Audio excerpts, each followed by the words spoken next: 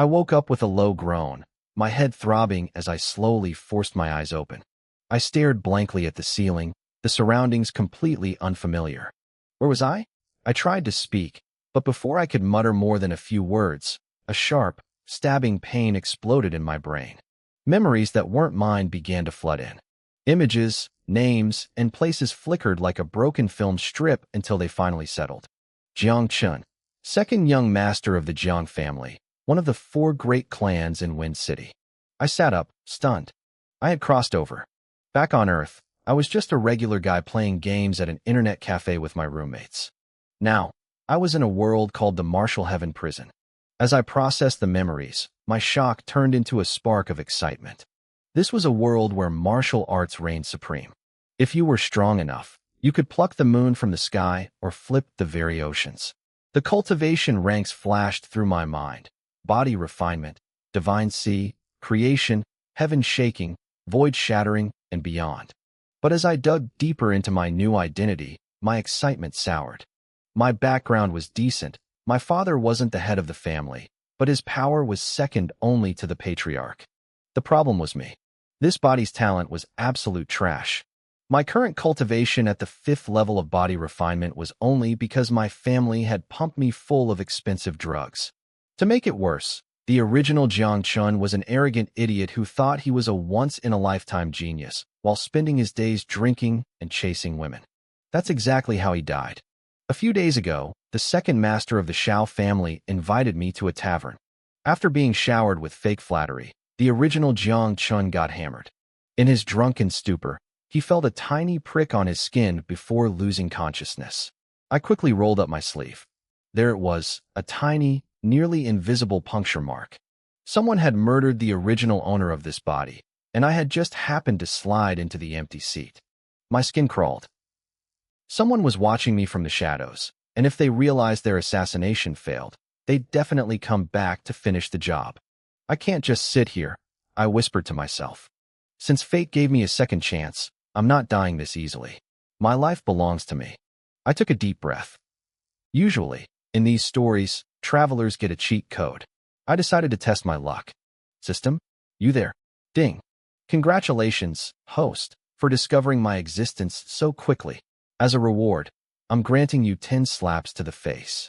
Opportunity, critical hit system, binding in progress. I froze, caught between shock and pure rage. I actually had a system, but instead of a beginner's gift pack, it wanted to slap me 10 times? System you. Please open your microphone to communicate, the voice echoed. After a very friendly verbal exchange, I managed to talk the system out of the physical abuse. I calmed down and asked, what does this critical hit thing actually do? How does it help me? The host only needs to give his own opportunities or treasures to others to trigger a critical hit compensation. The multiplier is random. I finally understood. If I gave away a resource, the system would multiply it and return something much better to me. The minimum multiplier was double, and it could go much higher. Knock, knock, knock. A frantic tapping at my door cut my thoughts short. Second young master. Great news. Incredible news.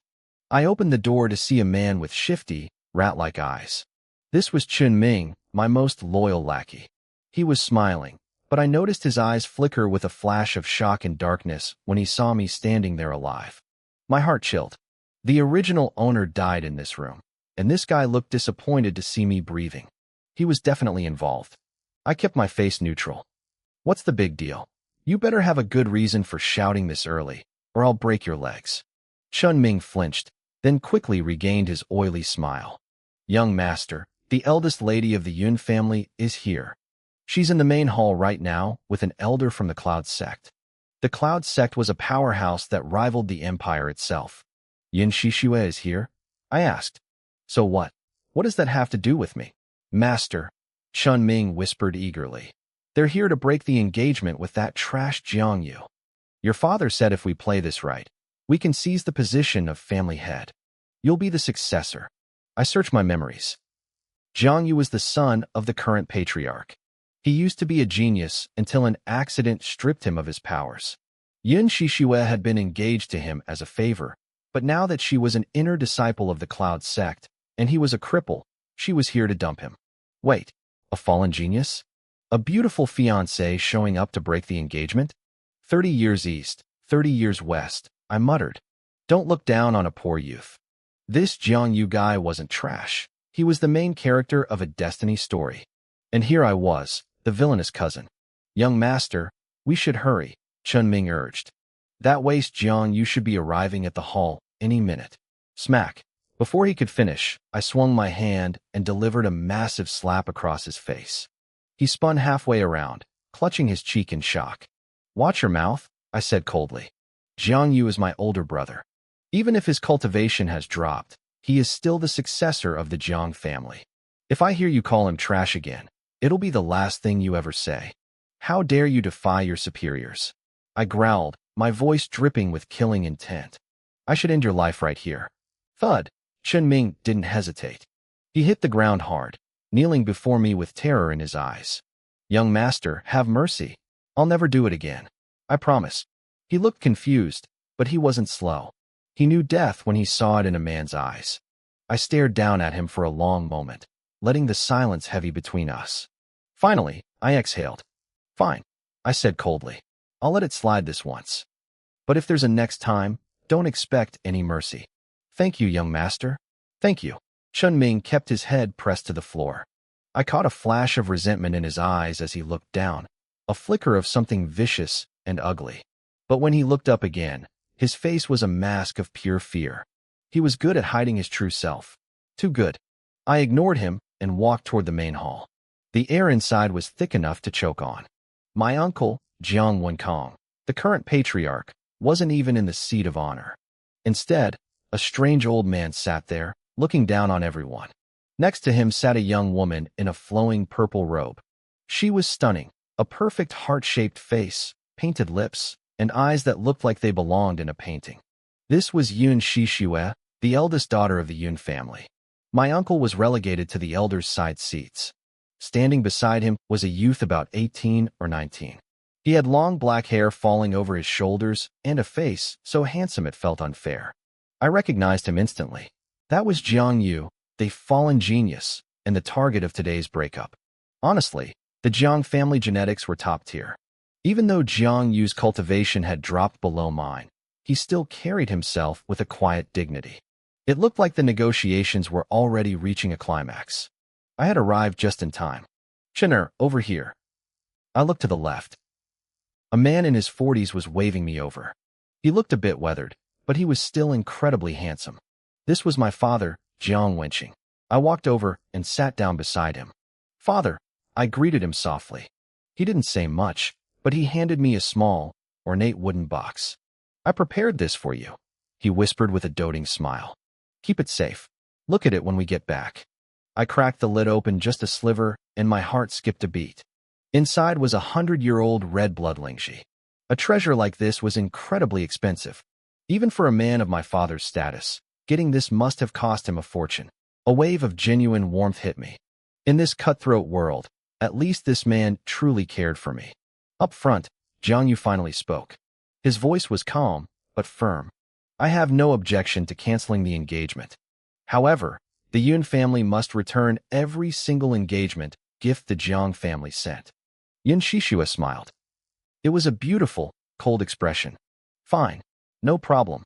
She clapped her hands. A group of servants marched in, carrying trays filled with glowing jewelry and spiritual accessories. They weren't cheap. The Jiang family had clearly spent a massive amount of wealth back then. At the end of the line was a golden chest. When they opened it, it was overflowing with spirit stones. The elders around us gasped. I could see the greed lighting up their eyes. Yun Shishue noticed their hunger, and her lip curled in disdain.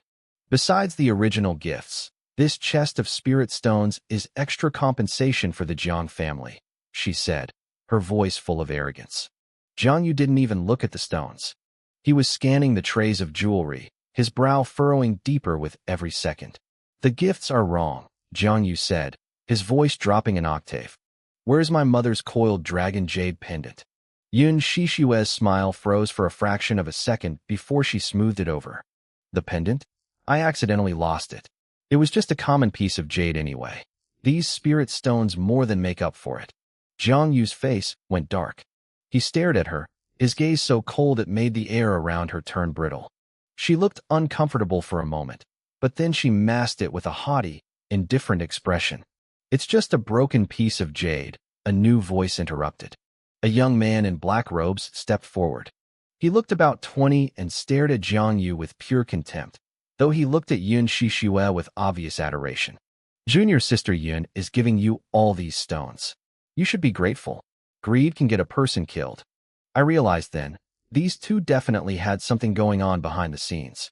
Jiang Yu ignored the threat. He just kept his eyes on Yun Shishue. My uncle, the patriarch, looked like he was swallowing fire, but he didn't speak. Beside me, my father, Jiang Wenqing, started to shift. I saw the look in his eyes. He wanted to jump in and mock Jiang Yu. He wanted to force Jiang Yu to sign the divorce papers immediately so he could use the situation to embarrass the patriarch and claim those spirit stones for me. Just as he started to stand up, I reached out and clamped my hand firmly on his arm. He froze, looking at me in confusion. I slowly shook my head. "Don't do it," I signaled with my eyes. My father didn't understand why, but seeing the intensity in my gaze, he slowly sank back into his seat. With us staying silent, the other elders followed suit, watching the drama unfold. "Well," the man in black robes barked when Jiang Yu didn't respond. "I don't care about the rest," Jiang Yu said, his voice like iron. "But you will return the coiled dragon jade pendant." Yun Shishue's patience snapped. The temperature in the room seemed to drop several degrees. "I told you I lost it. Is there any point in dragging this out? Offending the Yun family won't do the Jiangs any favors. The other two great families are already circling you like vultures." She was openly threatening him now. She was betting that the Jiang family was too weak to fight back. She thought she had us cornered. Jiang Yu's eyes turned cold. Honestly, he didn't care about the broken engagement. Yun Shishue meant nothing to him, and the feeling was clearly mutual. But her trying to keep the jade pendant his mother left behind, that crossed a line. It infuriated him. "Stop wasting time. Hand over the divorce papers," the man in black robes barked again. Jiang Yu suppressed his rage and spoke one last time. "I'm asking you for the final time. Where is the coiled dragon jade pendant?" Yun Shishue snapped. She slammed her hand on the table and stood up, her eyes flashing with unmistakable murderous intent. "Jiang Yu, if you keep pushing your luck, don't blame me for being ruthless." "Fine," Jiang Yu replied. "I'll give you exactly what you want. Take your betrothal gifts and get out. Don't bother returning them." The room fell silent, everyone looking on in confusion. Jiang Yu walked over to a desk, grabbed a brush, and wrote a single, massive character on a sheet of paper, annulled. He tossed the paper toward Yun Shishue. "From this day forward, there is nothing between us. As for the coiled dragon jade pendant, I will take it back with my own hands." Yun Shishue caught the paper. When she saw the word annulled staring back at her, she froze. Then, her entire body began to shake with rage. A terrifying chill radiated from her. You dare to divorce me?" The air cracked. Her black hair whipped around her as her aura surged. She was out for blood now. Ice crystals began to form in the air around her, and the temperature in the hall plummeted. The atmosphere turned suffocating. I watched from the side, my suspicion growing. My older brother was definitely not the person everyone thought he was. But seeing him hand her a formal letter of divorce instead of accepting hers, I almost had to laugh. It was a bold move. Up on the high seat, the old man from the sect finally opened his eyes. The pressure in the room became unbearable. "You dare humiliate me?" Yun Shishue screamed. Ice crystals formed on her arms as she lunged at Jiang Yu. The man in black robes stayed back, a smirk on his face. Yun Shishue was at the 6th stage of body refining and possessed an ice physique. She could take down a 9th-stage fighter easily. A weakling like Jiang Yu stood no chance. Watch out, my uncle," Jiang Wenqing roared. He scrambled to intervene, his face turning pale. He knew Jiang Yu was only at the 1st stage of body refining. If that hit landed, his son was a dead man. My uncle's aura exploded as he reached the 3rd stage of the God Sea realm, desperate to shield his son. But he was too late. The old man on the high seat flicked his gaze toward him. A crushing weight slammed down on everyone in the Jiang family. It felt like a mountain had dropped on our shoulders, pinning us to the floor. My uncle gritted his teeth, let out a guttural scream, and managed to break through the suppression just enough to throw himself in front of Jiangyu. He blocked the brunt of the attack, but the shockwave was still massive. Jiangyu let out a spray of blood and was sent flying. He slammed into the doorframe, his body instantly turning blue as ice began to cover his skin. My uncle cried out, his eyes bloodshot. He tried to move, but the old man's pressure intensified, locking him in place again. He turned a hateful glare toward the girl. Yin Shishua, how can you be so heartless? He brought this on himself, she replied, her voice dripping with disdain. The Jiang family elders were horrified. Seeing our patriarch treated like this sparked a rare flash of unity and rage. Even my father stood up slowly, his eyes fixed on the old man in the high seat. Oh, still breathing?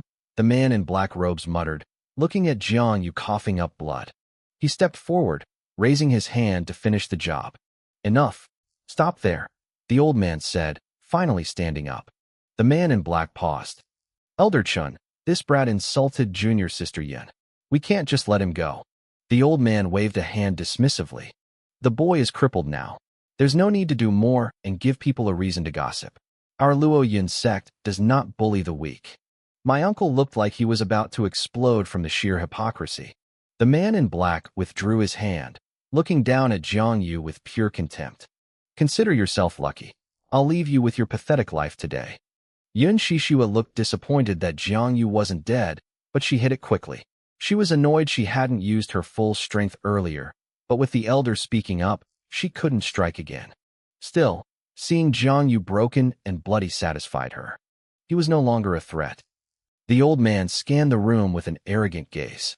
For the sake of the Yun family, I won't hold the rest of you accountable today. Do not test me again.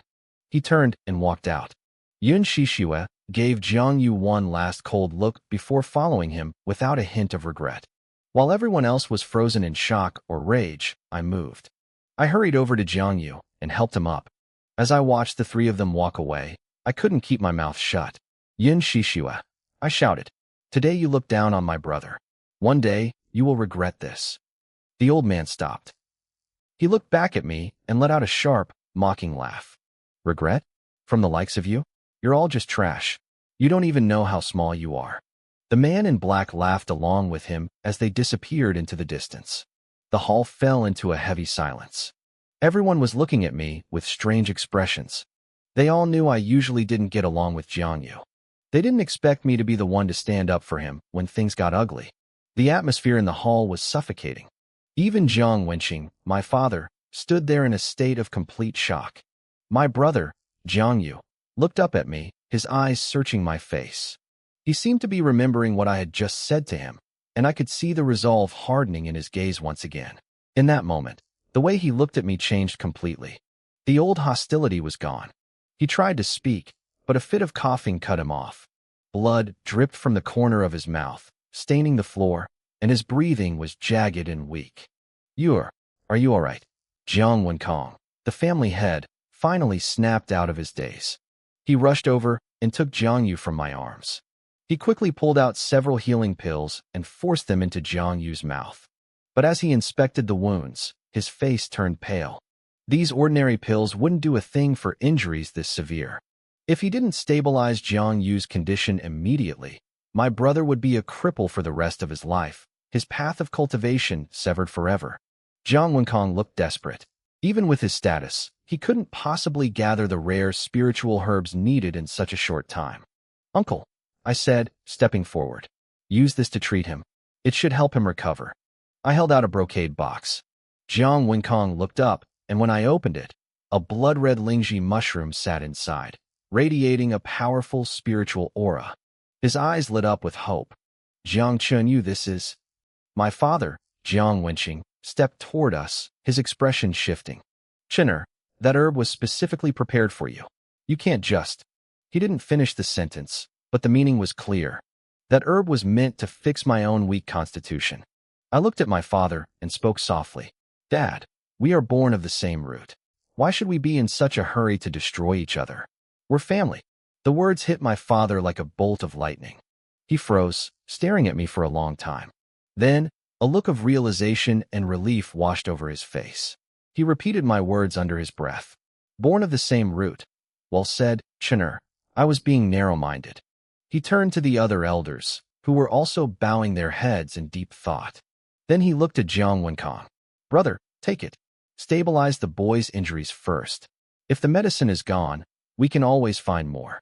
Jiang Wenkang nodded heavily. As he took the herb from my hand, I saw his eyes glisten with moisture. It had been years since my father had called him brother. That long-lost warmth clearly moved him to his core. Second brother, Jiang Wenkang said, his voice thick with emotion. I'll take him to heal now. Once he's stable, I'll come find you. As they hurried away toward the inner courtyard, a crisp sound echoed in my mind. Ding! Congratulations to the host for giving away 100-year spiritual herb, triggering 10 times critical strike reward. You have received 1,000-year blood lingxi. I felt a surge of excitement. The system wasn't lying. Not only did I resolve the family conflict and earn my uncle's gratitude, but my personal profit had just doubled. It was a perfect win-win. After talking with my father for a bit, I headed back to my own room. The news of the day was already spreading through Shinfeng City like wildfire. People were losing their minds. First, word got out that the Yun family came to break the engagement, but now the story was that Jiang Yu had been the one to dump her. The contrast was too much for the locals to handle. When I got back to my courtyard, my servant, Chun Ming, was nowhere to be found. My expression darkened. That treacherous rat. I was certain now that he had something to do with the death of this body's previous soul. But I didn't have time for him yet. I locked my door and pulled up the system interface. I pulled the 1,000-year blood lingxi from the storage space. It looked like it had been soaked in fresh blood, and the moment it appeared, a unique fragrance filled the room. Every pore in my body seemed to open up just from the scent. System, I thought. If I swallow this whole, will I explode? Ding. Rest assured, host. This herb is a nourishing type. It will cleanse your body, but the effect isn't as violent as other herbs. There will be some slight pain, but no risk of exploding. That was all I needed to hear. I took a big bite. This body was far too weak, and if I wanted to truly change my fate, a little pain was a small price to pay. To my surprise, the herb tasted sweet, not bitter at all. As it went down, my body started to feel hot, but there was no chaotic energy thrashing around. I got bold and finished the whole thing in a few bites. Then, the heat turned into a roar. My blood began to pump like a stampeding herd of horses. My meridians expanded rapidly. Suddenly, a wave of agonizing pain ripped through me. It was so intense I nearly blacked out. System, you liar. I screamed internally. This wasn't slight pain.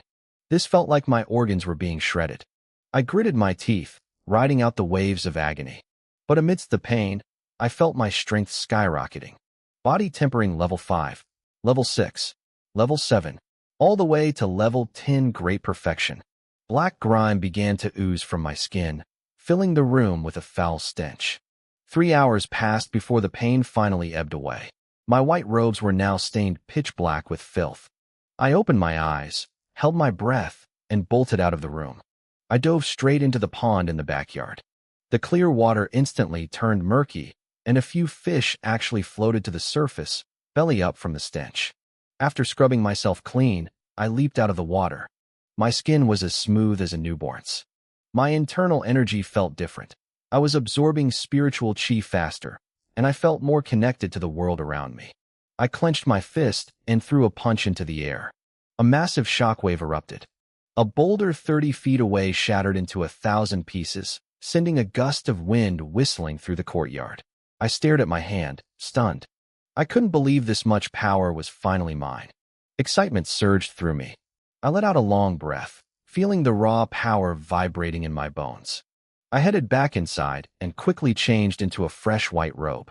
Just as I finished, the sound of footsteps echoed from the distance. I peeked through a crack in the window and saw Chun Ming approaching. His face was dark, his eyes filled with a cruel, ruthless light. But as he got closer to my door, his expression shifted instantly. He put on that same fawning, pathetic smile he always wore. I had to admire his acting skills. The guy had been missing all morning, and now he shows up right when I finished my breakthrough. It was clear his masters were getting impatient. Thinking back, I could guess who was pulling the strings. The world already knew the young master of the Jiang family had become a useless cripple. If they could just get rid of me too, there would be no heirs left. The Jiang family was one of the 4 great clans, but for some reason, our lineage was thin. Aside from Jiang Yu and myself, the other cousins were untalented or had abandoned martial arts for literature. If we both died, the vultures would swoop in and swallow the Jiang family whole. Knock, knock, knock. Master Jiang Chun, are you awake? Chen Ming called out. A cold smile played on my lips. I walked slowly to the door and creaked it open. I stared him down, my voice icy. What is it? It's the middle of the night. Why are you bothering me? Under my gaze, Chen Ming looked uncomfortable. Ever since I woke up, he seemed to sense that my personality had changed. He suppressed his confusion and bowed low. Master Jiang Chun, didn't you ask me to find news about Miss Mingyu? I've confirmed she's going to the Heavenly Fragrance Pavilion tonight. I came to let you know immediately. Miss Mingyu, the Heavenly Fragrance Pavilion. The memories flooded back. The original Jiang Chun was obsessed with that place. Shangguan Mingyu was the top courtesan there, a woman who played the zither but never sold her body. The previous owner of this body had seen her face once and had been hooked ever since. He sent people every day to track her schedule. If she was there, he was there. So that's where Chen Ming had been all day. It was a setup I had technically ordered myself, but I knew Chen Ming was using it as a trap. Master, Chen Ming continued when I didn't speak. Xiao Yun, the second master of the Xiao family, is already there. He told me to give you a message. Oh, what message? I asked. He said he didn't drink enough last time and wants to go another round with you. He also prepared a special gift for Miss Mingyu. He says he's going to make her his. Chen Ming lowered his head. He knew exactly how much the old Jiang Chun cared about that woman. He expected me to explode. I played along perfectly. I forced a look of pure rage onto my face. What? Xiao Yun dares to touch my woman. I'll teach that brat a lesson he'll never forget. Move. We're going to the Heavenly Fragrance Pavilion right now. I stormed out of the courtyard, acting like a man blinded by fury. As I walked away, Chen Ming looked up, a triumphant, conspiratorial smirk crossing his face. He hurried to follow me. He didn't see the cold grin on my face. Xiao Yun was the reason the original Jiang Chun died in his own room. That death had allowed me to take over this body. Now, the moment I wake up, Xiao Yun is already trying to bait me again. It was too obvious. If you want me dead that badly, fine. I'll play your game. Let's see who ends up in the dirt tonight. A cold light flickered in my eyes. 15 minutes later, we arrived at a massive, brightly lit building. The sign read Heavenly Fragrance Pavilion in bold letters. An old woman, the madam of the house, rushed out to meet me before I even reached the door. Master Jiang, you're right on time, she chirped. Miss Mingyu will be here any minute. We have some new girls today. Would you like to see them? Girls, come out. A group of young, beautiful women stepped out. They were attractive, sure, but compared to the memory of Shangguan Mingyu, who looked like a goddess descended from the heavens, they were nothing. I felt zero interest. I waved them off. No need. I'm only here for Mingyu. I don't care about the others. The madam's smile widened. Master Jiang is so devoted. I'm sure you'll get what you want. Your private booth is ready. Please, head upstairs. I nodded and walked inside. The pavilion had 3 floors. The first floor was packed with people who had paid 10 gold coins just for a seat to watch the performance. I ignored them and headed straight for the 3rd floor. Chen Ming led me past my usual room to a luxury booth on the left. Guards stood outside, but they didn't stop me. Chen Ming stepped aside as I pushed the door open. 2 men were sitting inside. One was thin and scrawny with a face that screamed sleazy, though his eyes were sharp and cruel. That was Xiao Yun. Next to him was a man in an expensive silk robe with a cold, arrogant expression. That was Bai Hongfei, the 3rd son of the Bai family. I stared at them for a second. Birds of a feather really do flock together. Both of them had the faces of classic villains. I felt a wave of genuine disgust. Xiao Yun looked surprised to see me, but he masked it quickly with a fake, high-pitched laugh. Master Jiang, if you had come any later, Miss Mingyu would have been mine. In this whole city, you're the only one whose looks can even compete with mine. Everyone else is just trash. I felt my stomach churn. I almost threw up my dinner right then and there. I had a new appreciation for Xiao Yun's shamelessness. As for Bai Hongfei, he just gave me a cold, indifferent glance before turning back to his drink. He didn't say a word. I pulled up a chair and sat down. My voice was calm as I addressed the sleazebag across from me. Young Master Xiao, I assume you didn't drag me all the way here just to give me compliments. Xiao Yun chuckled. After a brief silence, his expression grew serious. We heard about the trouble at the Zhang house. Your father and brother offended the Luo Yun sect. On the surface, things might look fine, but who knows what's happening in the shadows. Second, young Master Jiang, haven't you always wanted to be the head of the family? We can help you with that. I leaned back, feigning a look of intense interest. Oh, and how exactly would we cooperate? The Jiang family must be full of people unhappy with Jiang Wenkong right now, Xiao Yun said, his eyes gleaming. This is a golden opportunity. Our two families can support your father. We'll help him impeach Jiang Wenkong and install your father as the new head. I turned my gaze toward Bai Hongfei. Sensing my look, he gave a slight, stiff nod. His voice was like ice. He's right. If you agree to work with us, my father will step in to help as well. I toyed with my wine cup, my eyes slowly scanning both of them. And what do I have to pay for this favor? The two of them exchanged a quick, triumphant look. They thought they had me. It's simple, Xiao Yun said. We just want that spirit stone vein your family owns. You give 30% to each of our families. A spirit stone vein. I narrowed my eyes. I hadn't expected them to be this greedy. In this world, spirit stones weren't just currency. They were the lifeblood of cultivation. If I gave away 60% of our supply, the Zhang family would be ruined within years. I looked at them both, a meaningful smile spreading across my face. Thank you for the kind offer. I'll think about it and get back to you in a couple of days. But look, Miss Mingyu is about to arrive. Let's put business aside for now, shall we? The smiles on their faces vanished instantly. Their expressions turned dark. They weren't idiots. They knew I'll think about it was just a polite way of saying no. I saw a flash of genuine killing intent in their eyes. Then, Xiao Yun burst into a loud, fake laugh. When he looked up again, the malice was hidden behind a mask of friendliness. No problem. It's a big decision. We'll wait for your good news. Unlike the hypocritical Xiao Yun, Bai Hongfei remained silent, merely taking a slow sip of his wine. Suddenly, the noise from outside the booth surged. Miss Mingyu. Miss Mingyu is here. The tension in the room broke. I looked through the screen toward the source of the commotion. A figure appeared in my line of sight. She wore a flowing white dress, her long black hair cascading over her shoulders. Her eyes were like stars in the night sky, drawing everyone's gaze. A white veil covered her face, but it didn't hide her beauty. It only added a layer of mystery. This was the star of the Heavenly Fragrance Pavilion, Shangwan Mingyu. She stepped into the top-floor booth area, and a screen was lowered, leaving the crowd with only a blurry silhouette. A young maid stepped out from behind the screen and spoke in a clear, crisp voice. My lady says that whoever can write a poem that satisfies her tonight may spend the evening alone with her, admiring the moon together. The maid retreated quickly. Below us, the pavilion exploded.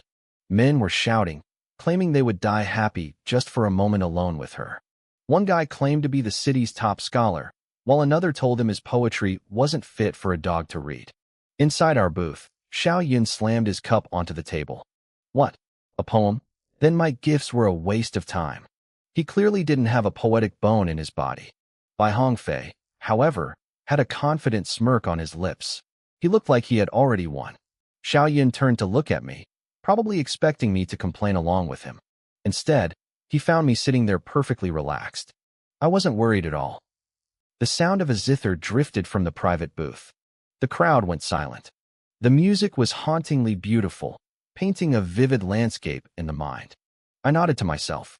This Shangwan Mingyu was talented. Her mastery of the zither was strong enough to tug at a person's heartstrings. If she wanted to, she could probably influence a person's mind with her playing. When the music stopped, I picked up a brush. I didn't hesitate. I began writing rapidly on a piece of paper, then folded it. I chose a classic from my old world, Prelude to the Water Melody by Su Shi. If you're going to show off, you might as well use the best work of the ancestors. Xiao Yun and Bai Hongfei watched me finish so quickly and exchanged a sneer. To them, I was just a fraud putting on an act to save face. They turned back to their own papers, trying to recall the mood of the music as they wrote. Xiaoyan struggled for ages before finally having one of his subordinates ghostwrite something for him. Soon, the little maid returned with a tray. Xiaoyan practically shoved his paper onto the tray, making sure it was in a prominent spot. I placed mine down calmly. The maid took the tray back behind the screen to Shangwan Mingyu.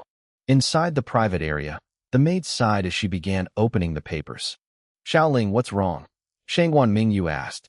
You look upset. The maid pouted. Miss, these men call themselves scholars, but I could write better than this. Why are we wasting time with this? We're already here, Mingyu replied softly. It's a good way to pass the time. Who knows? There might be a surprise. The maid continued sorting through the scraps of paper, unimpressed by the clumsy verses. But then, she stopped. She let out a small gasp of shock that immediately caught Shangwan Mingyu's attention. The commotion behind the screen caught my attention. Shangwan Mingyu noticed her maid's reaction and asked what was wrong. Xiaoling didn't answer right away. She just stared at the slip of paper I had written, her eyes wide with shock. Then, her expression shifted into something deeper, a mix of disbelief and intense curiosity. Miss, Xiaoling whispered, her voice trembling slightly. You need to see this. It was written by the second young master of the Jiang family. Shangwan Mingyu's interest was piqued.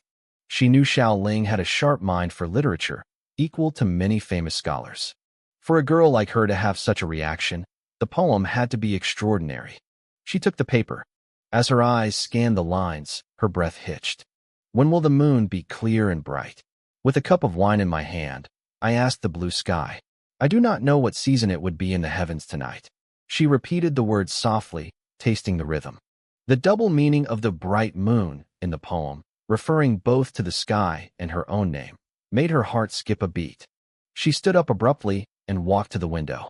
Outside, the moon hung high, silent and beautiful.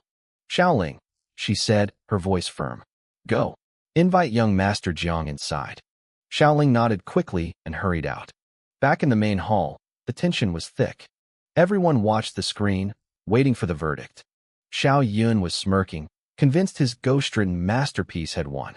Bai Hongfei stood up slowly, a confident smile playing on his lips. He didn't say a word, but his posture suggested he was already the victor. He began walking toward the private area before the announcement was even made. Quiet. Xiaoling's voice rang out, cutting through the chatter. The room went silent. She looked directly toward our booth. The result is in. I will now lead the winner to meet my mistress. The crowd groaned in disappointment. They knew they had lost. Bai Hongfei reached for the door handle of the pavilion, his arrogance radiating from him. He assumed the invitation was for him. Even Xiao Yun took a step back, conceding that Bai Hongfei's literary skills were superior to his own. Young Master Jiang, Xiaoling called out. Please, follow me. Bai Hongfei's smile froze. He had the door halfway open, ready to make his grand entrance, but the invitation wasn't for him. It was for me. I stood up, my expression cold and indifferent. I walked past the stunned crowd and stopped right in front of Bai Hongfei. He was blocking the way. Excuse me, I said flatly. You're in my way. Bai Hongfei's face twitched. He didn't move. He glared at Xiaoling, his voice dropping to a low, icy growl. You must be mistaken. How could it be Jiang Chun? We all know what he's capable of, which is nothing. Xiaoling wasn't intimidated. She crossed her arms and looked him dead in the eye. If you don't believe me, I'll read both poems aloud. Then you can see exactly why you lost. She didn't wait for his permission. She recited his poem first. It was flowery but shallow. Then, she recited mine. The words, "When will the moon be clear and bright?" echoed through the heavenly fragrance pavilion. When she finished, the room was deathly quiet. Then, a collective gasp went up. Even the rival scholars looked at me with newfound respect.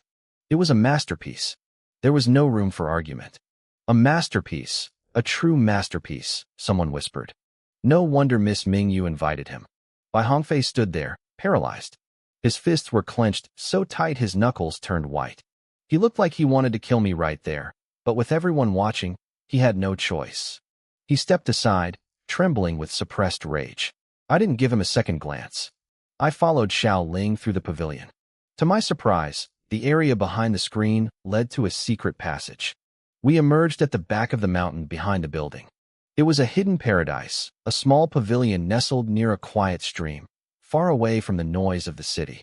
Meanwhile, back in the booth, the sound of glass shattering echoed. Bai Hongfei had swept everything off the table in a fit of fury. "That brat," he hissed. "How dare he humiliate me like this?" Xiao Yun sat nearby, watching the outburst with a calculating look. He wasn't as impulsive as Bai Hongfei. He was thinking. The door creaked open, and a man slipped inside, bowing low. It was Chen Ming, my servant. "Chen Ming," Xiao Yun said, his voice cold. "Tell us exactly what happened at the Jiang residence today." "Everything." Chen Ming looked terrified.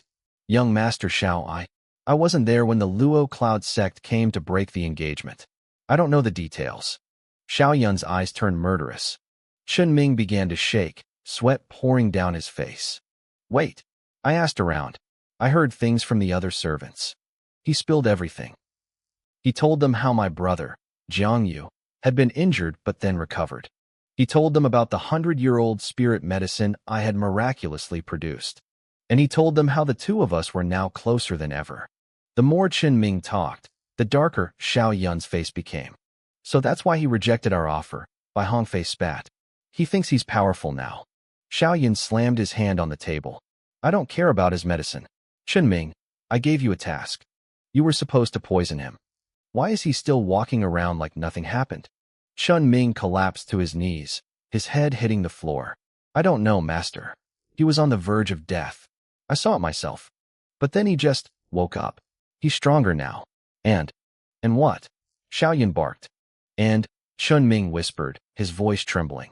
"I think he's starting to suspect me. His attitude has changed a lot lately."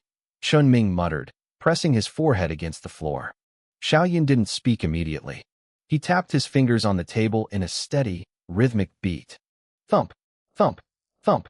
The sound echoed through the private room like a ticking clock. Bai Hongfei broke the silence, his eyes flashing with a cold, predatory light. "In that case, we change tactics. The Jiang family is already in chaos because of the broken engagement with the Yun family. This is the perfect time to strike." Xiao Yun caught on instantly. He looked at Bai Hongfei with a sharp grin. "You mean we kill Jiang Chun now and pin it on the Yun family?"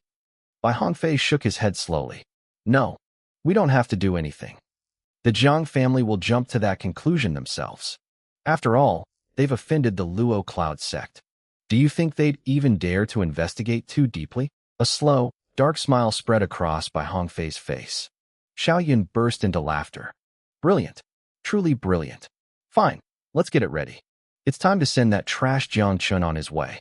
He's outlived his usefulness." Xiao Yun then turned his gaze toward the trembling servant on the floor. "Chen Ming, you go too. He was your master, after all. It's only right that you see him off one last time." "This subordinate obeys," Chen Ming squeaked. They moved fast.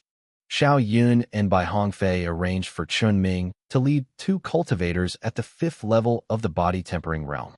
Their mission was simple: ambush me on the only road leading back to the Jiang residence. Once the trap was set, the 2 young masters slipped out of the Heavenly Fragrance Pavilion to avoid suspicion. Meanwhile, I was being led through the back of the pavilion. The maid, Xiao Ling, stopped at the entrance of a secluded loft. She didn't plan on going inside. "Young Master Jiang, my task is done," she said, glancing back at me. "You can go in yourself." She turned and vanished into the shadows before I could even reply. I stood there for a moment, then reached out to knock. Before my hand could touch the wood, the door swung open on its own. A soft chime of wind bells rang out, followed by the haunting, melodic notes of a zither. I tucked my hands behind my back and stepped inside. My white robes caught the slight breeze, fluttering as I walked. I kept my expression calm, my heart steady. I knew I looked the part of a refined noble, but inside, I was alert. I reached a private inner chamber. It was unique. The roof was open to the night sky, framing the bright moon perfectly. In the center of the room sat a woman in a white dress. Her slender fingers danced across the zither strings. When she heard my footsteps, she stopped. She looked up, her eyes like a sea of stars reflecting the moonlight. I felt a genuine jolt of surprise. She was stunning. Shangguan Mingyu, I murmured. Young Master Jiang, please sit, she said. I nodded politely and took a seat, making myself comfortable. I didn't stare, and I didn't act like the desperate lecher the original Jiang Chen used to be.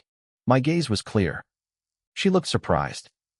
She had met the old Jiang Chen before and seen the way he used to look at her, with a hunger that was hard to miss. But the man sitting in front of her now was different. My movements were poised, my eyes steady. I wasn't someone she could easily dislike. After a moment of silence, she pulled out a piece of paper. I must apologize, she said softly. I underestimated your talent. I never imagined you could write such a masterpiece. I gave a modest shrug. Miss Mingyu flatters me. It was just a few lines. It's nothing special. I couldn't help but feel a little smug. Using the poetry of my ancestors from Earth to impress people in this world felt like a cheat code, but I wasn't complaining. Just a few lines? Her eyes lit up with anticipation. Then I have a request. Would you be willing to write the rest? I am very interested in the full poem. Of course, I replied. As soon as the words left my mouth, she flicked her wrist. A blank sheet of paper from across the room floated through the air and landed perfectly on the table in front of me. My eyes narrowed. That wasn't a simple trick. To move objects with such precision meant her cultivation was at least at the Divine Sea realm. No wonder no one dared to touch her in a place like this. Anyone with bad intentions was probably already buried in an unmarked grave. I didn't dwell on it. I picked up the brush and began to write. The ink flowed across the paper. When I finished, I set the brush down and looked at her. She raised her hand, and the paper drifted back to her. She read the lines of the water melody, the famous poem about the moon and the longing for loved ones. When will the moon be clear and bright? With a cup of wine in my hand, I asked the blue sky. She read it all, her voice trailing off. As she reached the end, I noticed something strange. Her aura was shifting. It was growing stronger, surging with a sudden, intense energy. Suddenly, a system notification rang in my head. Asterisk ding. You have gifted an epiphany opportunity. Triggered a 3x critical strike reward. You have gained 3 epiphany opportunities. I nearly choked. Writing a poem counted as giving her an epiphany? Epiphanies were incredibly rare. They allowed a cultivator to understand the laws of the world and skyrocket their power. And now, I had 3 of them banked. If she wasn't sitting right there, I would have laughed out loud. A long time passed before she finally opened her eyes. A flash of pure joy crossed her face. She looked at me, her voice more ethereal than before. Thank you, young master. You have resolved a doubt I've carried for years. You allowed me to reach an epiphany. She stood up and gave me a deep, respectful bow. You're too kind, I said, waving it off. It was your own talent. The poem was just a spark. You would have reached it eventually. She shook her head, looking at me with newfound respect. You are too humble. Without you, it might have taken me another 10 years. Then, she did something I didn't expect. She slowly raised her hand and removed her veil. I froze. Her face was perfect, delicate brows, eyes like clear pools, and skin as white as jade. She had a fragile, elegant beauty that made you want to protect her at all costs. Even though I had the original Jiang Chen's memories of her, seeing her like this in person was something else entirely. Young Master Jiang. She began, her voice soft. What's wrong? Shangguan Mingyue's voice drifted toward me, soft and curious. I snapped out of my daze. I had been staring at her for a few seconds too long. Her smile was still there, radiant and unsettlingly beautiful. I quickly regained my composure. I let a calm, faint smile play on my lips. My apologies, I said softly. I was simply stunned by your beauty, Miss Manhwa. I lost myself for a moment. As soon as the words left my mouth, I looked away, returning to my usual indifferent expression. My heart wasn't racing, but I had to admit, she was something else. She let out a laugh that sounded like silver bells. A faint blush crept across her cheeks. In that moment, it felt like 100 flowers had bloomed at once in the small room. She looked like a goddess who had descended from the heavens. I found my eyes drawn back to her again. I looked at her with clear eyes, devoid of any lecherous intent. She noticed. I saw a flash of deep satisfaction in her gaze. She stared at my face for a moment, appearing slightly dazed herself. The silence was broken by a soft tapping. Xiao Ling, the maid, returned with a jar of wine. She set it down quickly and disappeared again without a word. Young Master Jiang, Shangwan Mingyue said, her eyes locked onto mine. Would you care to share a drink with me? I would be honored, I replied. We sat across from each other, pouring wine and talking. The tension from earlier evaporated. The conversation flowed naturally, and the stiff formality between us began to melt away.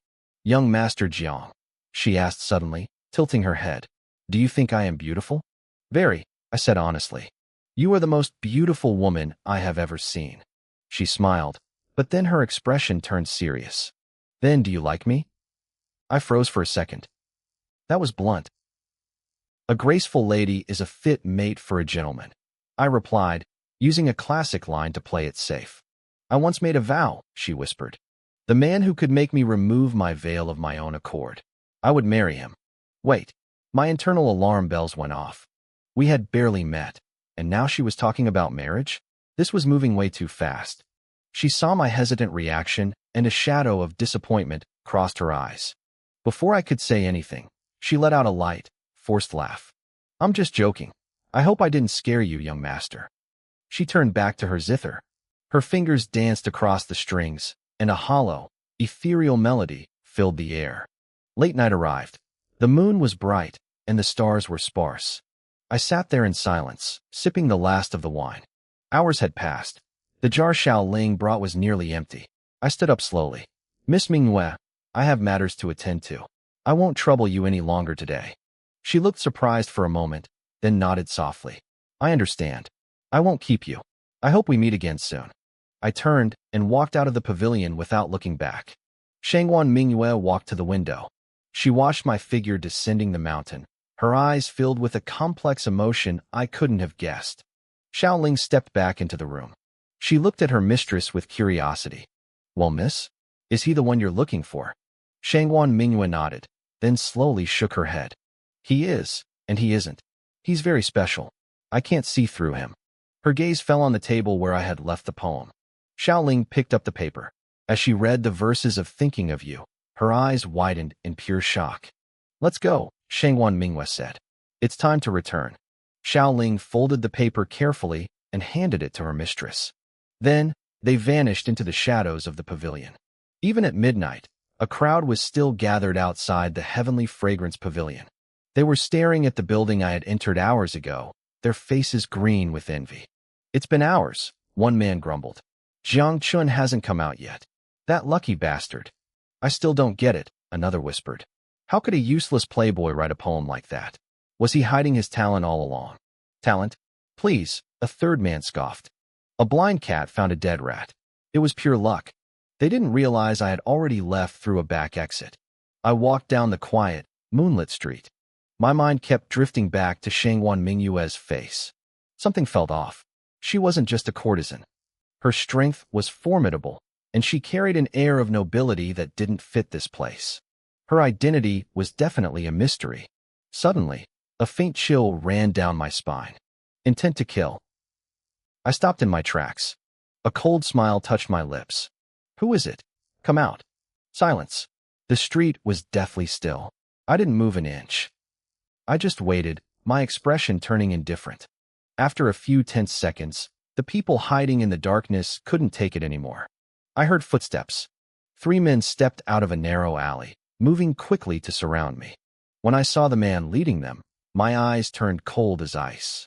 Chen Ming, you're really seeking death, aren't you? Chen Ming didn't look scared. He burst into a frantic, crazed laugh. Ha ha, Jiang Chun, it seems I was right. You've suspected me for a long time. He dropped his usual humble act. He stood tall, his face twisted with arrogance and malice. But it doesn't matter now. You're about to die anyway. Why? I asked calmly. Why be a traitor? A traitor? Chen Ming sneered. I've been a member of the Shao family from the start. You were just too naive to notice.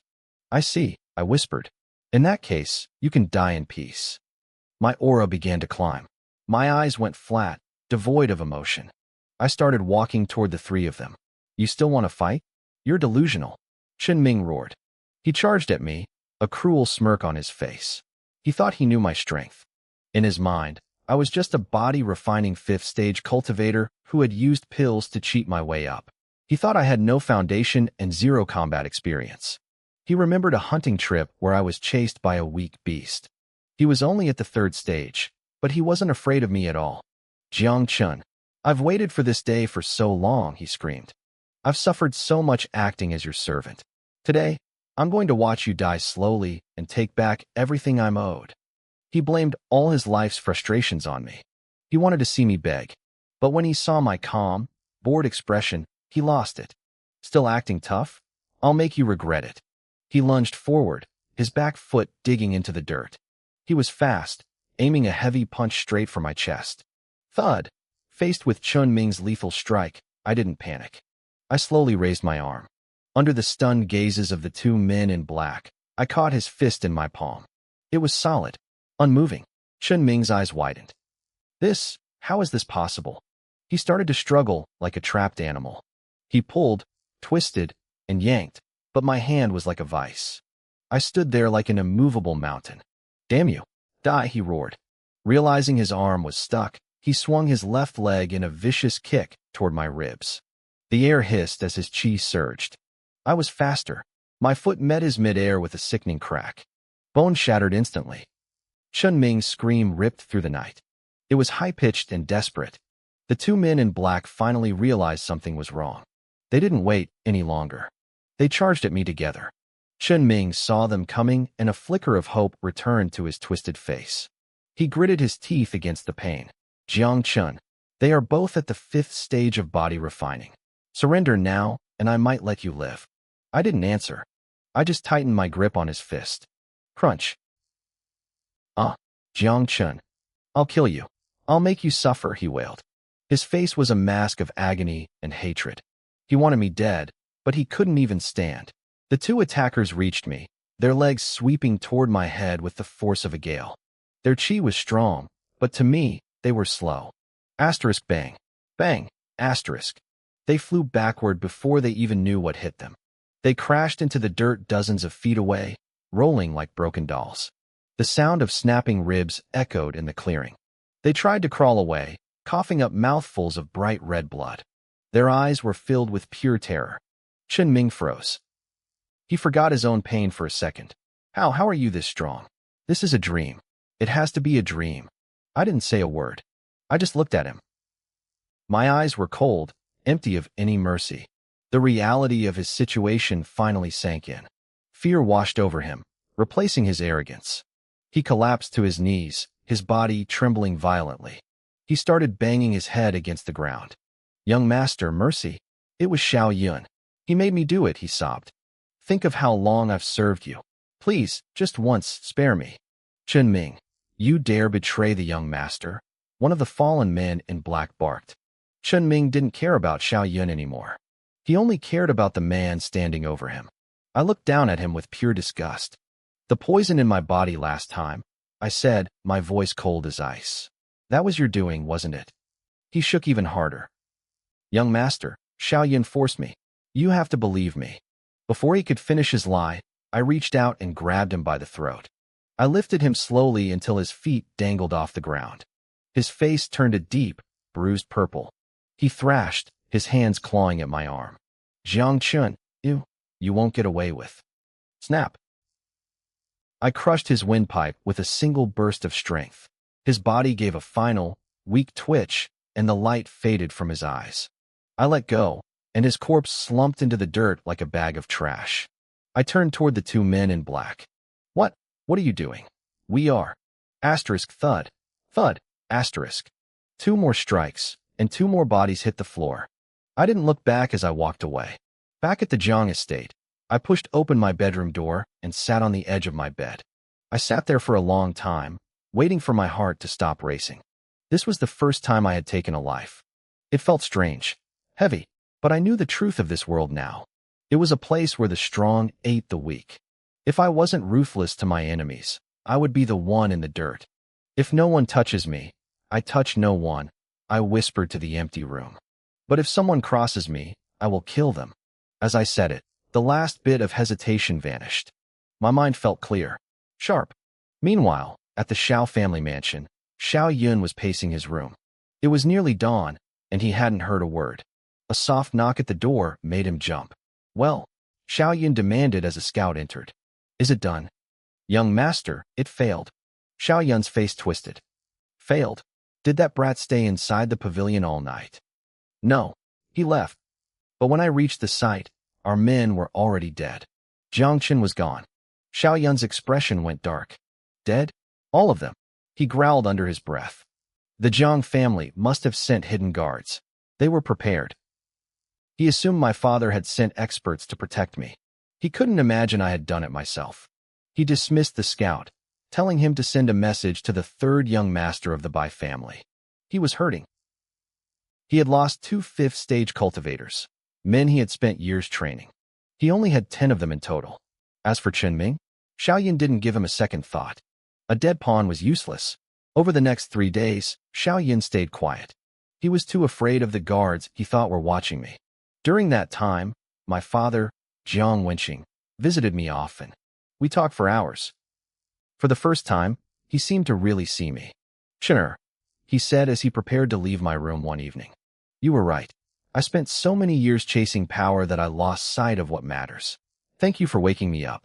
He paused at the door. Your older brother has mostly recovered. You should go see him. I need to enter secluded cultivation for a while. I looked at him, surprised by the change in his aura. Something was different. I watched my father walk away, his aura surging with every step. I realized then that our conversation hadn't just cleared his mind, it had triggered a breakthrough. By letting go of his obsession with power, he had finally found the path to more of it. He headed straight for his own courtyard to enter secluded cultivation, leaving me standing there in the quiet. I didn't stay long. I turned and made my way toward the back of the estate, heading for my older brother, Jiang Yu's pavilion. I followed a secluded path until a heavy wooden door blocked my way. I knocked twice. After a few heartbeats, the door creaked open. Jiang Yu stood there. When he saw it was me, a genuine smile broke across his face. He stepped aside, gesturing for me to enter. Second brother, come in, let's talk. I didn't stand on ceremony. I walked inside and looked him over. Brother, you look like you've recovered well. That's a relief. His eyes softened with emotion.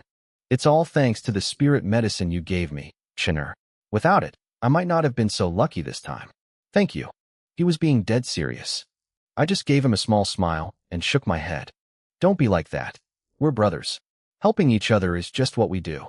He nodded firmly, the bond between us solidifying in that moment. Right? We're brothers. We moved to the dining area in his courtyard. He brought out several jars of wine, and we started drinking. As the wine flowed, the distance between us vanished. I started feeling a bit tipsy. The wine in this world wasn't incredibly strong, but we were drinking a lot of it, and my tolerance from my past life had always been terrible. Then, I noticed something. I squinted at him, sensing his energy. My jaw nearly dropped. His strength had exploded. 3 days ago, he was only at the first stage of body refining. Now, he was at the peak of the 4th stage, just half a step away from the 5th. He had jumped 4 levels in a matter of days. Brother, your strength? I stammered. Jiang Yu laughed confidently and patted my shoulder. It's that spirit medicine, Chinner. It gave me the energy I needed to kickstart my cultivation. My talent has returned. From now on, your big brother is here. No one will ever bully you again. He radiated a level of confidence I hadn't seen before. I realized my hunch was right. My brother was built like a classic main character. He was going to rise like a comet. Honestly, that suited me perfectly.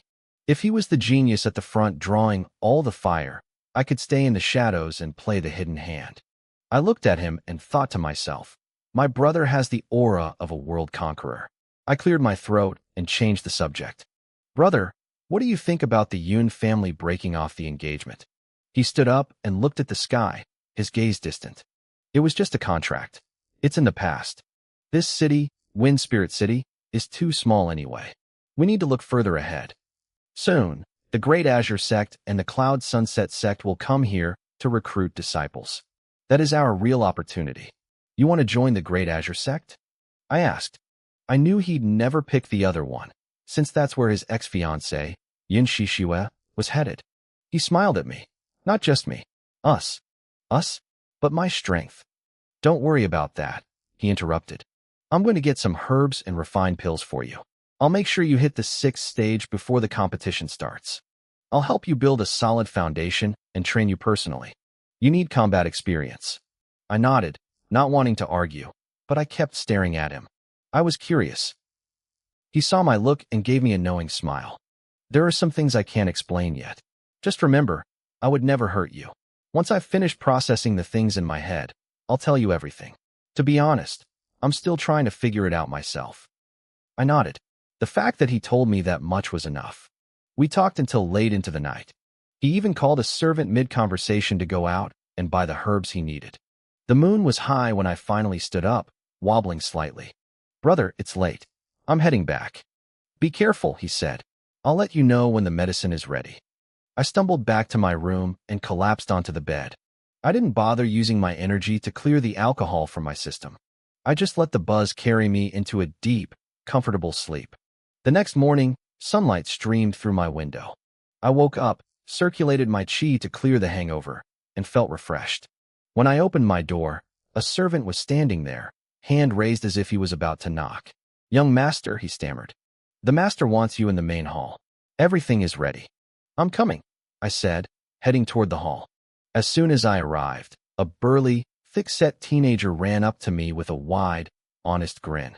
Second brother, you're here. Daoxin, I said, smiling back. You're early. Didn't third uncle drag you off to train today? He scratched the back of his head and laughed. It's a family banquet today? My dad said no training. Besides, he says I have no talent anyway. I think he's given up on me. This was Jiang Daoxin, my cousin. His father, Jiang Wenyuan, was my third uncle, a laid-back man who didn't care about politics or power. Daoxin was born with incredible physical strength, and my uncle had high hopes for him. But his cultivation progress was slow. He was only at the 3rd stage. Mostly, the kid just loved to eat. We chatted for a bit as more relatives arrived. I looked around the room and realized something depressing. Most of the younger generation had pathetic cultivation levels. Some hadn't even started. No wonder people thought the Jiang family was finished. I looked at the younger generation of our clan and felt a chill. Their talent was pathetic. If this continued, the Jiang family would be swallowed whole by rival forces. We weren't just losing our status. We were facing total extinction. Haha. Everyone, don't just stand there. Take your seats. A powerful voice boomed from the doorway. My uncle, Jiang Wenkong, the head of the family, walked in followed by a group of elders. My father, Jiang Wenqing, walked right by his side. At my uncle's command, everyone scrambled to their seats. To my surprise, my cousin Jiang Yu appeared and sat right next to me. He didn't even look at the seat reserved for the heir. The relatives who had just returned to the estate stared at us, their eyes wide with shock. They had heard rumors that I'd given Jiang Yu life-saving medicine, but they hadn't believed it. We used to hate each other. I had spent years making his life miserable. Seeing us sitting together like brothers told them everything they needed to know. The ice had finally melted. The banquet began, but the air was heavy. Everyone kept their heads down, eating in silence. No one dared to speak before the family head. After a while, Jiang Wenkong cleared his throat. He looked at us, his face weary and grave. We all stopped eating and looked up, waiting for the blow to fall. Everyone, he said slowly. Not long ago, the Yun family attacked my son, Jiang Yu. He nearly died. We have officially broken all ties with them. You must be prepared. The Yun family will likely unite with other clans to target us next. The room went cold. My uncle turned to me, his gaze softening. Xiaochun, it's thanks to your spiritual medicine that your brother is still with us. Otherwise, the Jiang family would be mourning today. I stood up and gave a respectful bow. Uncle, you're being too kind. We are of the same blood. Helping each other is only natural. My father nodded proudly. Xiaochun is right. Good, good. My uncle muttered, but the tension returned quickly. One of the elders looked up, his voice grim. Family head, we can't fight 3 major clans at once. What is the plan? What are you afraid of? Another elder barked, slamming his fist on the table. This was the 3rd elder, known for his temper. At worst, we die fighting. I'll take a few of them down with me. The 3rd elder is right, another chimed in. We can migrate the clan if we have to. They tried to kill Jiangyu. If they push us further, we fight. The room erupted. Everyone had been holding in their frustration for too long. They were tired of being bullied. They wanted blood. My uncle raised his hand, and the room went silent instantly. The Jiang family doesn't go looking for trouble, he said, his voice hard as iron. But we don't fear it either. If the Yun family strikes first, we fight to the death. We will not disgrace our ancestors. To the death, the crowd roared. Suddenly, Jiang Yu stood up. He looked at his father with absolute confidence. Father, just give me a little time. A tiny Yun family won't be a threat for long. Everyone stared at him. My uncle started to say something, but then he froze. He sensed it, a surging, powerful aura radiating from Jiang Yu. His eyes widened in disbelief, then filled with pure joy. You are your talent, it's back? My uncle remembered clearly that Jiang Yu's cultivation had dropped to the second stage of body refinement. But now, the energy rolling off him was clearly at the fifth stage. His blood qi was thick and vibrant. He looked like a genius reborn. Yes, Jiang Yu said, nodding firmly. Yun Shishua tried to kill me, but it was a blessing in disguise. My talent has returned, and I've gained a new opportunity. A hidden inheritance. He paused, his voice steady. I can't explain the details yet, but I can promise you this. I will be even stronger than I was before.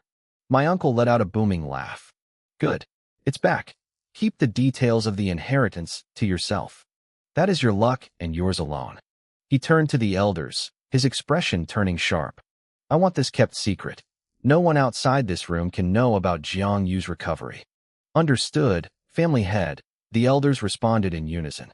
They knew how dangerous this information was. A genius returning from the brink was a miracle, but it also made him a target. For the first time in weeks, the elders were actually smiling. Beyond my cultivation, Jiang Yu continued. This inheritance gave me tools to help the clan's current situation. Leave the next steps to me. The elders didn't ask questions. They trusted him. My uncle nodded, satisfied with their loyalty. Since Yue has a plan, everyone stay low for now. Don't clash with the Yun family. Let them be arrogant a little longer. Yes, family head. The atmosphere shifted instantly. The gloom evaporated, replaced by a spark of hope. Today is a family banquet, my uncle announced, his voice much lighter. Let's stop talking about these headaches and drink. My father smiled and raised his glass toward my other uncle, Jiang Wenyuan. Wenyuan, let's the three of us brothers have a drink together. Big brother, second brother, cheers. Wenyuan laughed. The three of them clinked glasses and downed the wine in one go. Their laughter echoed through the hall, and for a moment, the weight of the world felt a little lighter. Uncle Jiang Wenkong turned to the elders, his face flushing with excitement. Don't just stand there watching us. Drink. Today, no one leaves until they're drunk. With the family head's permission, the elders didn't hold back. They started pouring wine and laughing, the heavy atmosphere of the past few weeks vanishing in an instant. The hall was filled with the sound of clinking cups as the celebration truly began. While the elders were busy, Jiang Yu walked over to me. He had a calm, faint smile on his face. Second brother, how about a drink between us? I nodded and raised my glass. Of course. We shared a look, smiled, and downed the wine together. I had to admit, Jiang Yu's decision to reveal his recovery today surprised me. But it was a brilliant move. The Jiang family desperately needed hope. By showing everyone his talent had returned, he had stabilized the clan's morale and united them in a single stroke. I had planned to do something myself to boost spirits, but Jiang Yu had saved me the trouble. I gave him a silent thumbs up in my head. Half an hour later, the banquet began to wind down. People started heading back to their duties. Jiang Yu stood up and looked at me. Second brother, let's go. I've already prepared the things I mentioned last time. I blinked, then remembered. He had promised to help me strengthen my body. I didn't think he'd be ready this fast. I stood up to follow him, but Jiang Yu turned toward Jiang Daoxin, who was still buried in a plate of food. Daoxin, you come too, Jiang Yu said.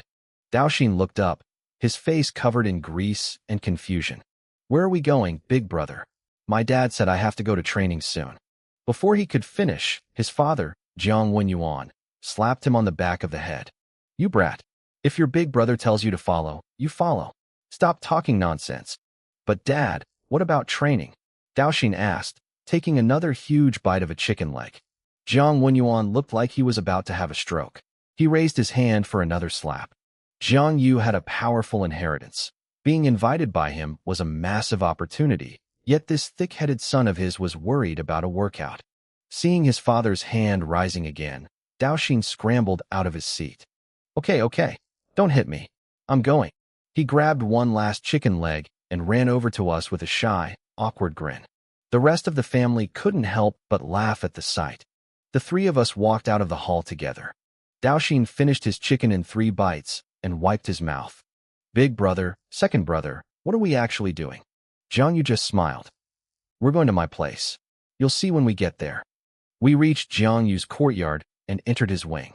The room was empty of furniture, except for 2 large wooden tubs sitting right in the center. As I got closer, I heard a bubbling sound. Steam rose from the tubs. They were filled with a deep, crimson liquid that was churning and boiling like a volcano.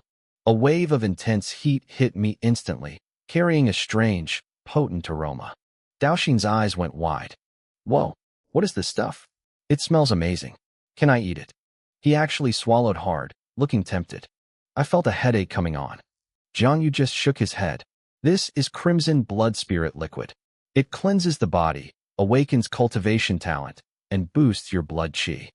He pulled 2 porcelain bottles from his robe and handed one to each of us. These are grade 3 vein-opening pills. Take them once the bath is finished. It's going to be painful, but if you endure it, your strength will skyrocket.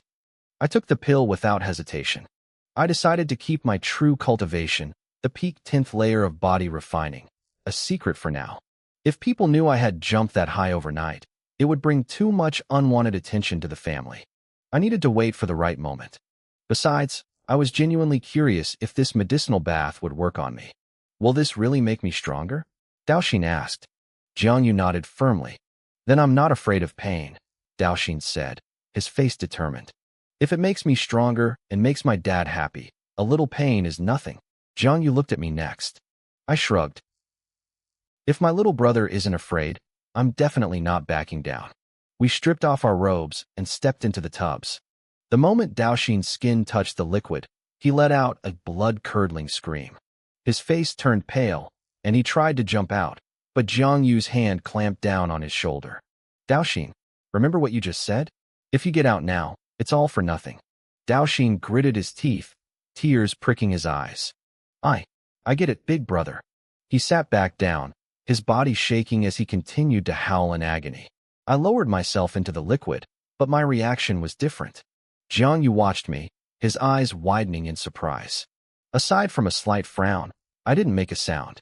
The heat was intense, like needles stabbing into every pore, but my willpower was far beyond a normal teenager's. I sat there, face calm, absorbing the energy. Time passed. The crimson liquid slowly turned clear as the nutrients were absorbed into our skin. In its place, a black, foul-smelling sludge began to seep out of our pores, impurities being forced out of our bodies. Seeing that we were stable, Jiang Yu quietly left the room and shut the door behind him. His footsteps faded away, leaving us to finish the transformation in silence. I opened my eyes slowly. Floating on the surface of the water were thick, black clumps of waste. I stared at them, genuinely surprised. My brother's medicinal bath was incredible. I had recently consumed a spirit lingji and gone through a complete body cleansing, so I assumed this bath wouldn't do much for me. I was wrong. Even though there were fewer impurities in my tub than in Daoxin's, I could feel my physical strength surging. I didn't waste a second. I began circulating my cultivation technique. My body became a sponge, rapidly soaking up the remaining energy from the liquid. My power grew steadily. Time slipped away. By the time night fell, the liquid in my tub had turned completely clear, leaving only a layer of grime on the surface. Daoxin's tub was the opposite. His water was pitch black, and his skin was coated in thick sludge. I climbed out of the tub and headed straight for the backyard. I used the cool spring water to wash away the filth. Just as I finished, Daoxin came charging out of the room. He gave me a quick wave and dove headfirst into the pond. I looked everywhere, but Jiang Yu was nowhere to be found. He had vanished. A splash broke my concentration. Daoxin leaped out of the pond, his face glowing with pure excitement. He could feel the change in his body. Second brother. Second brother, he shouted, running toward me like a child who had just been given a mountain of candy. Big brother was right. I broke through a minor realm, and I'm already close to the next one. Don't get too excited yet, I said, calming him down. The medicinal effects are still active in your system. Take the pill Big Brother gave you now.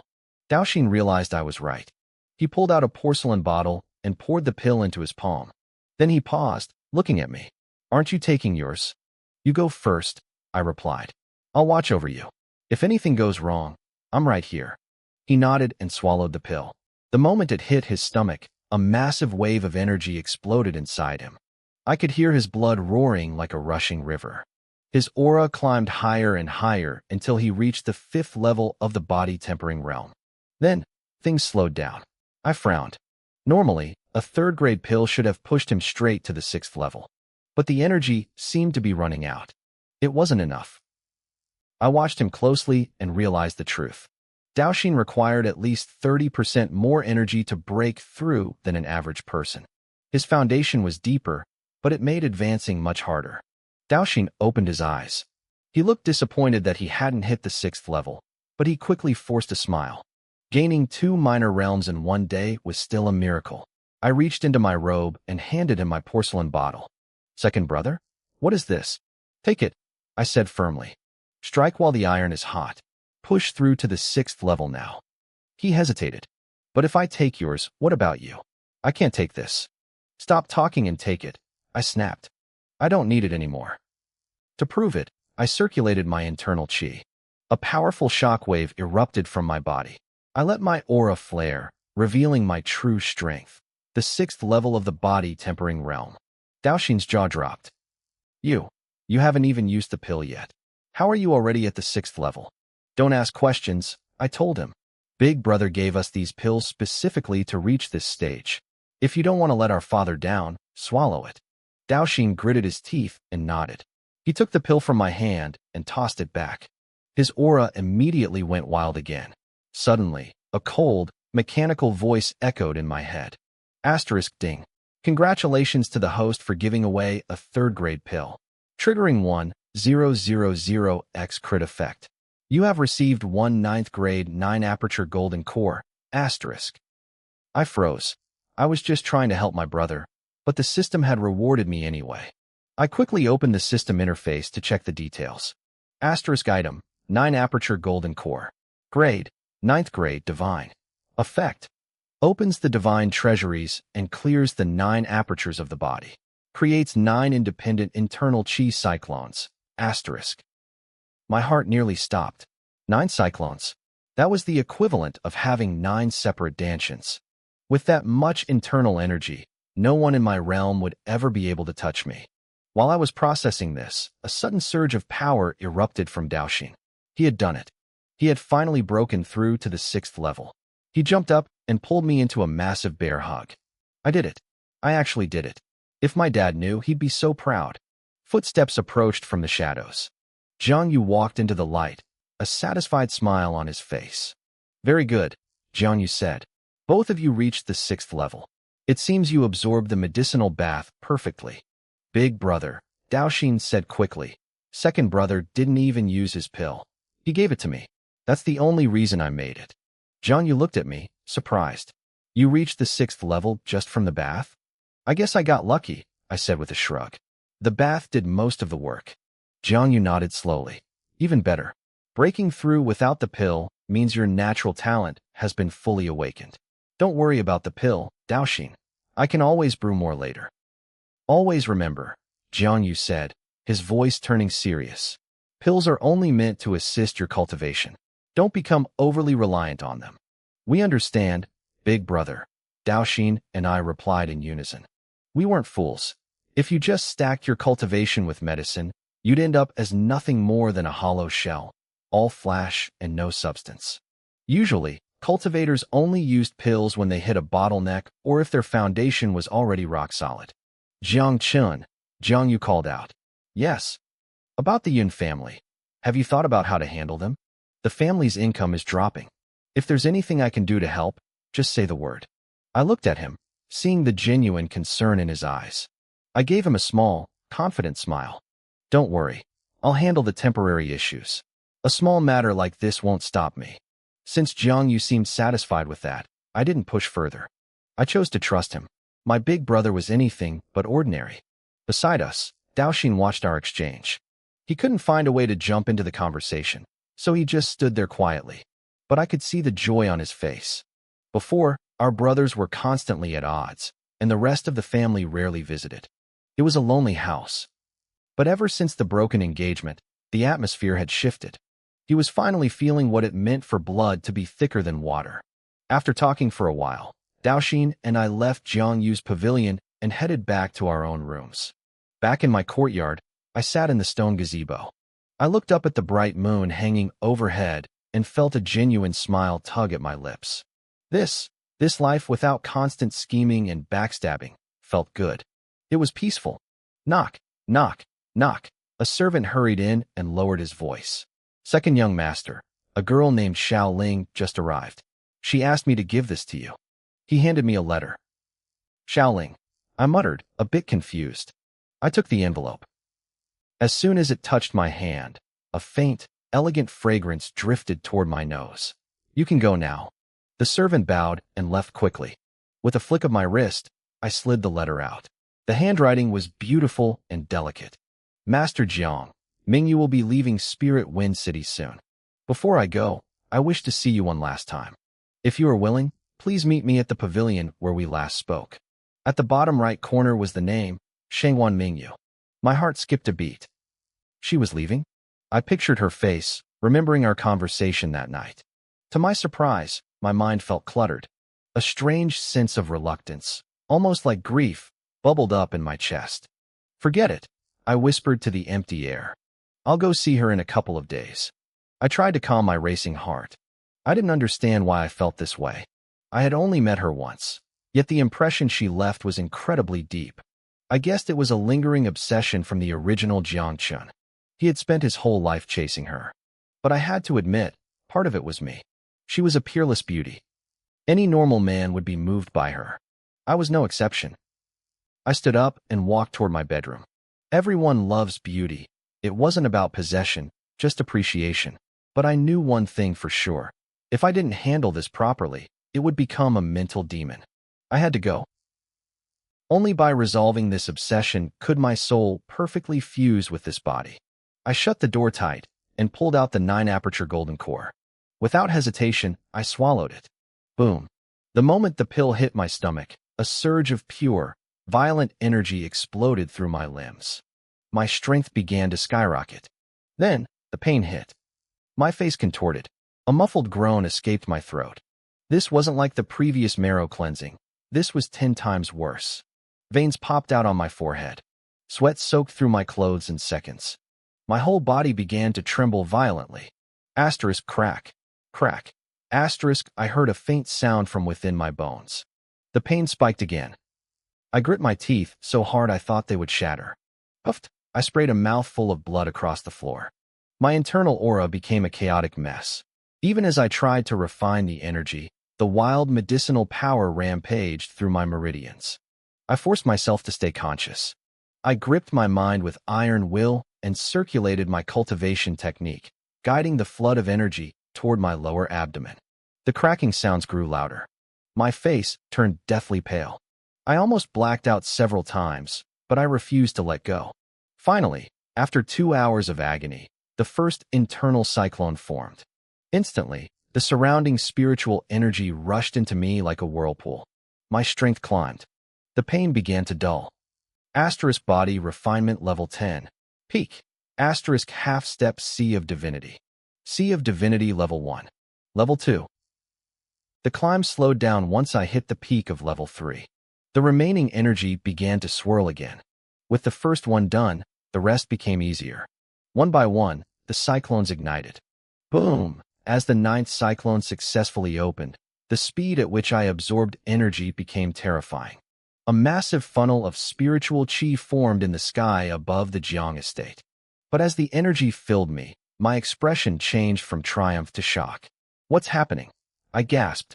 My cultivation wasn't rising anymore, it was dropping. As the 9 cyclones stabilized, my cultivation fell from the peak of level 3 all the way back down to level 1. But then I felt it. Even though I was level 1, the thickness and density of my true chi had increased several times over. My actual combat power had been supercharged. My foundation was now unshakable. In the Sea of Divinity realm, a cultivator can release their chi externally to strike from a distance or form a protective barrier around their body. Even my senses were sharpening, my consciousness beginning to take shape. I exhaled a long, shaky breath. A smile spread across my face as I felt the raw power humming under my skin. Ding! Congratulations, host, on breaking through to the Sea of Divinity realm. The Opportunity Store is now open. Asterisk, you have received a breakthrough gift pack. Would you like to open it? Asterisk. I blinked, then my eyes lit up with excitement. Open it. Ding. Asterisk, congratulations. You have obtained the grade 5 cultivation method, Chaos Creation Manual, Gold/Soulbound. Asterisk. Asterisk, congratulations. You have obtained the special item, Earth Dropping Pupils, Gold/Soulbound. Asterisk. I stared at the interface, my breath catching in my throat. 2 gold tier rewards? 2 legendary drops in a single pack? This was exactly the edge I needed. I stared at the interface, my mind racing. System, what's going on? The Chaos Creation Manual is only a grade 5 method. Why is it ranked as a gold tier reward? A crisp mechanical voice echoed in my head. Asterisk, ding. The grade of this manual depends entirely on the strength of the cultivator. The stronger you become, the higher its grade rises. There is no upper limit to its power. Asterisk. My heart skipped a beat. So it's a growth-type cultivation method? The host can understand it that way, the system replied. A surge of joy washed over me. This was better than any fixed-grade manual. But one word still bothered me. What about the soulbound part? What does that mean? Asterisk, this reward can only be used by the host. It cannot be gifted or transferred to others. It is an exclusive reward. Asterisk. I felt a brief pang of regret. If I couldn't gift it, I couldn't trigger a reward multiplier. But then I shook the thought away. It was a gold-tier growth method. Complaining about it would be ungrateful. Chaos Creation Manual ready, the system announced. Would you like to learn it now? Learn it, I commanded. The moment the words left my lips, a massive flood of information crashed into my brain. It was the complete essence of the manual. Within seconds, I had mastered the basics, and the energy within me began to circulate according to the new technique. My true chi was compressed once again, denser than ever before. My power didn't drop this time. Instead, it surged upward. I broke through the bottleneck instantly, reaching level 2 of the Sea of Divinity realm. Once my aura stabilized, I turned my attention to the second reward, the Earth-Dropping Pupils. Ding! Earth-Dropping Pupils ready for integration. Shall we begin? I hesitated for a second and asked, System, will this have any negative side effects on my body? Rest assured, host, the system performs an absolute perfect integration. It will be no different from being born with them. There will be no rejection. The system paused, then added, since the Earth-Dropping Pupils are ancient, legendary eyes, their integration will trigger a phenomenon between heaven and earth. Considering the host's current weakness, a cloaking function has been activated, so no one but the host will see the signs. That was a relief, as the last thing I needed was a giant beacon in the sky telling the world I was a genius. Start the integration, I whispered. Ding. Integration beginning. My vision went pitch black. When I opened my eyes again, I wasn't in my room anymore. I was standing in a strange, vast space. High above in the sky, I saw countless figures. A man with long, flowing black hair was being besieged by a group of warriors. The terrifying pressure radiating from those people made my blood run cold. Even faced with such overwhelming odds, the black-haired man remained calm. Every move he made carried world-shattering power. Suddenly, he closed his eyes. When he snapped them open again, his single pupils had split into 2. He now possessed double pupils. The world changed instantly. A terrifying black light erupted from his eyes. The warriors surrounding him didn't even have time to scream before they were erased from existence, turned into nothingness in a matter of seconds. Thunder roared across the sky. The dark clouds vanished. replaced by a clear blue expanse, yet the sound of the thunder only grew louder and more aggressive. Is this the power of the double pupils? I muttered, stunned. The man in the sky slowly turned his head. His gaze met mine. In that moment, I felt like the mountains and rivers were flipping upside down. It felt like he could tear the entire world apart just by willing it. Boom. As soon as our eyes met, my mind exploded with noise. The vision vanished. I was back in my bedroom, but something was different. My sight pierced right through the walls, seeing the world outside with impossible clarity. In the sky above the estate, hidden from everyone else, a chaotic land appeared. A massive green lotus rose from the void, propping up the heavens. It was the legendary green lotus rising from chaos phenomenon. Then, the space trembled again. A towering, majestic figure appeared on a giant throne, sitting above the 9 heavens. He looked down at the world with cold indifference, his every gesture radiating the power to destroy everything. The king looks down from the 9 heavens. I whispered. The roaring in my head gradually faded as the visions receded. The light in my eyes dimmed, and my breathing slowed. When I looked in a mirror, I saw my pupils had overlapped. It gave me a sharp, almost demonic look. My entire aura had become colder and more piercing. I took a long, deep breath and closed my eyes. When I opened them again, they looked normal. Ding! Congratulations, host, on successfully integrating the earth-dropping pupils. I calmed my racing heart and pulled up the system interface to check the opportunity store. My eyes widened as I scrolled through the lists. It was like a massive department store for cultivators. Techniques, secret arts, weapons, bloodlines. You could even buy special physical constitutions. The prices, however, were steep. Everything required opportunity points. I checked my balance and saw I had 1,103 points. System, how do I get more points? Ding. It's simple. Points are generated based on the multiplier you receive when gifting opportunities to others. The higher the multiplier, the more points you get. I rubbed my chin. If I buy something from the store and gift it to someone else, can I trigger a critical hit reward? Yes, you can. However, to prevent the host from exploiting the system, items gifted from the store will not generate opportunity points. Furthermore, this can only be triggered once a month. Damn it, I cursed under my breath. So, I could get a massive reward back, but I wouldn't get points, and there was a 30-day cooldown. It made sense, though. If there weren't any limits, I could just buy cheap stuff, gift it to my servants, and farm legendary rewards all day without ever leaving my house. I stopped worrying about the restrictions and looked at the martial arts tab. I desperately needed a combat technique. Yellow grade high tier, bone dissolving palm, 100 points. Yellow grade peak tier, wandering dragon spear, 300 points. Mystic grade low tier, evil breaking fist, 500 points. I gritted my teeth and scrolled further.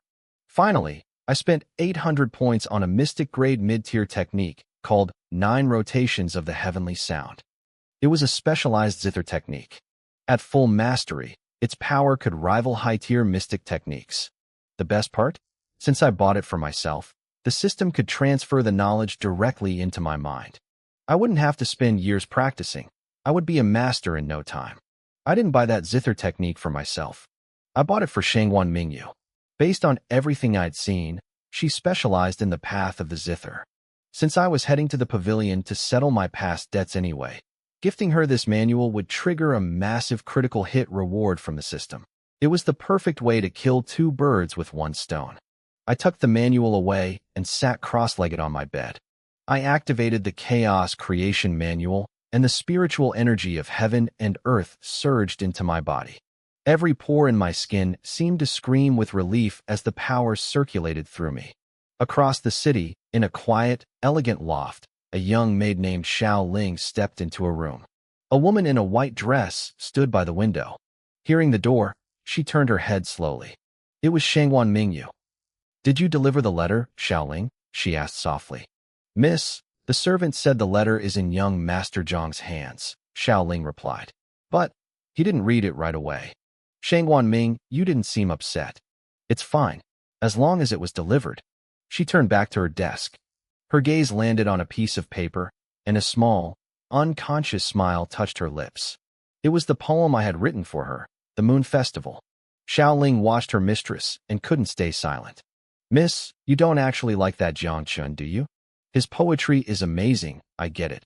But your status the gap is too big. She stopped herself, but the point was clear. To Xiaoling, liking someone just because of a poem was reckless. More importantly, my status was too low. I wasn't worthy of her mistress. Shangwan Ming, you looked out at the bright moon. Xiaoling, do you think you need a reason to like someone? Don't you? The maid asked, confused. Shangwan Ming, you stood up. Maybe you do.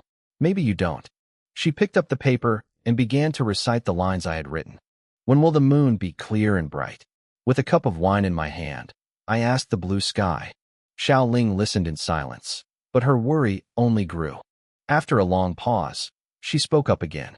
Miss, even if you and young Master Jiang were together, the family would never allow it. A helpless, bitter smile crossed Shangwan Mingyu's face. She sighed. I know. I just don't want to leave myself with any regrets. That's why I want to say a proper goodbye to him. Xiaoling's nose went red. She felt a surge of pity for her mistress. Miss, Shangwan Mingyu patted her shoulder. Don't be sad. Maybe this is just my fate.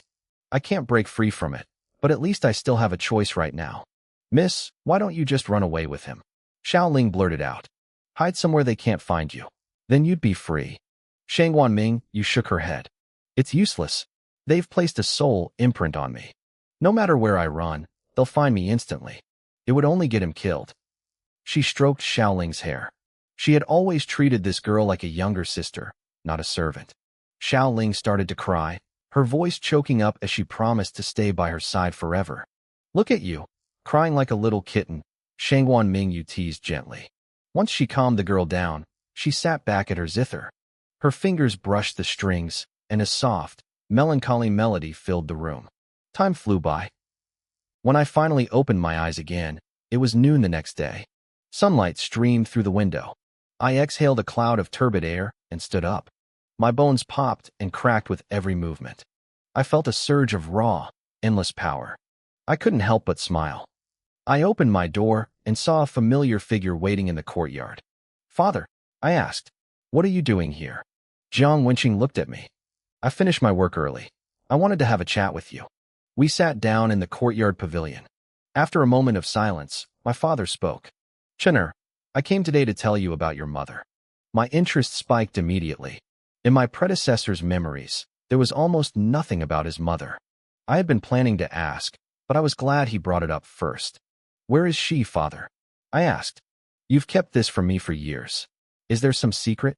Jiang Wenqing sighed. Your mother was from the Su family. They were a prominent clan in Tianyu City, but they were being suppressed by rival forces back then. They held a banquet to seek allies, and that's where we met. The Jiang and Su families already had business ties, so we eventually fell in love. He smiled at the memory, but it faded quickly. He explained that shortly after I was born, something went wrong at the Su family estate.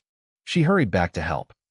At the time, my father was in the middle of a cutthroat struggle for the position of young patriarch, so he couldn't go with her. He sent his best guards to protect her instead. She was gone for half a month without a single word. My father realized something was wrong and rushed to the Su estate with his men. But when he arrived, the Su family home was a ruin. There were bodies everywhere. It had been a massacre. As I listened, my blood cold, my aura instinctively flared out. It was a violent, crushing pressure. Jiang Wenqing's eyes widened in shock. He stared at me, his face a mix of disbelief and sudden hope. Chun'er, your strength. I waved it off.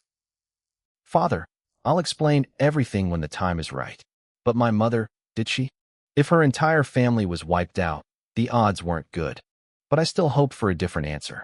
Seeing how serious I was, my father didn't push me about my hidden power. But he knew one thing for sure. Knowing that my strength had grown was enough for my father. He took a long moment to steady himself before he spoke again. I don't know everything, he admitted. We found the bodies of the guards I sent with her. But as for your mother, we never found a single trace. My eyes lit up instantly. No body. Then there's a chance she's still alive. Father nodded slowly. I've had that same thought, Chen'er. I haven't stopped looking for all these years. I'm telling you this now because I don't want you to hate her. She truly loved you. He looked away, his eyes clouding with memory and self-reproach. I could see the depth of his feelings for her. From my inherited memories, I knew the original Jiang Chun had always felt abandoned because his father rarely spoke of her. Between the family's silence and the cruel rumors in the city, he had spiraled into becoming a useless playboy. It turned out that behavior was actually a form of protection. The person who wiped out the Su family was powerful and ruthless. Since I carried Su blood, there was no guarantee they wouldn't come for me too. Strangely, no one had bothered the Jiang family since the massacre. My father had planned to keep this secret forever, but after seeing how much I'd changed since the broken engagement, he decided I was ready to know. He looked at me, a look of deep satisfaction on his face, especially after feeling the power I had unleashed. We talked for a long time, finally clearing the air and mending the rift that had existed between us for years. As I watched my father walk away, a sense of warmth filled my chest. Suddenly, my body felt lighter. The connection between my soul and this physical form tightened. It felt like the last lingering obsession of the original Jiang Chun had finally vanished. "Don't worry," I whispered to the empty air. "I will protect our father, and if Mother was taken, I will bring her back." My mind felt clear and sharp. Meanwhile, back in his own courtyard, my father was in tears. He pulled out 2 jars of wine and placed a hairpin on the table across from him. "Lin, our son has grown up," he sobbed quietly. "He doesn't blame you." Night fell. I changed into a clean white robe and slipped out of the Jiang estate, disappearing into the darkness. The streets were still busy, with shops open and cultivators drinking in the taverns. I walked calmly, but I knew I wasn't alone. As soon as I turned a corner, a dark-skinned man stepped out of an alley. He sneered at my back. "Finally, he's out," the man muttered. "I have to tell young Master Xiao immediately." He sprinted toward the Xiao family residence. I didn't turn around, but a cold smile touched my lips. If they were this eager to die, I was happy to give them the chance. I picked up my pace. I had achieved my goal of being seen. Now it was time for the real show. The scout reached the Xiao estate in record time. Inside, Xiaoyan jumped to his feet. "What? You're saying Jiang Chun is out and heading for the Heavenly Fragrance Pavilion?" "Yes, young master," the man panted. "Perfect. I've waited days for that brat to show his face. Let's see who saves him this time." Xiao Yun's eyes gleamed with malice. "Go notify the 3rd young master of the Bai family. Tell him it's time to move." Once the scout left, Xiao Yun burst into a manic laugh. "Once Jiang Chun is dead, I'll deal with that waste Jiang Yu. The Jiang family will fall into chaos, and with Bai Hongfei's help, I'll take everything. My father and brother will finally have to respect me." When he thought of his brother, Xiao Feng, his face filled with pride. Xiao Feng was a genius, the top talent in Xinfeng City, ever since Jiang Yu's cultivation had failed. Even with the sudden rise of Yun Shixua, Xiao Yun was certain his brother was unbeatable. I didn't head straight for the main entrance of the Heavenly Fragrance Pavilion. Instead, I took a side path, avoiding the crowds. I arrived at the familiar secluded gallery and knocked softly on the door. Xiaoling opened it. When she saw it was me, she stepped aside immediately. "Master Jiang, please come in." I nodded and headed for the 2nd floor while she stayed behind, closing the door and retreating to the lower rooms. When I reached the top, I saw Shangwan Mingyu. She was dressed in a white gown, and the room was filled with a faint, delicate fragrance. She looked up and gave me a soft, genuine smile. "You came." "I came," I replied. Our greeting was simple, almost like old friends who didn't need formalities. She wasn't wearing her veil tonight. Her beauty was so striking it actually made me pause for a second. I cleared my throat, feeling a bit embarrassed, and sat down across from her. She seemed to be in a good mood as she poured me a cup of tea. We sat in silence for a while, just enjoying the atmosphere. Finally, I looked her in the eyes. "Are you leaving?" She looked back at me, her gaze calm and steady. She hesitated for a moment before nodding. "Yes, I have to go. But I'm glad I got to see you one last time." A wave of reluctance washed over me. I opened my mouth to speak, wanting to ask her to stay, but the words died in my throat. I had no right to hold her back. I saw a flicker of bitterness deep in Shangwan Mingyu's eyes. She was hiding her emotions well, but I noticed. My heart skipped a beat. For a split second, I had a sudden, overwhelming urge to pull her into my arms. She composed herself quickly and broke the silence.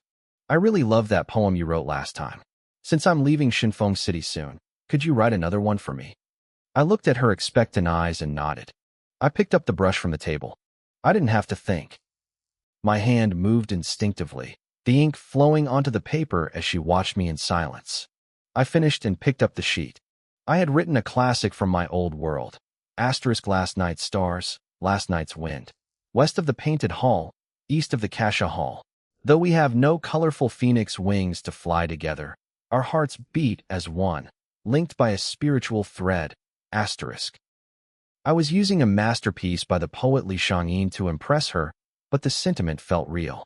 Shangwan Ming, you read the lines softly. Our hearts beat as one. A smile spread across her face. She looked at me, her gaze lingering. I didn't look away. For the first time, my resolve wavered. I had written those words without thinking, but they were the truth. With her intelligence, she understood exactly what I was saying. It was an explanation for her, and for myself. A way to make sure we left nothing unsaid. The minutes ticked by. She looked up at me, her cheeks flushed a soft red. Then, her smile turned tragic. My family is very powerful, she whispered. There are things I cannot control, but you came tonight, and that makes me happy. My heart ached. The sight of that sad smile hurt more than any wound. I looked her straight in the eyes, my voice firm. Then I will become stronger than them. She smiled again, but her eyes remained lonely. She knew her family's strength, and to her, the Zhang family was nothing in comparison. To someone like her, my promise probably sounded like a pipe dream. I saw a tear glisten at the corner of her eye. Without thinking, I reached out and gently wiped it away. Her skin was incredibly soft, like touching fine silk. She froze for a second, a deep blush creeping up her neck, but she didn't pull away. I hesitated, then I pulled her into a hug. Trust me, I whispered into her ear. I will get stronger. When that day comes, no one will control your life. She stayed in my arms for a moment before pulling back slightly. I have 2 years, she said softly. In 2 years, I have to go through with an arranged marriage. She gave me a deadline. I could tell she didn't have much hope, but seeing the look in my eyes, she was willing to take a gamble. She reached into her sleeve and handed me a small silk pouch. Open this only when you are strong enough. I tucked the pouch away and nodded. Wait for me. Just then, footsteps echoed from the stairs. Xiaoling's voice rang out, full of shock. Miss, you too. We pulled apart instantly. Shangwan Mingyu's face was bright red, but she regained her composure faster than I expected. What is it, Xiaoling? Why did you come up so suddenly? Xiaoling blinked, glancing between us. She saw her mistress's frantic signals and forced herself to calm down. Miss, these are the tea leaves you asked for. I wanted to see if they were to your liking. She handed over a tray. A delicate fragrance filled the air. As she stood there, I caught her stealing glances at me. I played it cool, acting as if nothing had happened, my expression completely blank. Shangwan Ming, you noticed the girl staring and cleared her throat twice. Xiaoling jumped, took the tray, and scurried back downstairs. Silence returned to the room. Shangwan Mingyu's face was still hot, and she couldn't bring herself to look at me. After a while, she looked up, her shyness replaced by a gentle smile. Shall I play a song for you? I'd like that, I replied. She sat at her zither, her fingers brushing the strings. A hollow, ethereal note echoed through the pavilion. She looked focused, her fingers dancing across the instrument. I took a sip of tea and closed my eyes, letting the music wash over me. When the final note faded, the silence felt heavy. I opened my eyes to find her watching me with pure tenderness. She looked so beautiful in that moment that I actually forgot what I was going to say. What are you looking at? She asked softly. Nothing, I stammered. She burst out laughing at my awkwardness. It felt like 100 flowers blooming at once. I shook off the daze and reached into my robe, pulling out an ancient-looking book. It was the 9 Swirls of Heavenly Sound I had traded for in the system shop. Mingyu, I have a gift for you. See if you like it. A martial technique? She looked curious as she took the book. The 9 Swirls of Heavenly Sound. Is this a music-based technique? I nodded.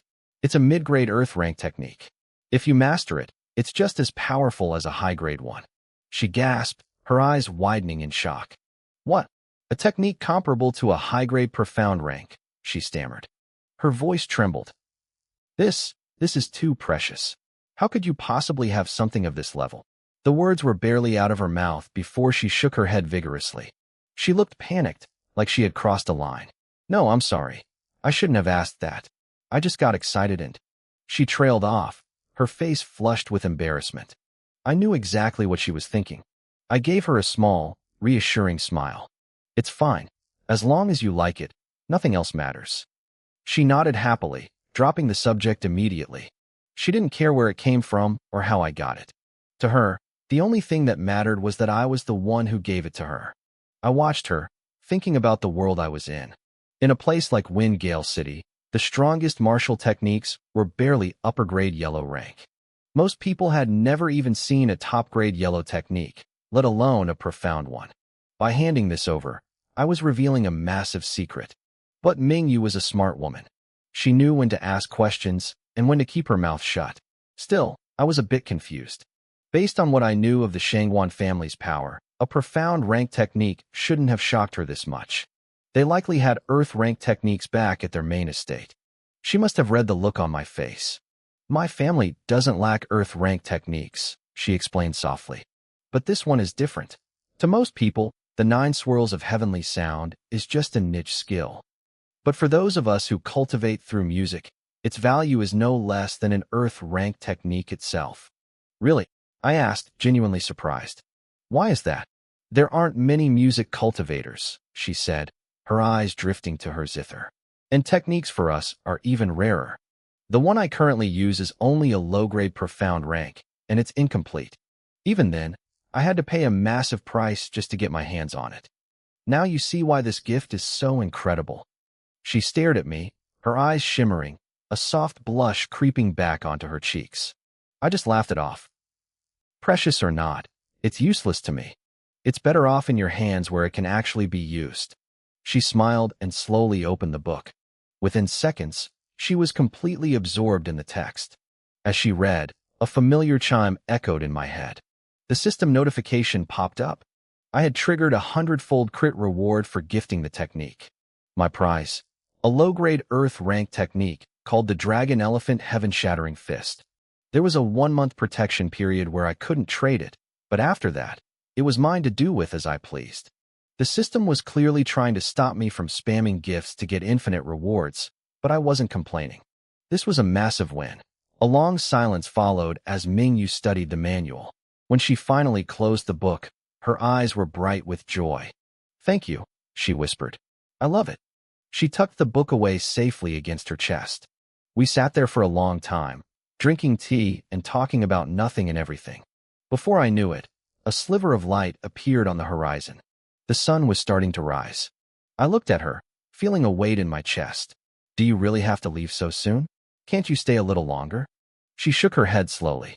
I can't delay it anymore. My family wanted me back 3 days ago. She lowered her head, her voice growing faint.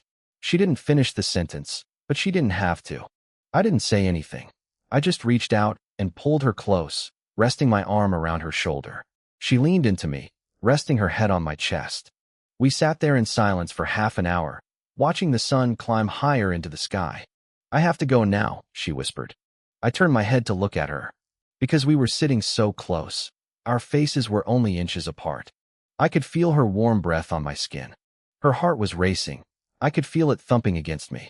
Looking at her beautiful, delicate face, I felt a surge of emotion. I couldn't help myself. I leaned in. Our noses touched. Mingyu closed her eyes, her long eyelashes fluttering with nerves. She was trying to stay calm, but she was shaking. I caught the faint scent of her perfume as I tilted my head and pressed my lips against hers. She froze. For a few seconds, she looked like her brain had completely short-circuited. Her hands clenched into tight fists, unsure of what to do. When I finally pulled back, her eyes stayed shut, her face bright red. When she eventually opened them and saw me watching her, she immediately looked down, unable to meet my gaze. It took her a few minutes to regain her composure. She reached into her robe and pulled out a small jade pendant. This is my favorite jade, she said softly, pressing it into my hand. Keep it safe. You have to give it back to me the next time we meet. I closed my fingers around the cool stone. I promise. I'll return it to you personally. She gave me a radiant smile, looking truly happy for the first time that morning. She stood up to leave. I started to get up too, but she placed a hand on my shoulder, gently pushing me back down. Stay here, she pleaded. Don't watch me walk away. I want you to remember me at my best. I stayed in my seat and nodded. She reached out, her fingers grazing my cheek one last time. Then she turned and walked away. I kept my eyes fixed on the rising sun.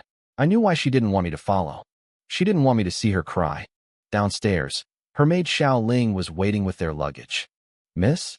Where's young Master Jiang? Mingyu didn't look back. It's fine. Let's go. Xiao Ling didn't push the subject. The two of them left the pavilion quickly, but they didn't head down the mountain. Instead, they veered off into the dense forest nearby. Right before they disappeared into the trees, Mingyu couldn't help herself. She stopped and stole one last glance back at the pavilion. I'll wait for you, she whispered. Then she turned away, her gaze hardening. That cold, untouchable aura returned to her instantly. She pulled a veil over her face and led Xiao Ling deep into the woods. They didn't go far before a group of men in black appeared, waiting beside a grand carriage. The leader stepped forward and bowed deeply. Miss, the master sent us to escort you back. Please, enter the carriage. Mingyu gave him a cold, dismissive look and stepped inside without a word. The men hoisted the carriage onto their shoulders. Then, they did something impossible. They stepped directly into the void, vanishing into thin air. Back at the pavilion, I sat alone for about 15 minutes. I finally stood up and stretched. I didn't go looking for Mingyu. I knew she was gone. I started walking toward the base of the mountain, but as soon as I stepped onto the small path leading away from the pavilion, I felt it. Eyes were on me. Someone was watching from the shadows. A small smile played on my lips. Instead of taking the main road back to the Jiang estate, I took a sharp turn into a remote, overgrown trail. Seconds after I disappeared into the brush, two men burst out from the bushes. They stared down the path where I'd gone. I'll tail him, the dark-skinned one whispered. You go find young Master Xiao and the others. Tell them to bring everyone. Now. The other man nodded and sprinted back toward the main entrance of the Heavenly Fragrance Pavilion.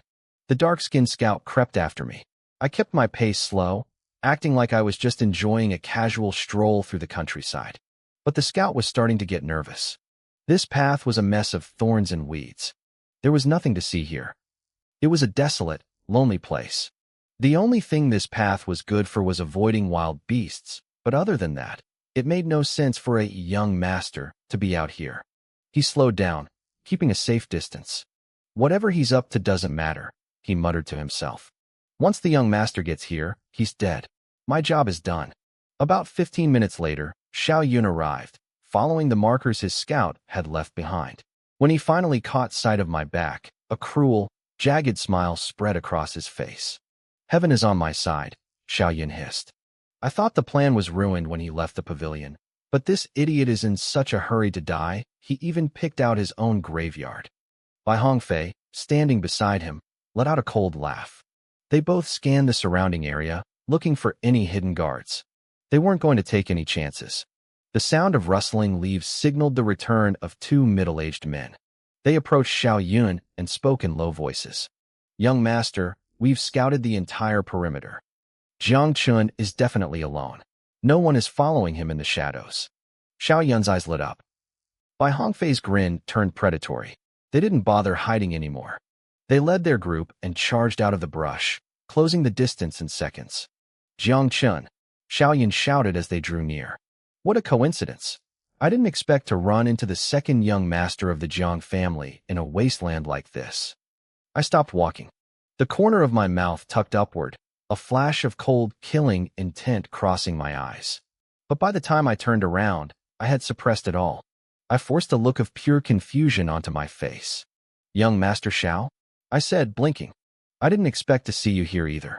Are you guys out for a walk too? I gave them a look that said I get it. We're all just guys hanging out, acting like we were old friends. Xiao Yun didn't play along. He just stared at me with a look of pure mockery. Bai Hongfei let out a sharp, jagged laugh. We aren't out for a walk, Bai Hongfei sneered. We came here specifically for you, Jiang Chun. For me? I tilted my head, playing the fool. I'm honored. But why bring so many people just to find me? What's going on? As I spoke, I scanned the group. They had put in some serious effort. Among the crowd were 2 cultivators at the 8th level of the body refinement realm. In a city like Wind God City, where the strongest masters were only at the 4th level of the Spirit Sea realm, an 8th level body refinement cultivator was a pillar of the family. Bringing 2 of them just to kill me showed how desperate they were to make sure I stayed dead this time. Bai Hongfei was tired of the games. He glared at me, his voice dropping to a deadly chill. We followed you here to send you on your final journey. Today is the day you die. He didn't bother hiding his bloodlust anymore. I saw it swirling in his eyes. I took 2 steps back, putting on my best, terrified face. My voice trembled slightly. You want to kill me? Aren't you afraid of the Jiang family's revenge? Bai Hongfei looked delighted. He loved seeing that look of terror on a dying man's face. Xiaoyan just chuckled. The Jiang family? They're an empty shell. Why would we be afraid of them? You got lucky last time and survived, but you won't get a second miracle. Besides, this place is deserted. No one will ever find your body. Even if the Jiangs figure out you're dead, they'll never be able to prove it was us. They both burst into loud, arrogant laughter. But after a few seconds, their laughter died down. They noticed something was wrong. Usually, when a person is cornered like this, they stay terrified. They beg. They scream. But I was standing there, perfectly still. My face had gone completely flat. The terror had vanished, replaced by a calm that was deeply unsettling. I looked at them with eyes that weren't afraid at all. For a moment, Xiao Yun and Bai Hongfei actually looked confused. Then they remembered the 2 8th-level cultivators standing behind them. They relaxed. They figured I was just in shock, or maybe I was trying to act tough to find a way out. They had no idea they were the ones who had walked into a trap. They decided I was just acting tough to scare them. The mockery on their faces grew even thicker. They thought I was a cornered animal making a last stand with words. I looked around at the quiet, empty surroundings. This really is a perfect place to kill someone and dump the body, I said softly. My voice was cold, devoid of any emotion. Since you're both so eager to die, I'll grant your wish. Bai Hongfei's face twisted with rage. He couldn't stand my arrogance. He turned to the man standing behind him, his voice a jagged snarl. Lu Neng, break his arms and legs. I want to watch him die in absolute despair. Yes, young master, the man replied. Lu Neng was an 8th-level body refinement cultivator. He didn't hesitate. He stepped forward, his aura exploding as he charged at me. The sheer force of his movement created a small whirlwind around him, the air whistling as he closed the gap. Kid, you shouldn't have offended young Master Bai, Lu Neng grunted. He flattened his hand like a blade, aiming a brutal strike directly at my wrists. He wanted to disable me instantly. I stood there, motionless. To them, it looked like I was frozen in fear, my mind gone blank from the pressure. Bai Hongfei and Xiao Yun started to grin. They were already savoring the sound of my bones snapping. Then, the world slowed down. The grin on Bai Hongfei's face froze. His eyes widened until they nearly popped out of his skull. Ow, how is this possible, he stammered. Lu Neng's hand never hit my wrist.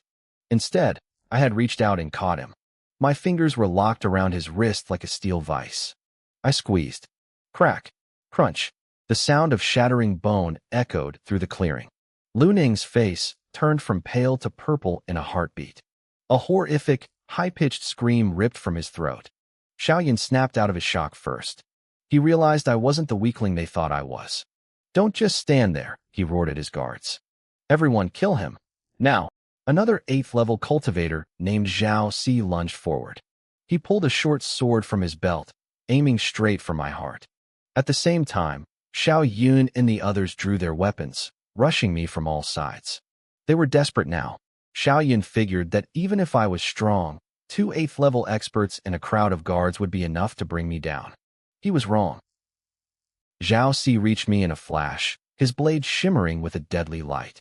Lu Neng, despite his shattered wrist, snarled and pulled a green-tinted dagger from his robe with his free hand. It was coated in poison. He lunged for my stomach. Boom. A massive surge of energy erupted from my body, forming a visible wall of qi around me. Their blades slammed into the barrier with a dull thud. No matter how much strength they poured into their weapons, they couldn't pierce it. It was like trying to stab a mountain. Astral Chi protection? Zhao Si gasped, his voice trembling with terror. He's a sea manifestation realm expert. He scrambled backward, his face a mask of pure disbelief. He managed to retreat, but Lu Neng wasn't so lucky. I still had him by the wrist. Sea manifestation? Xiao Yun froze in his tracks. The blood drained from his face. I didn't give them time to process it. I reached out, snatched the poisoned dagger from Lu Neng's hand, and drove it deep into his chest in one fluid motion. He jerked, his eyes rolling back. Within seconds, he was foaming at the mouth. He slumped to the ground, dead before he even hit the dirt. His own poison had finished him. Bai Hongfei's legs began to shake. Seeing his strongest guard die like a dog broke him. "Run," he screamed. He didn't care about dignity anymore. He turned and bolted. Xiao Yun was right behind him, pushing his own men out of the way. "Block him," Xiao Yun yelled at his guards. "If anything happens to me today, your families are dead." The remaining 8th level guard hesitated for a split second before turning and running even faster than his master. He wasn't a fool. He wasn't going to die for a sinking ship. Xiao Yun saw his men abandoning him and nearly lost his mind. "I'll kill you all. I'll slaughter your entire clans when I get back." They didn't get far. I circulated my chi, feeling the power thrumming through my veins. I kicked off the ground, moving like an arrow released from a bow. In a blur of motion, I cut them off, landing right in the middle of their escape path. I stared at them, my eyes cold and predatory. Xiao Yun's courage finally shattered. His knees hit the dirt with a heavy thud. "Young Master Jiang, please. I was just joking. We were just having a bit of fun. We didn't mean any harm." He started banging his head against the ground, pleading for his life. Bai Hongfei watched him for a second, his pride struggling against his survival instinct. Survival won. He dropped to his knees beside Xiao Yun. "He's right. It was just a joke, Jiang Chun. Please, let us go." I looked down at them. "A joke?" Xiao Yun looked up, a glimmer of hope in his eyes. "Yes, just a joke. You have to believe us." He lowered his head again, acting humble and submissive. But I could see their hands trembling with rage. I could feel the hatred radiating off them. Behind those bowed heads, they were already planning how to torture me once they got back to their families. I let out a soft, mocking laugh. "Do you really think I'm a 3-year-old child?" My voice dropped to a whisper. "When you do something wrong, you have to pay the price." The guard, Zhao Si, didn't wait to hear more. He bolted in a different direction. Xiao Yun and Bai Hongfei scrambled up, their faces pale with terror as they tried to flee again. I didn't let them. Zhao Er didn't get very far. I flicked my wrist, and a jade-green dagger streaked through the air like a bolt of lightning. It tore right through his back, the force sending his body skidding across the dirt. The poison on the blade worked instantly. He didn't even have time to scream before his life faded away. Xiao Yun watched his last guard die, and his face went white. He realized begging was useless, so he tried to act tough. "Jiang Chun, if we die, the Xiao and Bai families will never let the Jiangs off the hook. Do you really think your family can handle the fallout? The Jiang family is already struggling." Bai Hongfei backed away, his voice trembling as he joined in. "You've already offended the Yun family. If you make enemies of us too, there won't be a single inch of land in Divine Wind City for you to stand on." I didn't blink. Their threats were hollow to a man who had already died once. "What happens to the Jiang family isn't your concern," I said, my voice cold as ice. "Because you won't be alive to see it." I blurred forward. Before they could even raise their hands to defend themselves, I had them both by the throat. I lifted them off the ground like they were nothing. Faced with my true strength, they were completely helpless. Their faces turned a deep, bruised purple as they clawed at my arms. "Jiang Chun, you won't get away with." Snap. I didn't wait for Xiao Yun to finish. I crushed his windpipe with a single squeeze. Bai Hongfei saw his friend's body go limp, and a desperate, crazed look filled his eyes. "Jiang Chun, even if I die, I'll take you with me." I felt the energy inside him start to swell. He was trying to self-destruct. I didn't give him the chance. I slammed my fist into his abdomen, shattering his dantian instantly. The built-up energy vanished like smoke. He stared at me, eyes wide with shock and agony. Snap. I finished him just like the other one and tossed his body aside. I didn't stop there. I hunted down every last person who had come to ambush me. Within minutes, the area was silent. No survivors. No witnesses. I looked at the pile of corpses. After my last experience, I didn't feel any disgust. I felt nothing at all. I circulated my chi and piled the bodies together. I carried them deep into the woods, walking for about half an hour until I reached a jagged canyon. I tossed them into the dark abyss and turned away. I hadn't been gone long before the howls of wild beasts echoed through the trees. They had smelled the blood. By morning, there wouldn't even be bones left to find. I moved through the forest, jumping from branch to branch until I reached the city streets. I pulled my aura inward, walking toward the Jiang estate like a normal young master. I knew the Shao and Bai families would realize their heirs were missing soon. Destroying the bodies wouldn't stop them forever, but it would buy me time. If both families attacked the Jiangs right now, it would be a disaster. I knew how the world worked. When a wall starts to lean, everyone gives it a push. People were already hungry for the Jiang family's resources. As I walked, I opened the system shop. I used my remaining points to buy a technique called the Hidden Breath Art. It was a perfect tool for a hidden expert. It allowed me to mask my true cultivation from anyone looking. I mastered it instantly and set my visible strength to the 6th stage of the body refining realm. When I got home, I checked in with my father. We talked for a while before I headed back to my own courtyard. As I approached, I saw someone sitting on my front steps. It was Jiang Daoxin. He heard my footsteps and jumped up, a simple, honest smile on his face. Second brother, you're back.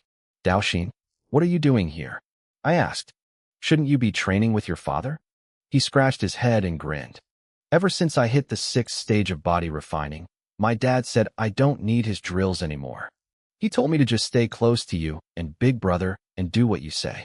I nodded, noticing he had been waiting for a while. Is something wrong? Big brother sent me, Daoxin explained. He said when he gets back, he's taking us to the Baisho Mountains to train. He wanted me to let you know. I didn't have anything else to do, so I just waited here for you. The Baisho Mountains. My eyes lit up. I had plenty of raw power now, but I lacked real combat experience. This trip was exactly what I needed to sharpen my skills. I pushed open the door and led him into the courtyard. You said big brother went out? Do you know where he went? Daoxin shook his head. He left in a big hurry. He seemed really mysterious about it. I didn't push for more details. Instead, I looked at Daoxin and decided to try a new system feature I'd noticed earlier. I focused my mind, and a screen of information appeared over his head. Name, Jiang Daoxin. Identity, Jiang family direct line. Strength, 6th stage body refining. Physique, Taotai divine body, unactivated. My heart skipped a beat. The Taotai divine body? That was one of the top 20 physiques in the entire world.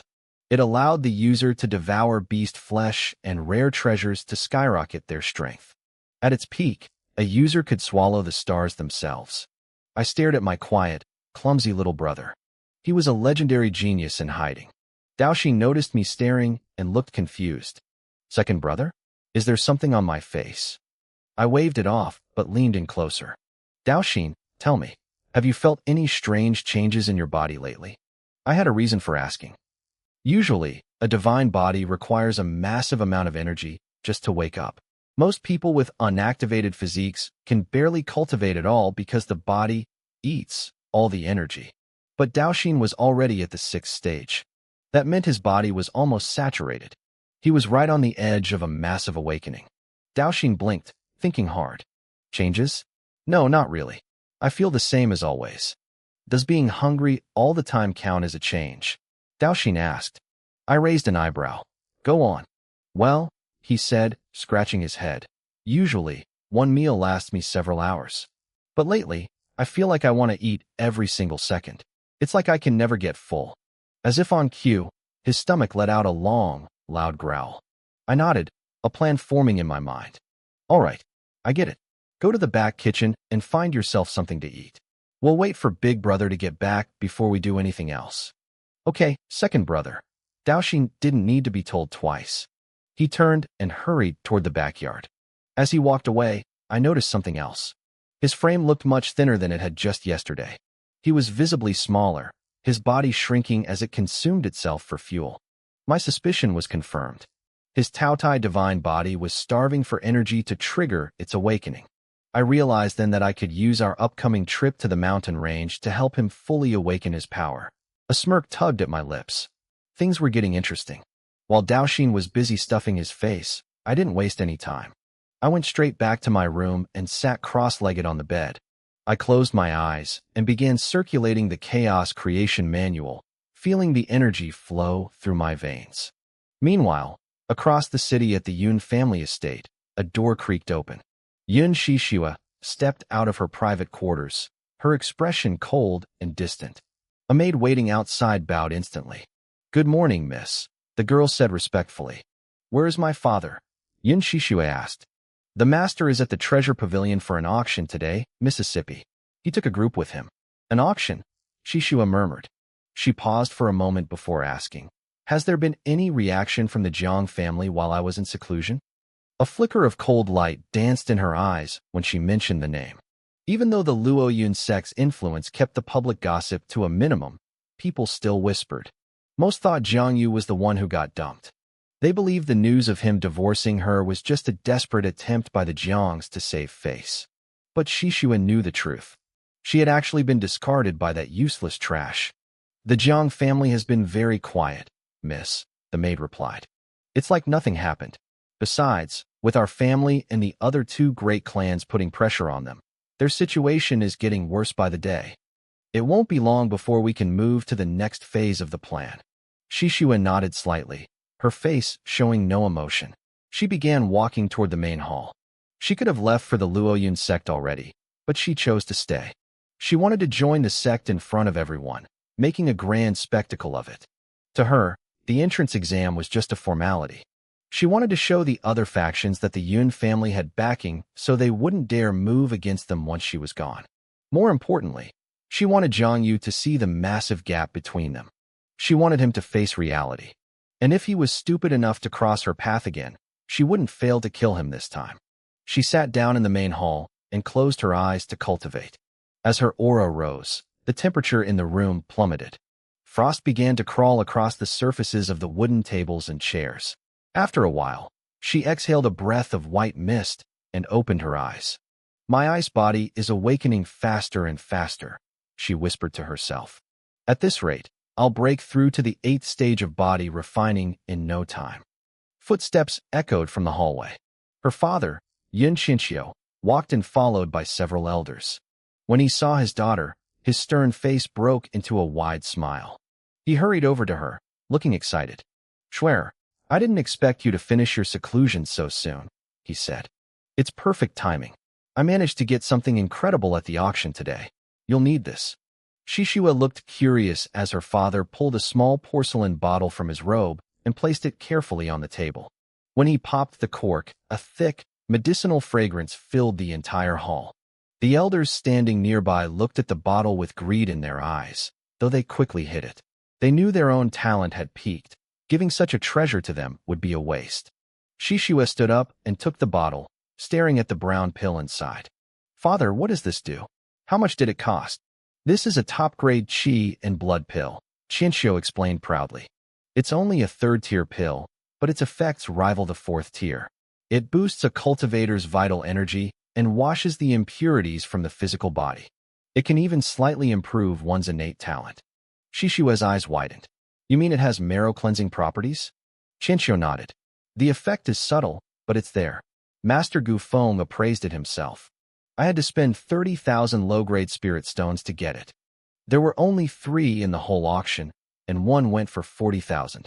Shishua looked at the pill for a long moment. Her family's spirit stone mine only produced 50,000 stones a month. Spending 30,000 on a single pill showed how much her father was betting on her. However, she slowly placed the bottle back on the table. "Schwer, what's wrong?" Chinchio asked, confused. "It's a good pill," Shishua said calmly. "But my body has already been cleansed once. Taking this wouldn't change much for me. Give it to Xingting instead. He's my brother, and he needs it more." Chinchio hesitated. "But the Xiao family bought one too. If Xiao Feng takes it, His strength will skyrocket before the sect entrance exam. Are you sure you'll be okay? Shishiue's face was a mask of pure confidence. Don't worry, father. My ice body is almost fully awakened. Even if Xiao Feng takes 10 of those pills, he is no match for me. Yun Qinxiu smiled. He looked at his daughter with pride and nodded slowly. All right then. Since you've put it that way, I'll leave this pill for Xingting. They talked for a while longer before Yun Shishue stood up and left the main hall. Once she was gone, Yun Qinxiu turned his attention to the clan elders. His expression grew serious. Everyone, we have the Jiang family backed into a corner. It won't be long before they collapse. What are your thoughts? An old man sitting at the front looked up. He was the third elder. Family head, he said gravely. We hold the absolute advantage. There's no need to rush. We should play it like boiling a frog in warm water. We'll drag them down slowly. Besides, our families were once allies. If we tear their faces off too quickly, it might look bad to the public. Several elders nodded in agreement. But not everyone was convinced. I think the third elder is being too cautious, another man countered. We have the Luoyun sect backing us now. Who cares what people whisper? We should finish the Jiang family quickly. No one cares about the loser. Truth is written by the victors. The hall erupted into a heated debate. Yun Qinxiu raised his hand, silencing them. Enough. We'll follow the third elder's plan. It's not the time to be too flashy. The Shao and Bai families are still watching us like hawks. If we push the Jiang family into a desperate corner, they might try to take us down with them. We can't afford those losses. The argument stopped instantly. The third elder stood up and bowed. The family head is wise. The others followed suit, their voices echoing in the hall. The meeting was over. Across town, inside the Jiang family's council chamber, the atmosphere was completely different. Jiang Wenkong sat in the high seat, surrounded by the core members of the clan. On the table before them sat a storage bag. When they looked inside, their eyes nearly popped out of their heads. This is the allowance Jiang Yu gave us, Jiang Wenkong said, his voice steady but filled with pride. With these resources, our current crisis is solved. For now, continue business as usual. The elders were stunned. Even the usually calm Jiang Wenyuan gasped. 100,000 low-grade spirit stones. That was 2 months' worth of the entire family's total revenue. They couldn't fathom how Jiang Yu had secured such a fortune so quickly. Their respect for him reached a new peak. He wasn't just a restored genius, he was a provider. You've all worked hard lately, Jiang Wenkong added. Take the next 2 days to rest. Once the elders dispersed, he looked at his brothers, Jiang Wenqing and Jiang Wenyuan. Brothers, since we're free, how about a drink?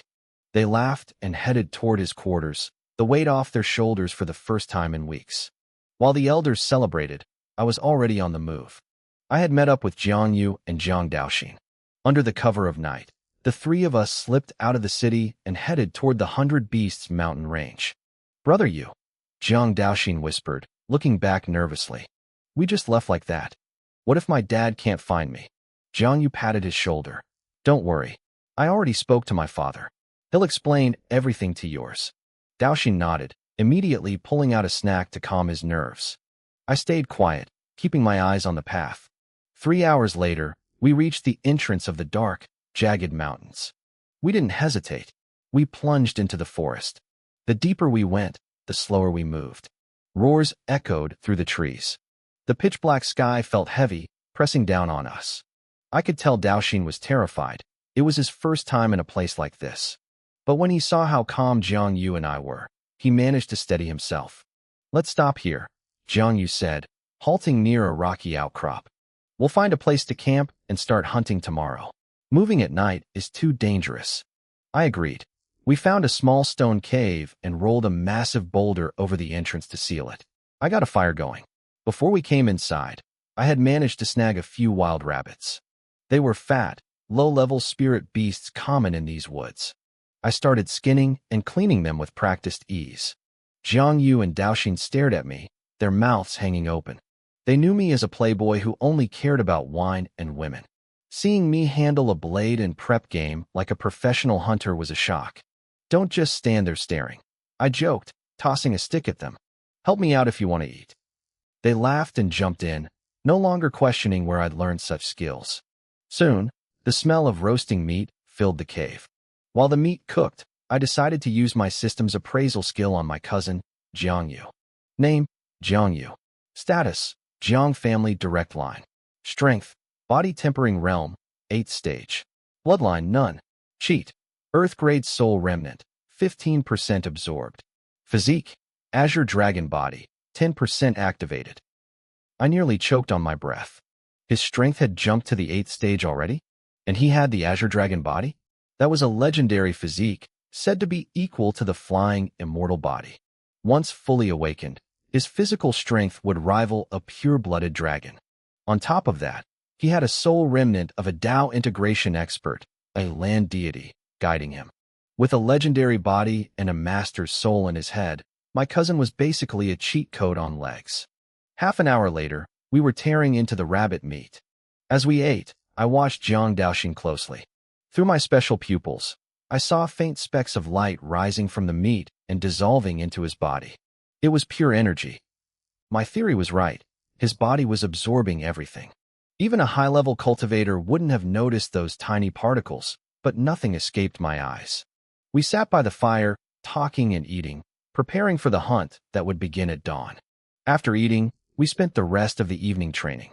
Jiangyu shared some martial techniques with me and Jiang Daoxin. He didn't ask how I already knew so much, and I didn't offer explanations. Some things are better left unsaid. We just worked in silence, the crackling fire the only sound in the cave. The next morning, we set out under Jiangyu's lead. We stuck to the outer perimeter of the Baisho mountain range. We weren't stupid. Deep inside those woods lived spirit sea realm beasts and things even more terrifying. One wrong turn into the inner circle would be a death sentence for us. Roars echoed through the dense canopy as we moved. I found myself squared off against a massive black bear. It was at the peak of the 7th stage of body tempering. I purposely suppressed my strength to the early 6th stage, wanting to test my limits. We tore through the forest, trees snapping like toothpicks as we traded blows. I held my ground, actually pushing the beast back despite the level gap. From the sidelines, I could see Jiangyu's expression. He looked more than just satisfied. He looked impressed. Monsters are naturally stronger than humans, so beating one at the same level is rare. Doing it while being weaker was unheard of. I could tell he was starting to see me as a true talent, someone worth investing in. He wasn't the only one changing. I noticed Jiang Daoxin had broken through to a new minor realm in just a few days. The fat he'd carried was melting away, replaced by a solid, normal build. But his appetite? That was only getting bigger. He was living his best life out here, eating half of every beast we killed. With a final surge of power, I drove my hand through the bear's chest. It let out one last gurgle and collapsed, the ground shaking as it hit the dirt. Second brother, Jiang Daoxin scrambled over, eyes gleaming.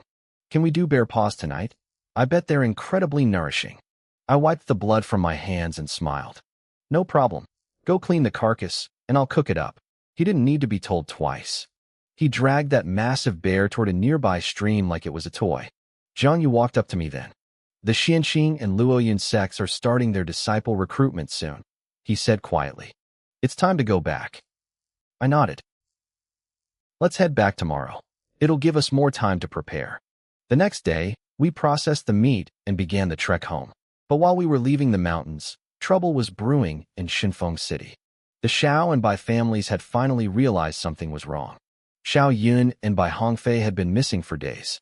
Their fathers, Xiao Lingshan and Bai Zhantong, had sent out search parties that eventually tracked the scent to the valley where I'd dumped the bodies. Xiao Lingshan stood at the valley floor, his face pale as he picked up a piece of torn fabric. Yuner, this is Yuner's clothes. His voice trembled before turning into a guttural roar. Whoever did this, I will make them pay in blood. Nearby, Bai Zhantong looked just as murderous. Bai Hongfei might have been an illegitimate son, but he was still a Bai. Find out what happened, he hissed to his men.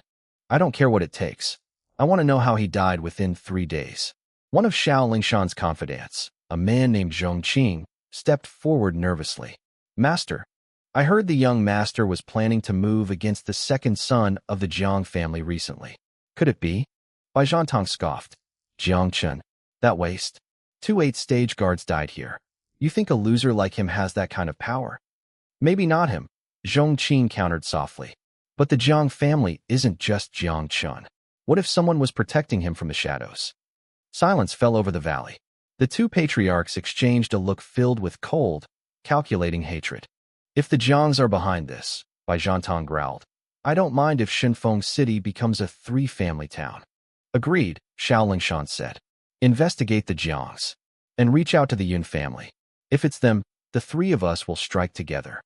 They left the valley, but not before ordering their men to slaughter every beast in the area, a small, petty payment of interest for their sons' lives. A day later, the three of us reached the gates of the city. We looked different. The soft, pampered look of noble heirs was gone, replaced by a hardened edge and the faint scent of blood that comes from killing. Back in the city, the trap was already set. In a dark secret room, Xiao Lingshan, Bai Zhantong, and Yun Qinxiu sat together. My son died at the hands of the Jiangs, Xiao Lingshan said, his voice like ice. I'm taking my revenge. I want to know where you two stand. Bai Zhantong didn't hesitate. I'm in. I'll strike whenever you're ready. Bai Zhantong's face twisted with a cruel, murderous intent. Even though Bai Hongfei was an illegitimate daughter, he had always doted on her. He had even used his authority to force the clan to accept her back into the family. Now, she was dead. The two patriarchs turned their cold gazes toward Yun Xingting, the head of the Yun family. He coughed twice, trying to break the tension. He told them he understood their pain. Revenge for a murdered child was a debt that had to be paid in blood. But he urged them to wait. The sect recruitment trials were starting tomorrow, and making a move now would be bad timing. The Jiang family wasn't going anywhere. He suggested that once the trials were over, they could crush them without distraction. With the talent of their remaining younger generation, passing the trials would be easy. Once they had the backing of a major sect, they could strike the Jiangs without any fear of consequences. Xiao Lingshan and Bai Zhantong's eyes lit up. They thought it over and agreed. They decided to let the Jiangs live for a few more days. In their minds, the trash of the Jiang family didn't have the talent to pass the trials anyway. The meeting ended, and they headed back to prepare their heirs for the big day. Back at the Jiang estate, Jiang Yu, Jiang Daoxin, and I finally arrived. We were immediately pulled into the main hall by my uncle, Jiang Wenkong. When the elders felt the thick, bloody aura clinging to us, they looked satisfied. My father, Jiang Wenqing, looked me up and down. He asked if the trip to the 100 Beasts Mountain had been fruitful. I could see the relief in his eyes. He had been worried sick while I was gone. I smiled and told him that thanks to my big brother Jiang Yu's help, we had all made massive progress. My father turned to Jiang Yu and sincerely thanked him, apologizing for how he had treated him in the past. Jiang Yu jumped up, insisting it was nothing. He reminded my father that without the spirit medicine he had provided years ago, he might have died. The air in the room finally felt warm, like a real family again. My uncle Jiang Wenkong laughed and told everyone to sit down. But then I noticed my third uncle, Jiang Wenyuan, staring at his son, Jiang Daoxin, with a look of pure shock. He muttered to himself, asking if this was actually his son. The whole hall erupted in laughter. Jiang Daoxin scratched his head, looking embarrassed, and asked if his dad thought he had popped out of a rock instead. The laughter died down eventually, and the atmosphere turned serious. Jiang Wenkong lowered his voice. He warned us that the three rival families had been moving together a lot lately. He suspected they were planning something big, likely a direct strike against us. My third uncle wasn't too worried. He believed that as long as the three of us passed the sect trials, the rival families wouldn't dare move against us. But my eldest uncle looked troubled. He reminded us about the situation with Yun Shishua. She was already a guaranteed disciple for the Luoyun sect. He feared the sect might intentionally target us during the trials to please her. The room went silent. If a major sect decided to make things difficult, we might not just fail the trial, we might lose our lives. Jiang Yu stood up then. He told his father not to worry. He had no intention of joining the Luoyun sect anyway. There were two sects recruiting, and he would simply choose the other one. I nodded in agreement. We had no desire to be anywhere near the Luoyun sect. Relief washed over my uncle's face. He had been worried Jiang Yu would try to follow his ex-fiancée out of spite, but he saw now that his son had truly moved on. The meeting broke up, and we were told to rest for the trials. My uncle ordered the guards to keep a close eye on the other 3 families. Back in my room, I pulled a manual from my system space. It was the Earth-grade martial art I'd earned, the Dragon Elephant Heaven-Shaking Punch. I remembered I still had 3 enlightenment opportunities left. Usually, these techniques were transferred directly into my brain, so I wondered if enlightenment was even useful. The system chimed in. It told me I could use enlightenment on my double pupils. Even though I had fused with them, mastering their hidden killing moves would normally take years. Enlightenment would skip that grind. I grinned. I told the system to start. The world around me blurred. The system shielded my room so no one could sense what was happening. My head throbbed, and when I opened my eyes, I was in a strange, desolate space. High above in the sky, 2 blurred figures were locked in a world-shattering battle. Before I could process it, I was suddenly pulled into the sky myself. I wasn't just watching anymore. A young man appeared in front of me, his fist glowing with a terrifying energy as it swung toward my head. I tried to lift my arms to block, but my body wouldn't move. It felt like my soul was disconnected from my flesh. Just as the blow was about to land, my body began to move on its own. A terrifying aura exploded from within me. My arm moved on its own, snapping up to throw a punch. Boom. The collision of our fists sounded like a mountain collapsing. The roar was deafening. In the blink of an eye, we exchanged several more blows, our movements a blur of lethal precision. I realized then that I wasn't just a spectator. I was experiencing this battle from a first-person perspective, fused with the body of the fighter. This was the same mysterious man I'd seen when I first awakened my double pupils, but he looked younger here, more primal. The immersion was total. My combat experience skyrocketed with every passing second.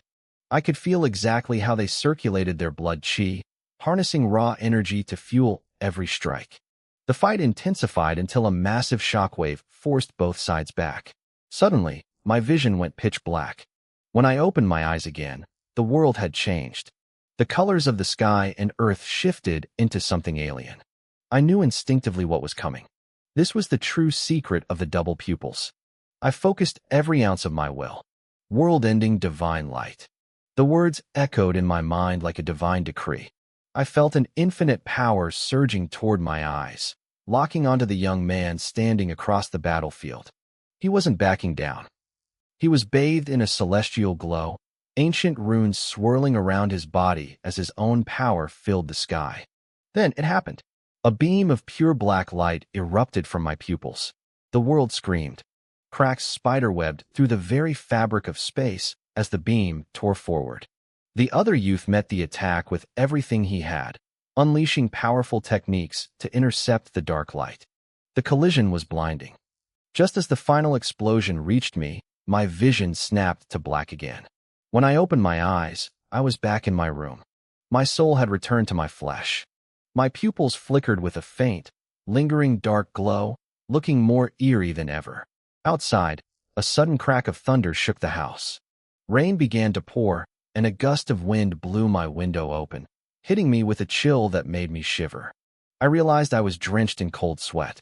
The exhaustion hit me like a physical weight, making every muscle ache as if I'd actually fought for days. I forced myself up to shut the window, gave my body a quick wash, and collapsed back onto the bed. Memories flooded my brain, not just the combat experience, but the specific technique, the world-ending divine light. I grinned despite the fatigue. Enlightenment didn't just give me experience, it gave me the ultimate killing move. My mind eventually went quiet, and I drifted into a deep, dreamless sleep. I didn't wake up until noon the next day. Before I could even sit up, a loud knocking rattled my door. "Second brother, are you awake?" It was Jiang Daoxin. "The sect people are almost at Kamikaze City. We need to get ready." I hopped out of bed and shouted back, "I'm coming." I opened the door to find Daoxin standing there, stuffing his face with food. Since his breakthrough, the guy was a bottomless pit. He offered me some, but I shook my head. "Where's Big Brother?" I asked. "He's getting things ready," Daoxin mumbled through a mouthful. "He told me to get you so we can meet the head of the family together." We headed out and ran into Jiang Yu halfway across the courtyard. He had a rare, confident smile on his face. He handed us each a ceramic bottle. "These are grade 4 dragon blood pills," Jiang Yu explained. They'll boost your blood chi by about 10% and strengthen your physical body. Take them when you have the chance, though you won't need them for the initial trials. I was stunned. Big brother, you can refine grade 4 pills now. Just a bit of luck, he said modestly. I'm still a way off from being a true grade 4 alchemist. We didn't waste time with formalities. I tucked the pill away, and the three of us headed to the main hall. The room was packed. My uncle, Jiang Wenkong, looked us over with pride. Today is the day, he said firmly. The future of the Jiang family is in your hands. Don't worry, father, Jiang Yu said. Daoxin patted his chest. Uncle, we've got this. We're passing those trials for sure. The whole group marched out of the estate toward the city center. The streets were overflowing with people, including many outsiders who had traveled miles for a shot at the sex. Anyone under 25 with at least a level 3 body refinement cultivation could try out. As we walked, my father, Jiang Wenqing, leaned in close to me. He looked worried. Chun'er your strength. He trailed off, his eyes full of confusion. The last time we spoke, I'd let my aura slip, and he'd sensed I was at least level 7 or 8. But now, no matter how hard he looked, I only appeared to be at level 6. I gave him a reassuring smile. Just a little trick to hide my tracks, father. Don't worry. I won't let you down. The tension left his face immediately, replaced by a look of relief. As long as I was healthy and confident, he was satisfied. We reached the massive plaza at the heart of Kamikaze City. The other 3 great families were already there. Their leaders were huddled together, laughing and talking like best friends. When they saw us approaching, their eyes turned toward me, and their smiles took on a predatory edge. I narrowed my eyes.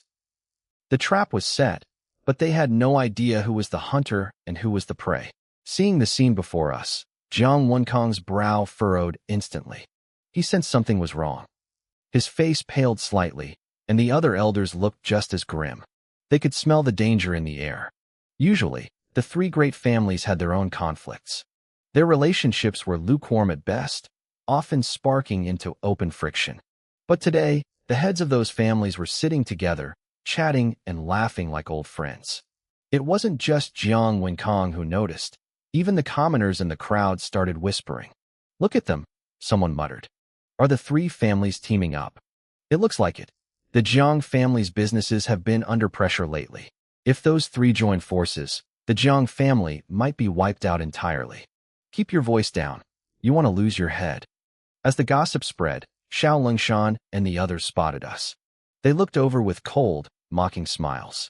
After a moment, Xiao Lengshan slowly stood up. He stared directly at Jiang Wenkong. Jiang Wenkong, he sneered. I thought your family wouldn't dare to show up today. It seems Kamikaze City's former #1 genius is still unwilling to give up. Still struggling, are we? As soon as he finished, the others burst into laughter. Their eyes darted to Jiang Yu, filled with ridicule. They were intentionally rubbing salt in the wound, trying to humiliate us in public. Back when Jiang Yu still had his talent, he had completely suppressed Xiao Lengshan's son, Xiaofeng. Xiao Lengshan had hated him for years. Now that his younger son had died at the hands of the Jiang family, he wasn't hiding his hostility anymore. He was ready to tear faces. However, Jiang Wenkong didn't get angry. Instead, a smile played on his lips. Since Master Xiao has spoken, Jiang Wenkong replied calmly, I will naturally grant your wish. I'll make sure you get a very good look at the Jiang family's top genius. I promise you won't be disappointed. He finished with a deep, meaningful grin. Bai Zhantong and the others froze. Xiao Lengshan had expected an explosion of rage or at least a heated argument. Instead, Jiang Wenkong was smiling at them like they were clowns. It made them incredibly uncomfortable. Before they could say another word, Jiang Wenkong turned his back on them and led our elders toward the Jiang family's designated seats. You, Xiao Lengshan choked on his words, his chest heaving with suppressed fury. He felt like he had punched a cloud. Bai Zhantong leaned in close to him, his voice a low hiss. Let them be arrogant for a little longer. Once the tests are over, they're dead. Xiao Lengshan took a long, deep breath and sat back down.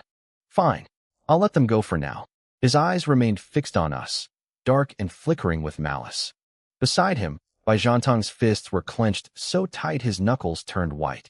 A young man in his early 20s stood behind Bai Zhantong and looked up. Don't worry, father, I'll make the Jiang family pay the price. Bai Zhantong looked at him with pride. Good. I knew I could count on you, Suer. This was Bai Su, Bai Zhantong's eldest son. He was at the peak of level 5 body refinement.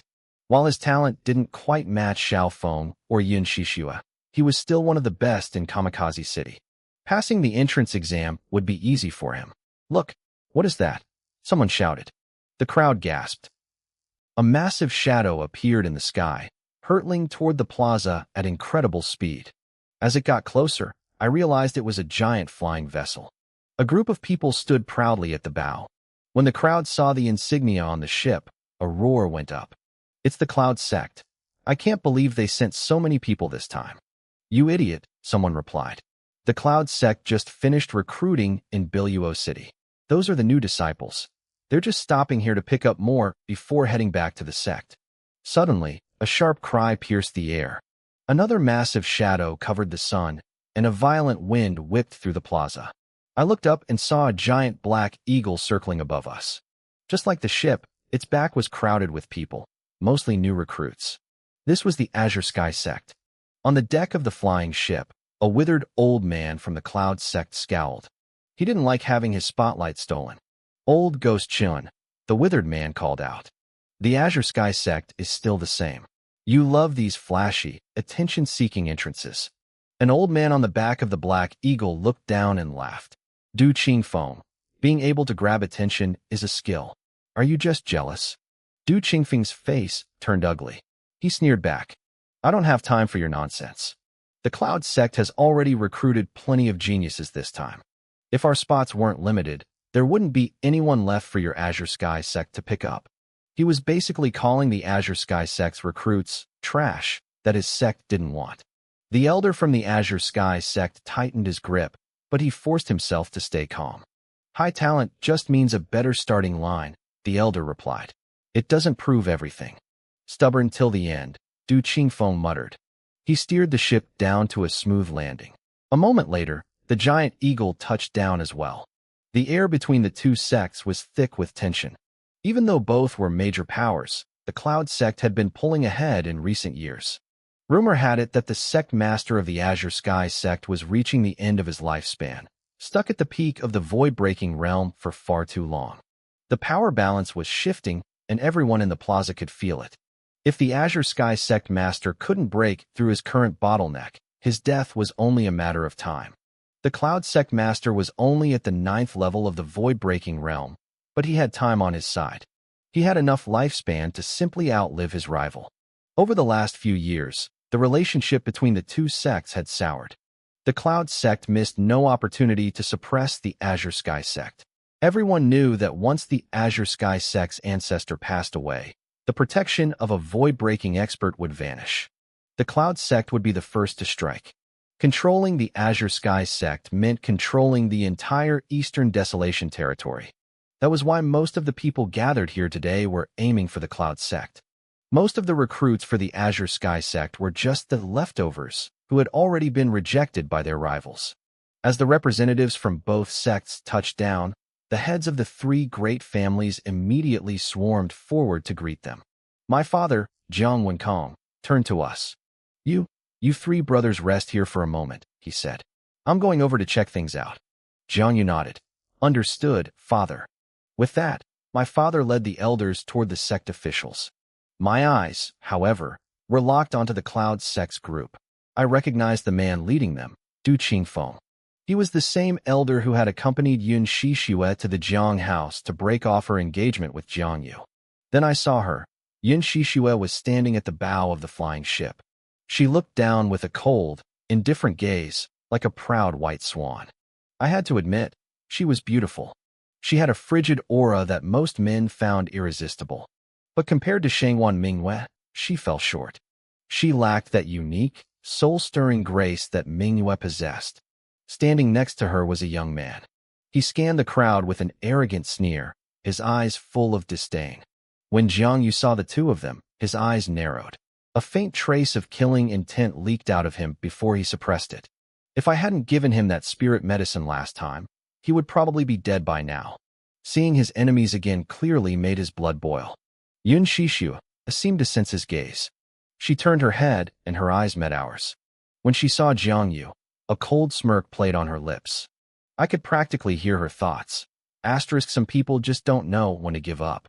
Since you're so delusional, I'll show you exactly how wide the gap between us really is today. Asterisk. She gave Jiang Yu one last dismissive look and turned away.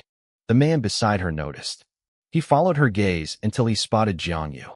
His expression darkened instantly. Junior sister Yun, he said, his voice cold. Those Jiang family wastes actually showed up. They got lucky last time. How about I handle them for you this time? This was Wang Ning, an inner disciple of the Cloud sect. His father was an influential elder, giving him a status that few dared to challenge. He looked at us with genuine murderous intent. Yun Shishua shook her head gently. Thank you for the offer, senior brother Wang, but I'll handle this myself. There's no need for you to step in. Wang Ning's voice softened immediately. Fine. Since you've spoken, I'll let them live a little longer. He looked at her with pure infatuation. From the moment he first saw her, he had decided she belonged to him. That was why he had been the one to attack Jiang Yu during the public divorce. He had already put Jiang Yu on his death list. The only reason my brother was still breathing was because Wang Ning wanted to give Yun Shishua the satisfaction of ending him herself. The atmosphere shifted as the elders took their seats at the head of the plaza. The disciples they brought with them moved to the spectator stands. The air was buzzing with excitement. My father and the other family heads took their places, and the chatter died down. The elder from the Azure Sky sect, Chun Honchuan, stood up. He cleared his throat and scanned the crowd. I am Chun Honchuan, an outer sect elder of the Azure Sky sect, he announced loudly. Anyone who passes this assessment and wishes to join us will be granted an entry token. A loud, mocking laugh cut him off. It was Du Qingfeng. Chun Honchuan, your sect really isn't picky, is it? Du Qingfeng sneered. No wonder you're getting weaker every year. It looks like you've given up and are just grabbing whatever trash you can find. He laughed openly, and the new Cloud sect disciples joined in.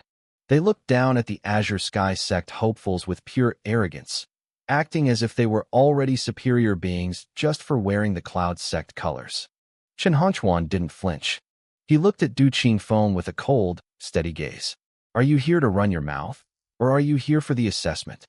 Humph, you're stubborn to the core, Du Qingfeng said, standing up. Fine, let's start. I want to see exactly how many geniuses you actually managed to recruit. Chen Honchuan walked to the center of the massive plaza. He swiped his hand over his storage belt, and a massive slab of black iron crashed onto the ground. The impact sent a boom through the air and cracked the stone pavement. Dust swirled around the heavy monument. The assessment consists of 2 parts, Chen Honchuan explained.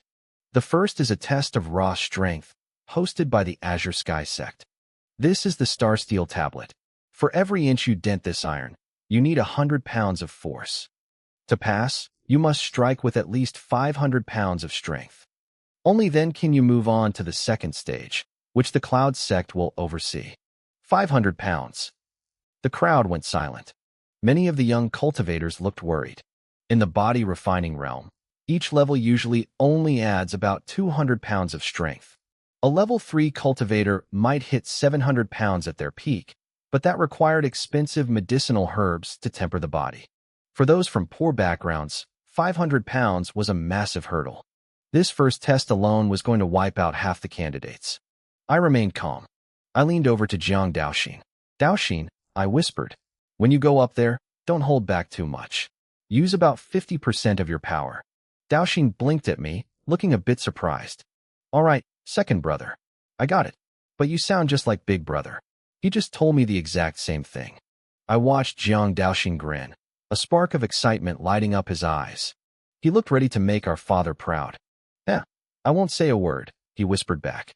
Actually, second brother, big brother just told me the exact same thing. He told me not to be too low-key.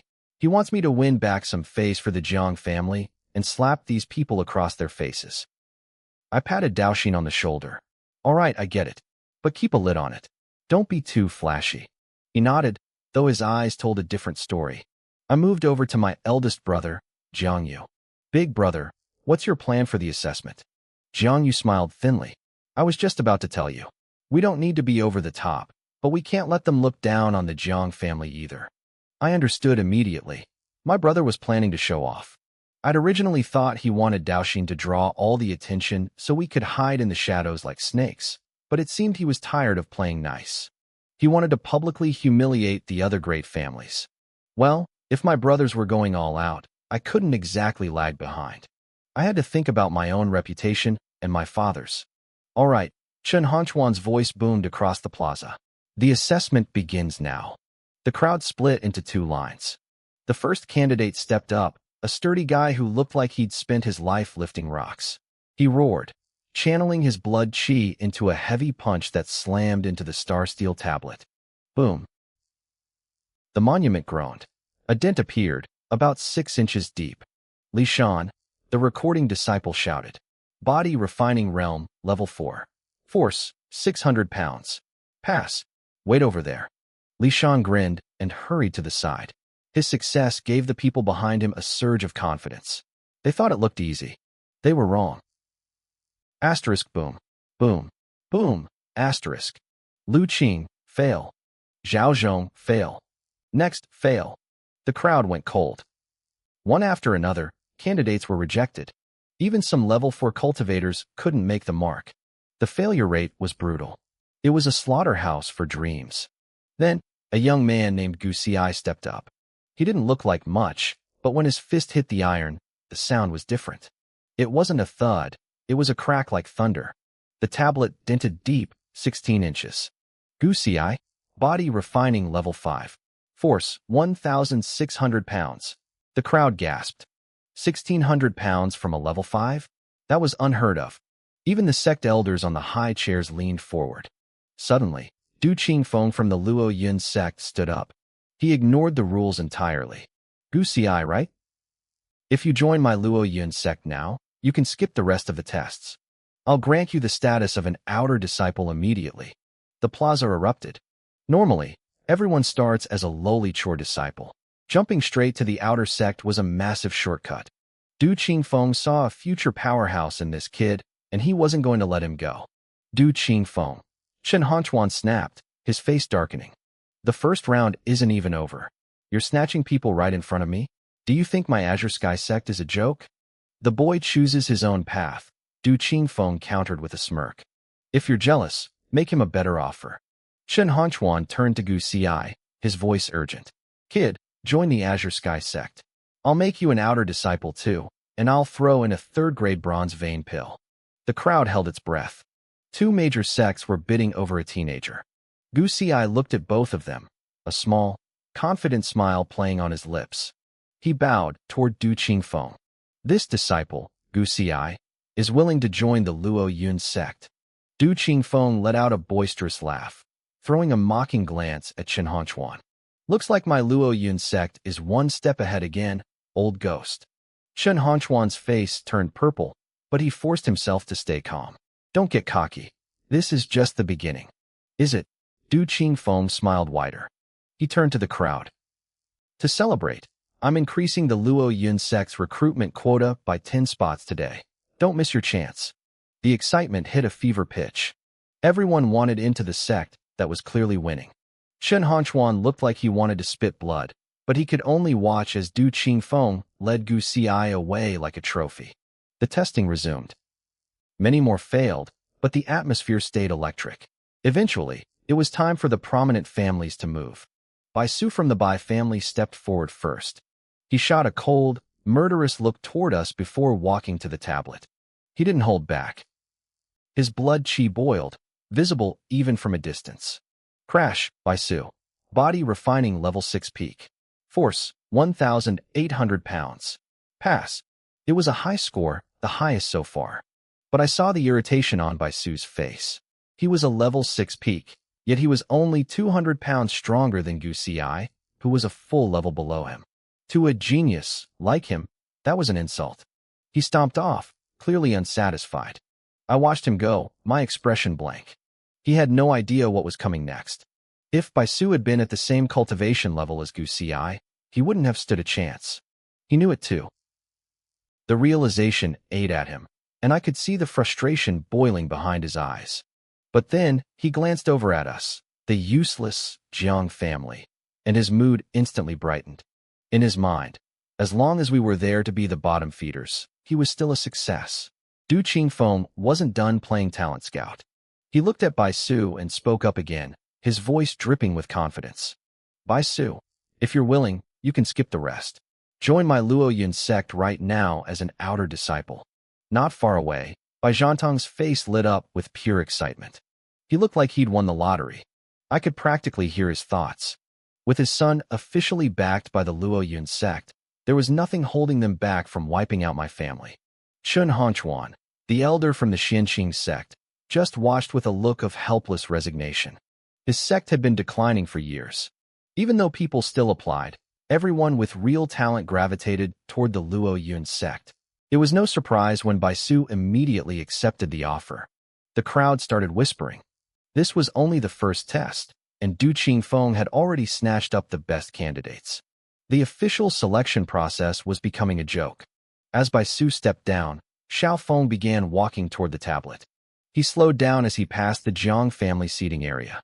He stopped right in front of my brother, Jiang Yu, and let out a cold, mocking laugh. Jiang Yu, Xiao Feng said, his voice sharp. You were once the #1 genius in Divine Wind City. I'm really looking forward to seeing what you've got left. Of course, your family is going to pay for what they've done. He didn't hide his intent. A wave of murderous aura erupted from him, cold and suffocating. But Jiang Yu didn't even flinch. He looked at Xiao Feng with complete indifference, his eyes flat. Is that so? Jiang Yu replied calmly. I'm looking forward to it too. Then, Jiang Yu just turned his head away. He didn't argue. He didn't get angry. He simply ignored him. Xiao Feng's face twisted with rage at the dismissal. Enjoy your pride while it lasts, Xiao Feng hissed before stomping toward the tablet. I watched Xiao Feng's back, thinking about his threat. It was clear now. The news about Xiao Yun's death had leaked. That explained why the three rival families had been meeting so often lately. They were planning a coordinated strike against us. I felt a chill run through me, but it wasn't fear. It was cold, calculated resolve. If the Xiao and Bai families wanted to throw their lives away, I was happy to help them. Divine Wind City's strongest expert was only at the 5th level of the Sea Realm. Between Jiang Yu's cultivation and my own hidden abilities, we could handle them. Xiao Feng reached the tablet and let his aura explode. He was at the 8th level of the body refining realm. His long black hair whipped around his face as his power surged. The crowd gasped. 20 years old and already at level 8, someone shouted. He'll hit the Sea Realm in no time. If it wasn't for Yun Shixue, he'd be the undisputed top genius in the city, another added. Xiao Feng let out a guttural roar. He swung his fist, the sheer force creating a localized gale that swept across the stage. Even Du Qingfeng looked impressed. Excellent power control, he muttered with a smile. A rare talent for a place this small. While Du Qingfeng was gloating, Chen Hongchuan looked miserable. He knew Xiao Feng would never choose his declining sect. He clenched his fists, mourning the glory days of the Xianqing sect when disciples fought to join them. Now he was just picking up leftovers. Boom. Xiao Feng's fist slammed into the heavenly star tablet, leaving a deep indentation. The disciple recording the scores stood frozen, his jaw dropping as the wind from the impact brushed past his face. Xiao Feng, body refining level 8. Force, 5,000 pounds. The crowd went wild. An average level 8 cultivator usually hit around 3,000 pounds. Xiao Feng had cleared that by 2,000. He was a monster. Xiao Lingshan, Xiao Feng's father, beamed with pride. He shot a smug, vicious look toward the Yun family, while Bai Zhantong stayed quiet, his own son's achievement suddenly looking small in comparison. My family's elders were visibly worried. My uncle, Jiang Wenyuan, leaned over to my father. Brother, the other 3 families are teaming up, and now Xiao Feng is showing this kind of power. We're in serious trouble. My father, Jiang Wenkong, remained surprisingly steady. Don't lose heart. Xiao Feng is strong, but you have to trust our own. He glanced at me and Jiang Yu, his worry fading slightly as he remembered the changes he'd seen in us lately. Predictably, Du Qingfeng offered Xiao Feng a spot with even better perks than the others. Xiao Feng accepted instantly. At this point, the competition was over. It was a farce. Chun Hongchuan tried to recruit a few others from the passing group, But most people were holding out, hoping for a miracle that would get them into the Luo Yun sect instead. To them, joining a dying sect was a dead end. But they had no idea that the real storm was just beginning. The stronger the sect, the more resources they have. That was the simple truth of this world. If I wanted to grow fast, I needed the best backing. As Xiaofeng stepped down from the stage, all eyes shifted toward my family. Xiaolingshan didn't miss the chance to twist the knife. He looked at my father with a sneer that made my skin crawl. "Jiang Wenkong," he shouted, his voice dripping with mockery. "Everyone else has finished. It's finally time for the Jiang family. Why don't you let us all see this #1 genius of yours? Don't keep us waiting." The crowd erupted in laughter. It was a cruel, mocking sound that echoed across the plaza. Nearby, Baishuchi let out a cold snort. "What genius?" Baishuchi yelled, loud enough for everyone to hear. "He's just a piece of trash whose engagement was cancelled. There's nothing to see here." The onlookers shifted their gaze to my brother, Jiangyu. Their eyes were full of pure disdain. But Jiangyu didn't flinch. He looked at Baishuchi like he was watching a pathetic clown performing a bad act. His expression remained dead calm. He turned to me and our younger brother, Jiang Daoxing. "Second brother, third brother," he said, his voice flat. "Did you hear a dog barking? It's getting really noisy over here." I caught his drift immediately. A smirk played on my lips. "Mad dogs love to bark," I replied. "When a beast doesn't know its place, you don't talk to it. You just pick up a stick and beat it to death." Baishuchi's face went from pale to a deep, angry purple. Veins popped out on his forehead. He looked like he was about to explode. "How dare you?" A voice thundered before Baishuchi could even speak. It was Du Qingfeng. He glared at my father, his eyes cold and sharp. "Jiang Wenkong, I gave your family a pass last time for the sake of the Yun family. Instead of being grateful, you let your sons insult a disciple of my sect? If you won't teach them manners, I'll do it for you." Boom. Du Qingfeng's cultivation erupted. The power of the creation realm swept through the plaza like a tidal wave. The temperature seemed to drop instantly. The air grew heavy, making it hard to breathe. The atmosphere turned lethal. My father and the elders looked grim. They had hoped Du Qingfeng would act like a proper sect elder and let the past go. They were wrong. He had been nursing a grudge since our last encounter, and now he was using this as an excuse to crush us. The Bai and Xiao families were practically vibrating with excitement. They couldn't wait to see the Jiang family humiliated or destroyed. Suddenly, old man Chen Honchuan stepped forward. "Since when did the Luo Yun sect become so pathetic?" he barked. "An elder losing his mind over a few words? Your disciple started the insults. Are the rest of us just supposed to stay silent?" Du Qingfeng turned his lethal gaze toward Chen. "Old Ghost Chen, this is none of your business. Don't push your luck." "I'm making it my business," Chen replied, his voice steady as a rock. "If you want to fight, I'm right here. Don't think I'm afraid of you." The ground beneath Du Qingfeng's feet began to crack. The air hummed with killing intent. It looked like a bloodbath was seconds away. Off to the side, Wang Lin watched with a smirk. He leaned toward Yin Shishue. "Your former family really has no self-awareness," he whispered. "Offending elder do at a time like this? They're suicidal." Yin Shishu didn't even look at us. Her voice was ice. "I have nothing to do with the Jiang family anymore. If they want to die, let them." Just as Du Qingfeng was about to strike, a deep voice echoed from the edge of the plaza. "What's with all the heat today, elders? Can't we just talk this out?" Du Qingfeng froze. He looked toward the source of the voice, his face darkening. He was tired of being interrupted. The crowd parted quickly, creating a wide path. 3 people walked toward us. At the front was a young woman, maybe 18 or 19. She had a perfect, elegant face and wore a stunning purple dress. She walked with a playful bounce, looking around with curious eyes. The men in the crowd went silent. She was breathtaking. People started whispering that since Shangwan Mingyu had disappeared, this girl was the only one who could put Yin Shishue to shame. As they got closer, Du Qingfeng's aggression vanished. He looked at the slightly chubby man walking behind the girl. "City Lord Feng, this isn't your jurisdiction. Are you breaking the rules to stand up for the Jiang family?" The crowd gasped. That was Feng Haoyin, the city lord. He represented the government, which usually stayed out of sect business. But what shocked everyone more was that the city lord was walking behind the girl in purple. Feng Haoyan smiled. Relax, Elder Du, I'm not here for politics. I'm just escorting the princess to the entrance exam. The princess. Du Qingfeng's eyes widened.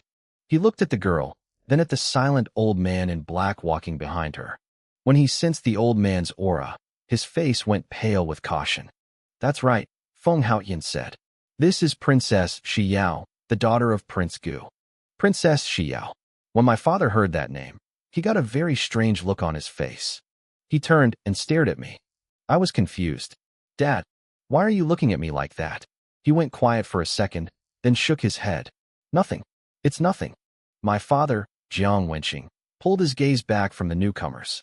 From the whispers rippling through the crowd, I finally learned who the girl in purple was. Her name was Gu Shiyao, the daughter of Prince Gu Tianxiu. In the Tianlong Empire, Prince Gu was a big deal. He wasn't just royalty. He was a powerhouse at the void-shattering realm. The silent old man in the black robe behind her was her protector. His cultivation was at the creation realm, just like Elder Du, but his aura felt much thicker, much more dangerous. I noticed Wang Ning staring at Gu Shiyao with a look of pure lust. He quickly masked it, remembering that Yun Shishue was standing right next to him. Yun Shishue, on the other hand, looked miserable. She had spent so much time preparing for this moment, wanting to be the star of the entrance exam. Now, this princess had shown up out of nowhere and stolen all her spotlight.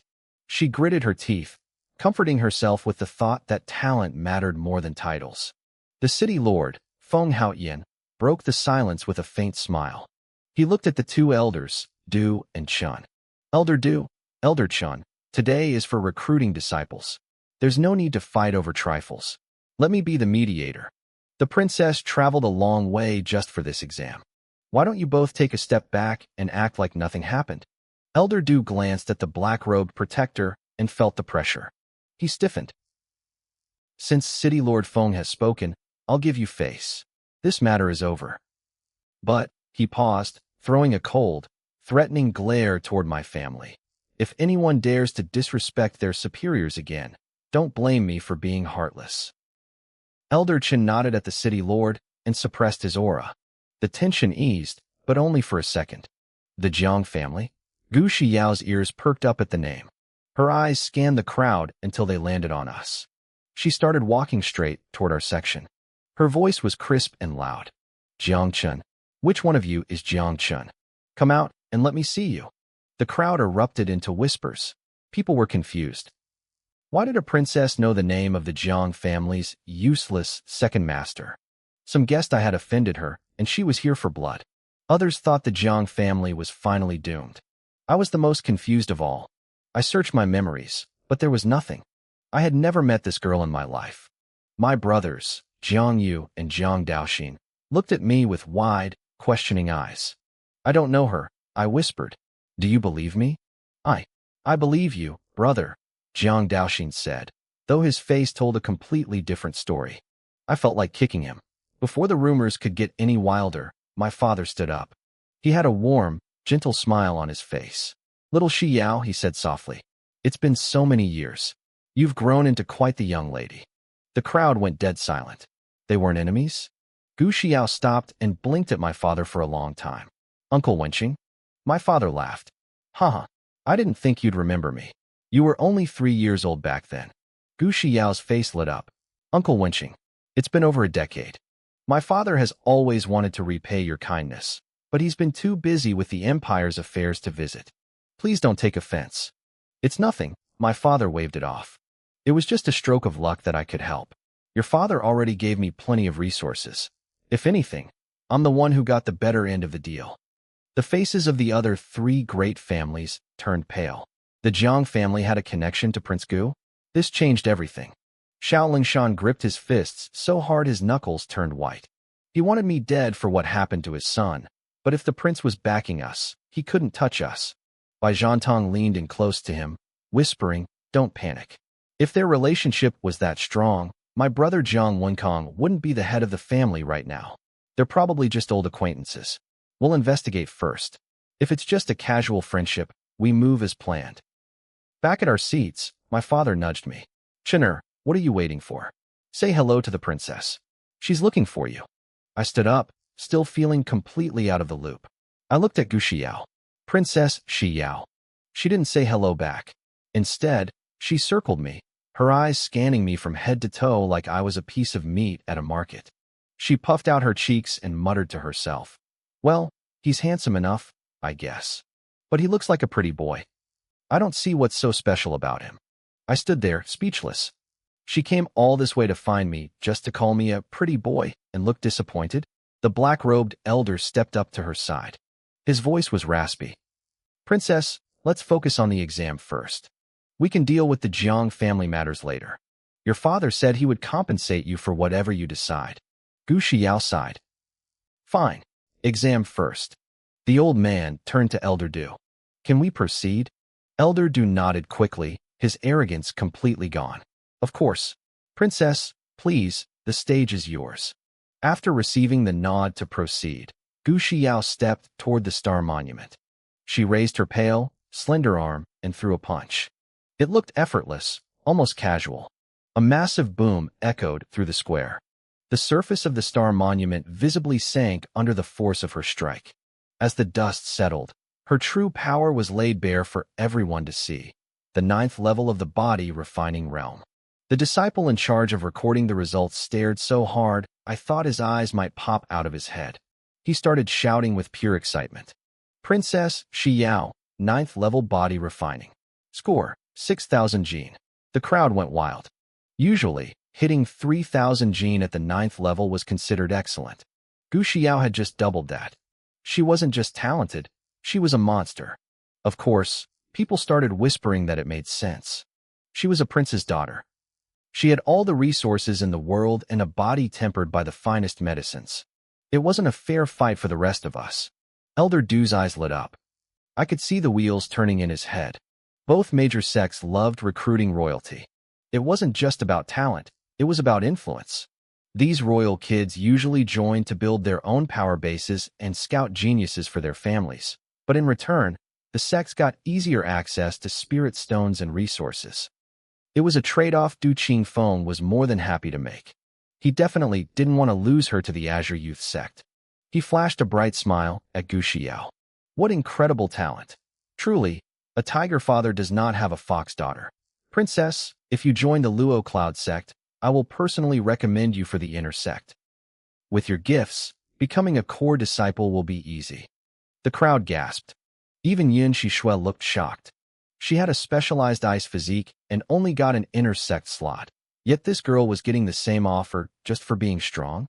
I watched Yin Shixue's face tighten. She was clearly struggling to accept it. I could practically hear her thoughts.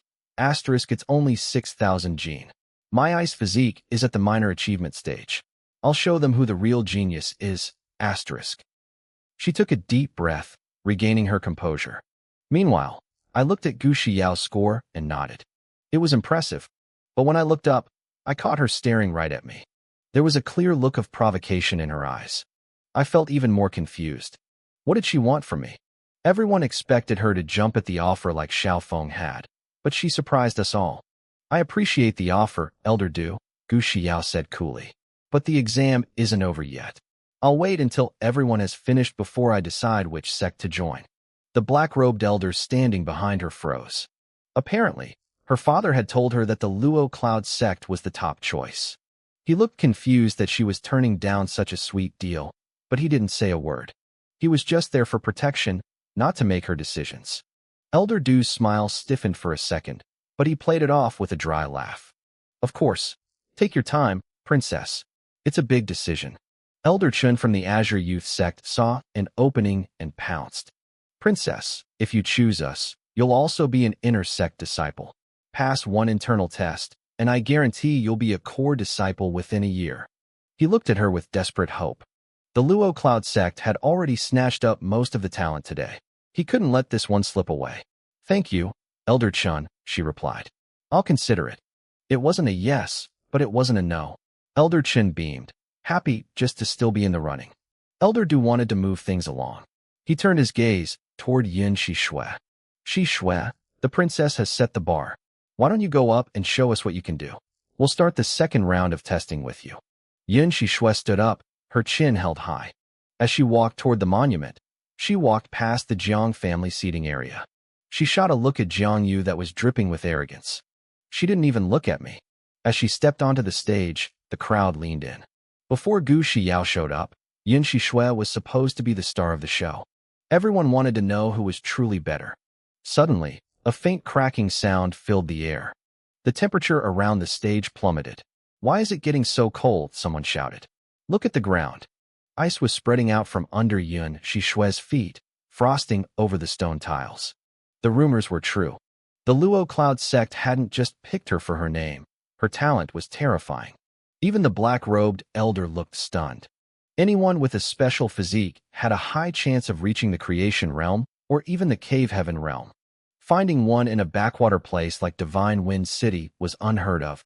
Elder Du smirked, throwing a mocking glance at Elder Chun, who pointedly looked away. Boom! Yun Shishue's fist slammed into the star monument. A massive wave of cold energy erupted from her body, coating the entire monument in a thick layer of frost. 7,500 Jin, the recording disciple screamed, his voice cracking. The entire square went silent. We all felt her aura. She was at the same level as the princess, but her raw power had surpassed her by 1,500 Jin. She had beaten Princess Xiao by over 1,000 Jin. It was a staggering gap.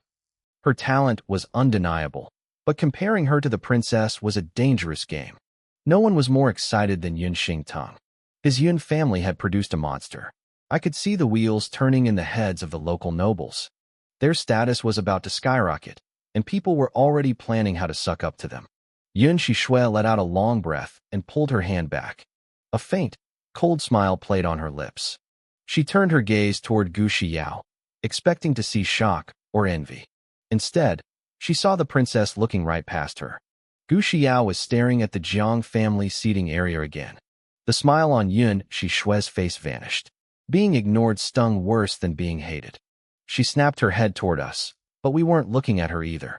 My brothers and I were just chatting and laughing among ourselves. I heard the sound of bone grinding against bone.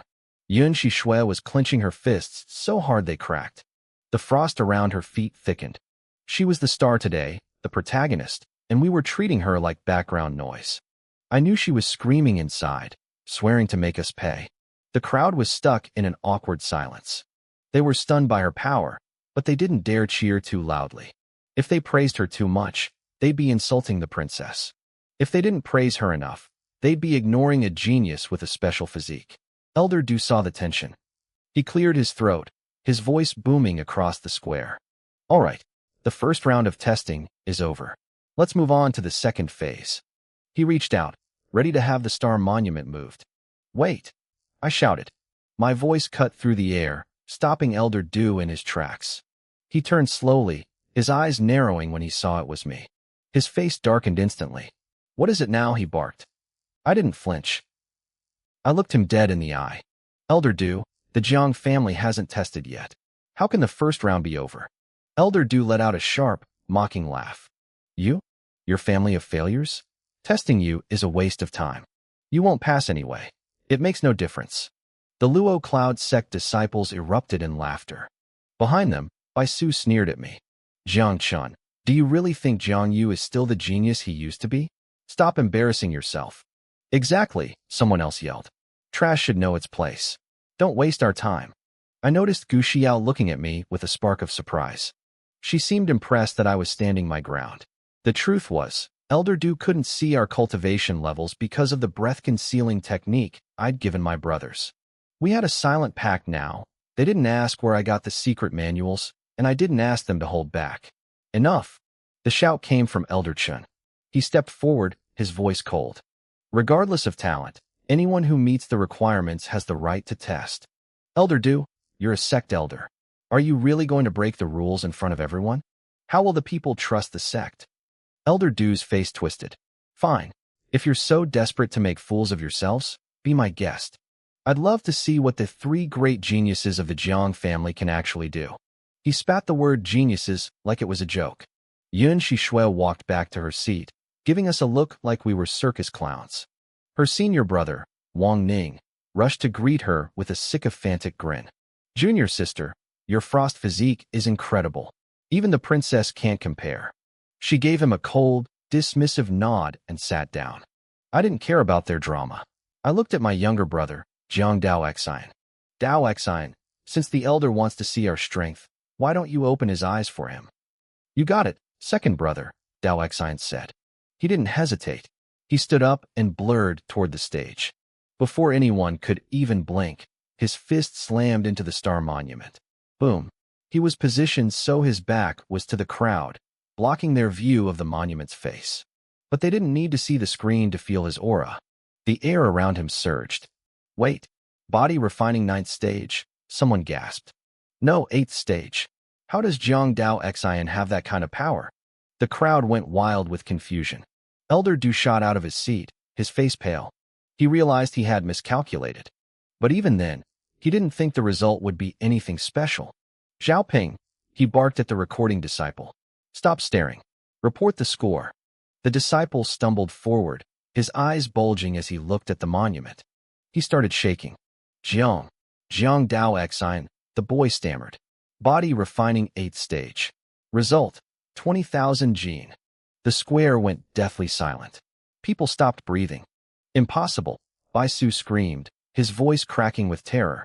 I don't believe it. How can a piece of trash hit 20,000 gene at the 8th stage? That's unheard of. Yun Shishue stood up again, her eyes wide with disbelief.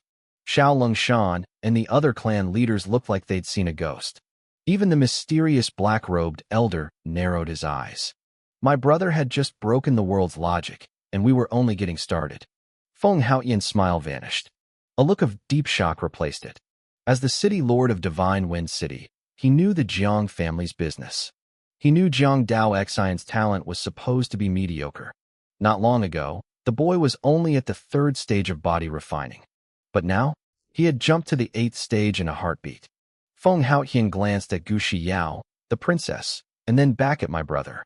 He realized the Jiang family wasn't as simple as they appeared. There was a reason they were connected to the royal prince. He made a silent vow right then. He had to stay on the Jiang family's good side. Gu Xiao was just as surprised. Her big eyes were full of curiosity as she stared at us. She was confused. This didn't match any of the intelligence she had gathered. Suddenly, a blur of movement caught my eye. Elder Du Qingfeng couldn't take it anymore.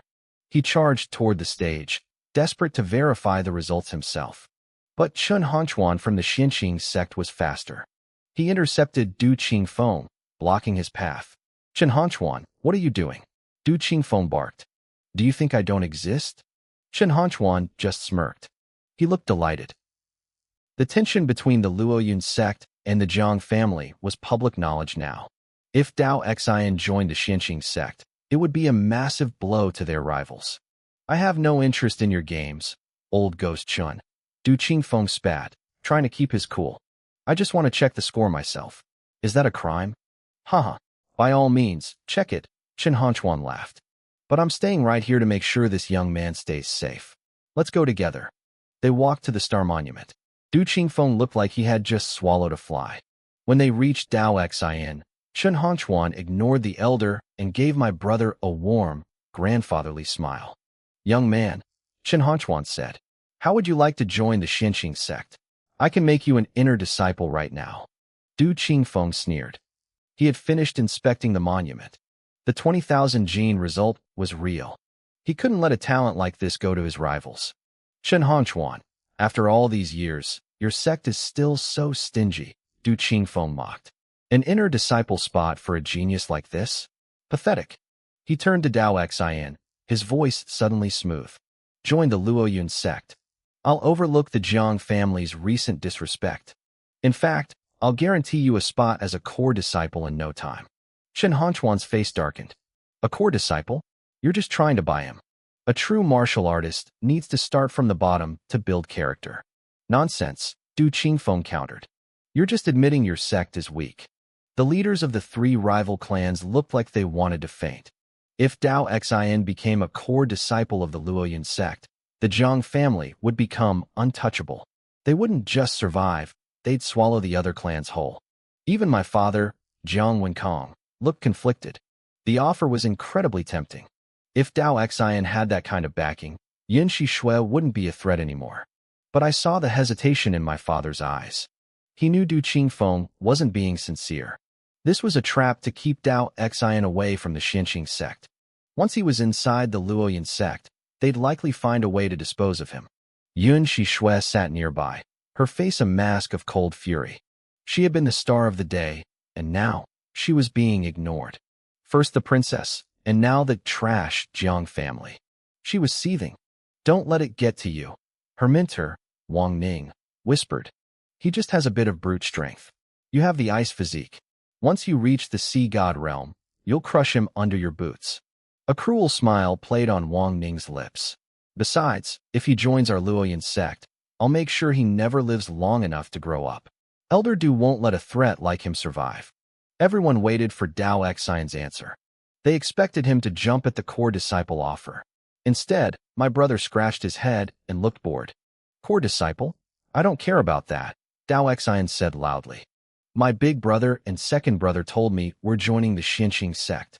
Even if you made me a personal disciple of the sect leader, I wouldn't go with you. The crowd gasped. Was he insane?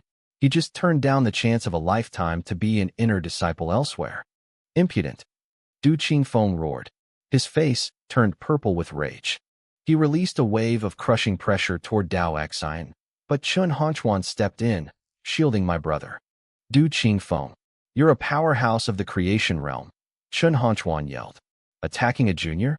Have you no shame? He's nothing special anyway. Du Qingfeng spat, trying to save face.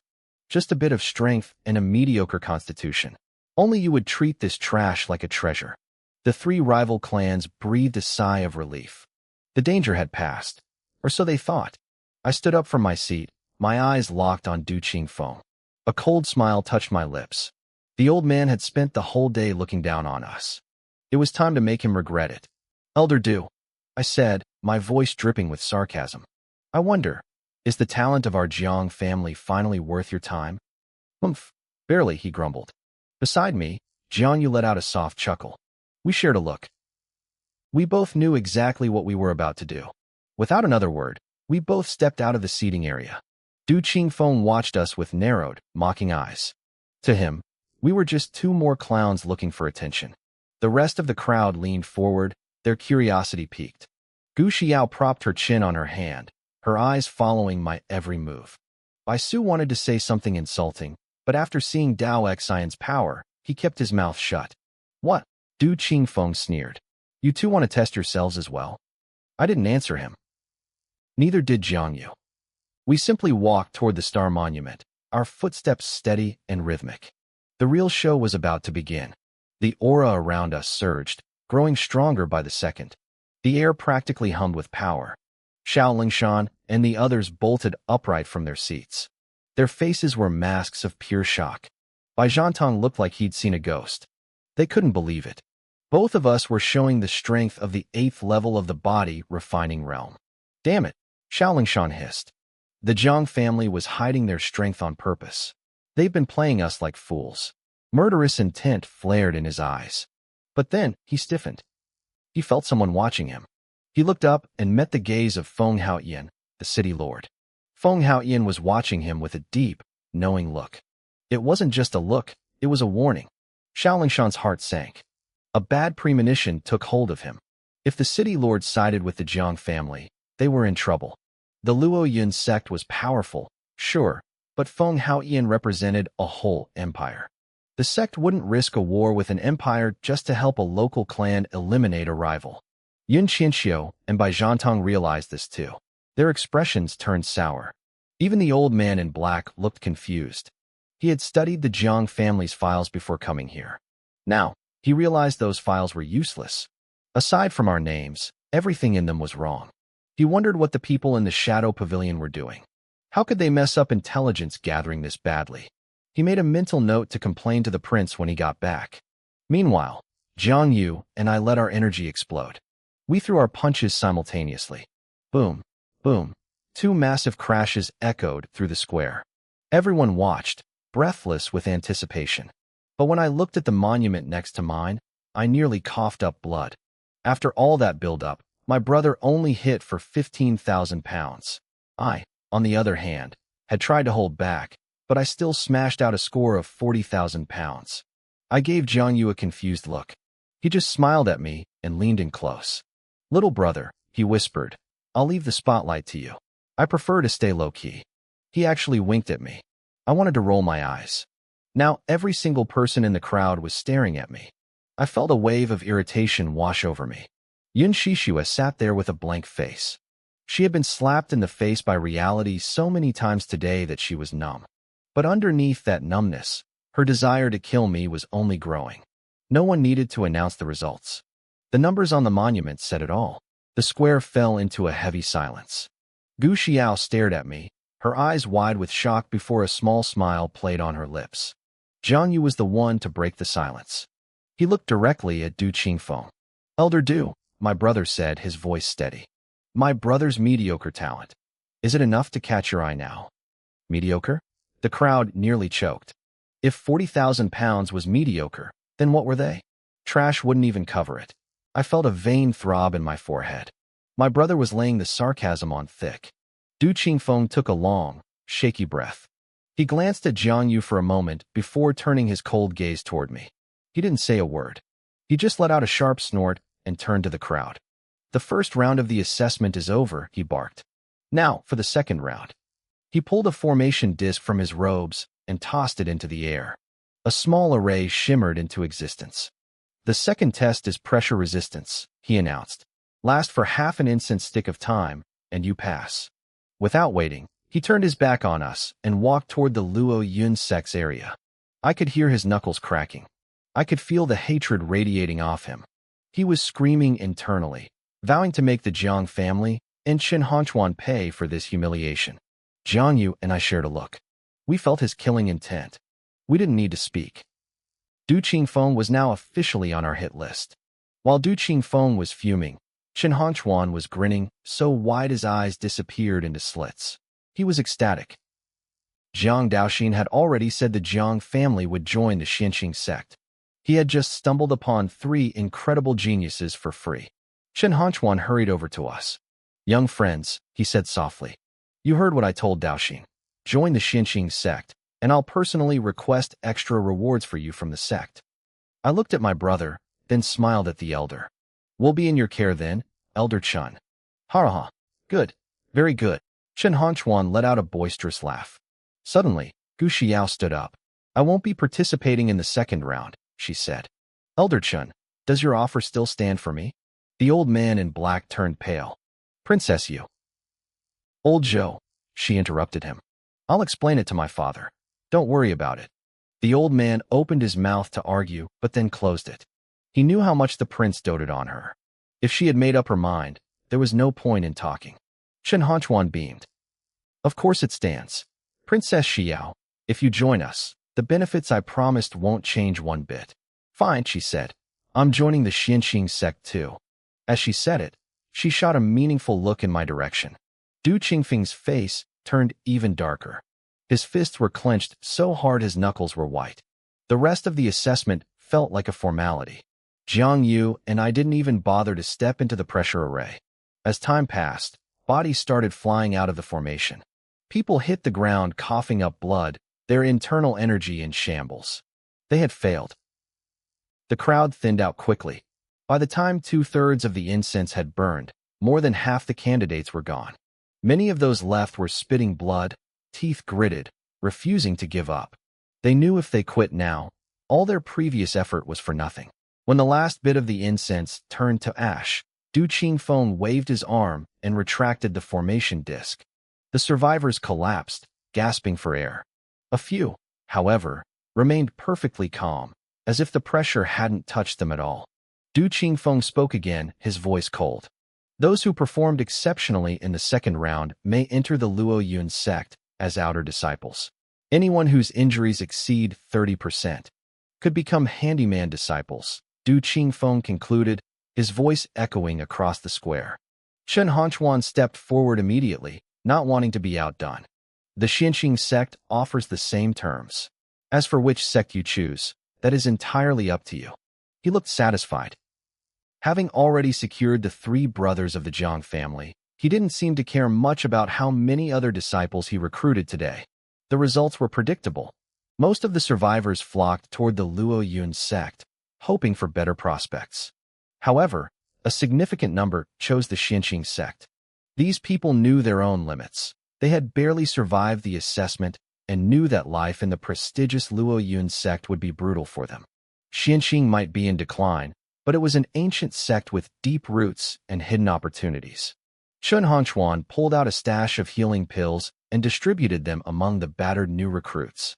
"I'm giving you 3 days to go home and say your goodbyes," he announced.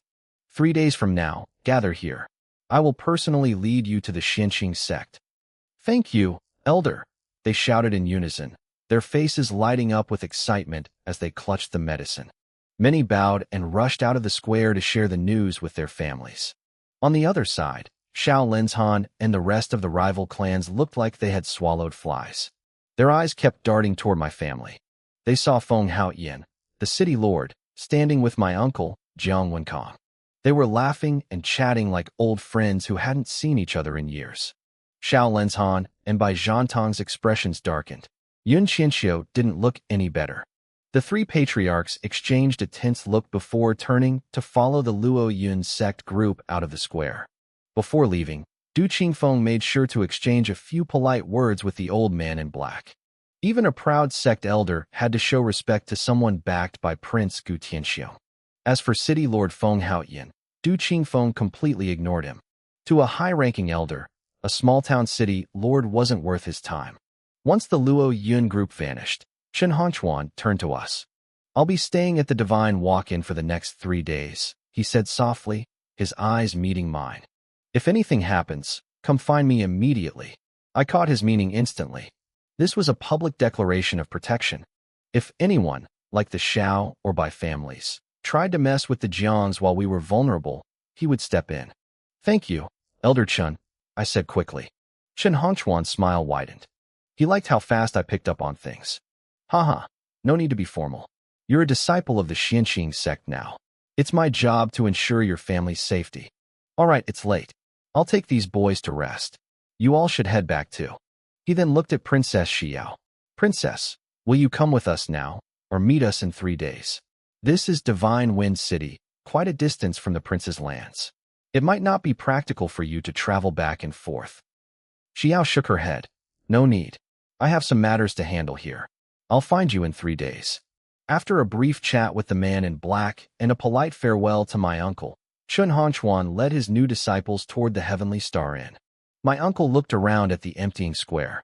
"Let's go," he said to Jiang Yu and the rest of us. "It's time to go home." We turned to leave, but a sharp voice cut through the air. "Hey, are you blind? Do you not see a person standing right here?" It was Xiao. She sounded genuinely annoyed. I think it blew her mind that a renowned beauty like her was being completely ignored by us. We all stopped and turned around. Jiang Yu and Jiang Daoxin didn't say a word. They just stood there like spectators at a show, their eyes bouncing between me and Xiao. They clearly thought something was going on between us, especially since she had asked for me the moment she arrived. I looked at her, feeling a bit confused. "Princess Xiao, do you need something else?" Her face turned red, and for a second, I thought she might actually explode.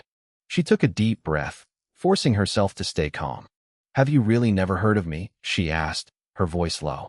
"I hadn't before today," I admitted, "but I heard the crowd talking. You're Prince Gu Tianxiong's daughter." She looked like she wanted to scream. My answer clearly wasn't what she expected, and she seemed at a total loss for words. Just then, I heard footsteps behind me. My father, Jiang Wenqing, walked up quickly. He saw my blank expression and seemed to realize I was missing some very important context. "Haha, Princess Xiao," my father said smoothly. "Why don't we head back to the Jiang residence first? There are some things my son simply doesn't know yet." Xiao blinked, then nodded slowly. "Fine, that works." As we walked back, the news of the 3 dragons of the Jiang family was already tearing through Divine Wine City like a wildfire. People were losing their minds. The top 3 spots in the assessment had been swept by one family. But the biggest shock wasn't Jiangyu, it was me. The rumors of my 40,000 gene strength hit the streets, and suddenly, the useless heir was the most terrifying genius in the city. Up ahead, my uncle walked with the city lord. Xiao pulled the old man in black aside, whispering in low tones. I took the chance to lean in toward my father. Father, I whispered, what is the deal with Princess Xiao? How do you even know her father? My father went quiet for a long time. It started over 10 years ago, he said eventually, his voice heavy with memory. Back then, Gu Tianxiong wasn't the powerful prince he is today. During a rebellion, he was betrayed by enemy forces and suffered horrific injuries. He managed to break through the encirclement with his wife, but they were bleeding out, hunted, and had nowhere left to run. Gu Tianxiong had fallen into a coma from his injuries. His wife, the princess, was pregnant, making it nearly impossible for them to keep running. That was when my father and mother found them. My father's first instinct was to steer clear. He knew a man in that state was being hunted, and getting involved was an easy way to get our whole family killed. But my mother saw the pregnant woman. As a healer, her instincts kicked in. She eventually talked my father into it, and they brought the couple back in secret. My father told me then that my mother came from an ancient medical lineage. The family had long since faded and most of their secrets were lost, but her skills were real. Under her care, Gu Tianxiong and his wife slowly recovered. That life-saving favor turned into a deep bond between the two men. This was all before I was born. One night, while they were both drunk, they made a pact. If their children were the same gender, they'd be siblings. If they were different, they'd be married. Two drunk men had basically decided my entire future before I even existed. Later, when my father found out Gu Tianxiong was actually a powerful prince, he was stunned. He hadn't realized he'd saved royalty. They stayed in touch for a while, and the prince never looked down on my father. He even sent cultivation resources to help the Jiang family. But my father was smart. He knew the gap between their statuses was too wide. Staying too close would only bring trouble or unwanted attention from the prince's enemies. Gu Tianxiong understood this too. He knew his strength could scare people off, but he had enemies he couldn't guard against every second of the day. Distance was the best protection for the Jiang family. Once my father realized the true identity of his friend, he pushed the marriage pact to the back of his mind. He figured it was just drunk talk between friends. There was no way a prince would actually marry his daughter off to a family in a place like Divine Wind City. My father looked at Xiao walking ahead of us and gave a helpless smile. I thought the prince would treat it as a joke, just like I did, he whispered. But now that Princess Xiao is here, it seems he didn't forget. I don't know what her goal is yet, but you need to be prepared. I stood there, completely stunned. It took me a good minute to process the bombshell he'd just dropped. So, I said slowly, you're saying this Princess Xiao is my fiancée? You could put it that way, my father replied. Behind us, Jiang Daoxin and Jiang Yu were listening with wide eyes. Daoxin couldn't help himself. No wonder the little princess was looking for second brother the moment she arrived. She's my sister-in-law. Then he paused, remembering her cold attitude. Wait, she wouldn't be like Yin Shishua, would she? Is she here to break off the engagement too? The moment the words left his mouth, he knew he'd messed up. He quickly covered his mouth, glancing nervously between Jiang Yu and me. But Jiang Yu didn't react. She remained calm, showing no sign of anger. My father nodded gravely at me. That's exactly what I'm worried about. You have to be ready, Chinner. She's a prince's daughter. If she wants to end this, you might have to swallow your pride and endure some unfairness. I looked at my father's serious face and shrugged. Is that it? Don't worry, father. I'll cooperate fully. My father blinked, looking confused. He expected me to be furious or humiliated. Instead, I looked almost relieved. Happy even. And I was. I had been wondering how to handle a sudden fiancé I'd never met. Even if Xiao was beautiful, my heart was already set. I had someone else waiting for me. I reached down and touched the jade pendant at my waist, a small smile forming on my lips. Mingyu, wait for me. A little further ahead, the old man in black, Zhou Tong, leaned toward Xiao. Princess, do you want to speak to Jiangqin yourself, or should I handle the matter for you? Xiao turned her head. She looked at my face, then thought back to my performance during the strength test. For the first time, she hesitated. There's no rush, Uncle Zhou, she said softly. We have 3 days. We can handle it later. Zhou Tong's withered face showed clear surprise. They had only come to this city because Xiao had insisted on breaking the engagement. If she wanted to join a sect, the prince could have sent her to the best ones with a single letter. They had traveled all this way for one purpose, and now she was stalling. He knew my performance today had been incredible, but he also agreed with what the examiner, Du Qingfeng, had said earlier. Without a powerful physical constitution, a high starting point in the body-tempering realm didn't mean much. Eventually, the geniuses with special bloodlines would leave me in the dust. That was why Du Qingfeng had been so bold in targeting the Jiang family. He was trying to please Xiao. Despite his confusion, Zhou Tong stayed quiet. This was her decision to make. We arrived back at the Jiang residence in a massive procession. Xiao hung back, her eyes constantly drifting toward me, though she didn't say a word. Once we were inside, my father approached me. He glanced at Xiao and then handed me a small storage bag. "There isn't much else to do today," he said. "Xiao has traveled a long way. Why don't you show her around the estate? If you get bored, take her out into the city. Use these spirit stones for whatever you need." With that, he headed toward the main hall to host the guests. Zhou Tong followed him after giving Xiao a quick nod. As the crowd dispersed, Jiang Yu caught Jiang Daoxin's eye and gave him a subtle signal to leave us alone. Jiang Daoxin didn't waste any time. He looked at me and spoke up immediately. "Second brother, big brother, and I are going to head out first. We'll come find you later." With that, he walked over to Jiang Yu. Jiang Yu shifted his gaze toward me, his voice calm. "Second brother, I think second uncle was right. Shinfeng City might not be the most prosperous place, but it has its charms. You should take the princess around." Jiang Yu patted Jiang Daoxin on the shoulder, and the two of them turned and walked away. I watched them go, then turned back to Gu Xiao. For a moment, I didn't know what to say. We just stood there, staring at each other in an awkward silence. I decided to break the ice. "You've been traveling all day? You must be exhausted. Let me take you to rest first. We can go out tomorrow just the same." Honestly, I just wanted to get her settled so I could go back to my room and collapse. But as soon as the words left my mouth, Gu Xiao's brow furrowed. She looked genuinely annoyed. She stared me straight in the eyes. "If I'm not mistaken, Uncle Jiang already told you everything, didn't he? Jiang Chen, what are your thoughts on this?" She hesitated for a second before adding, "I am your fiancé, after all." Seeing her act like this, I couldn't help but let a small smile play on my lips. I decided to tease her a bit. What thoughts could I have? Naturally, I want to marry you. It's a shortcut to the top. I'd be set for life.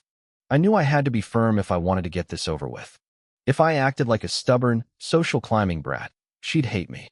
If her first impression was terrible, the divorce would go through without a hitch.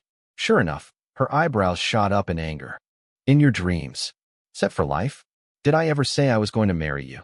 Oh, I looked at her, making sure to let a flicker of false hope shine in my eyes.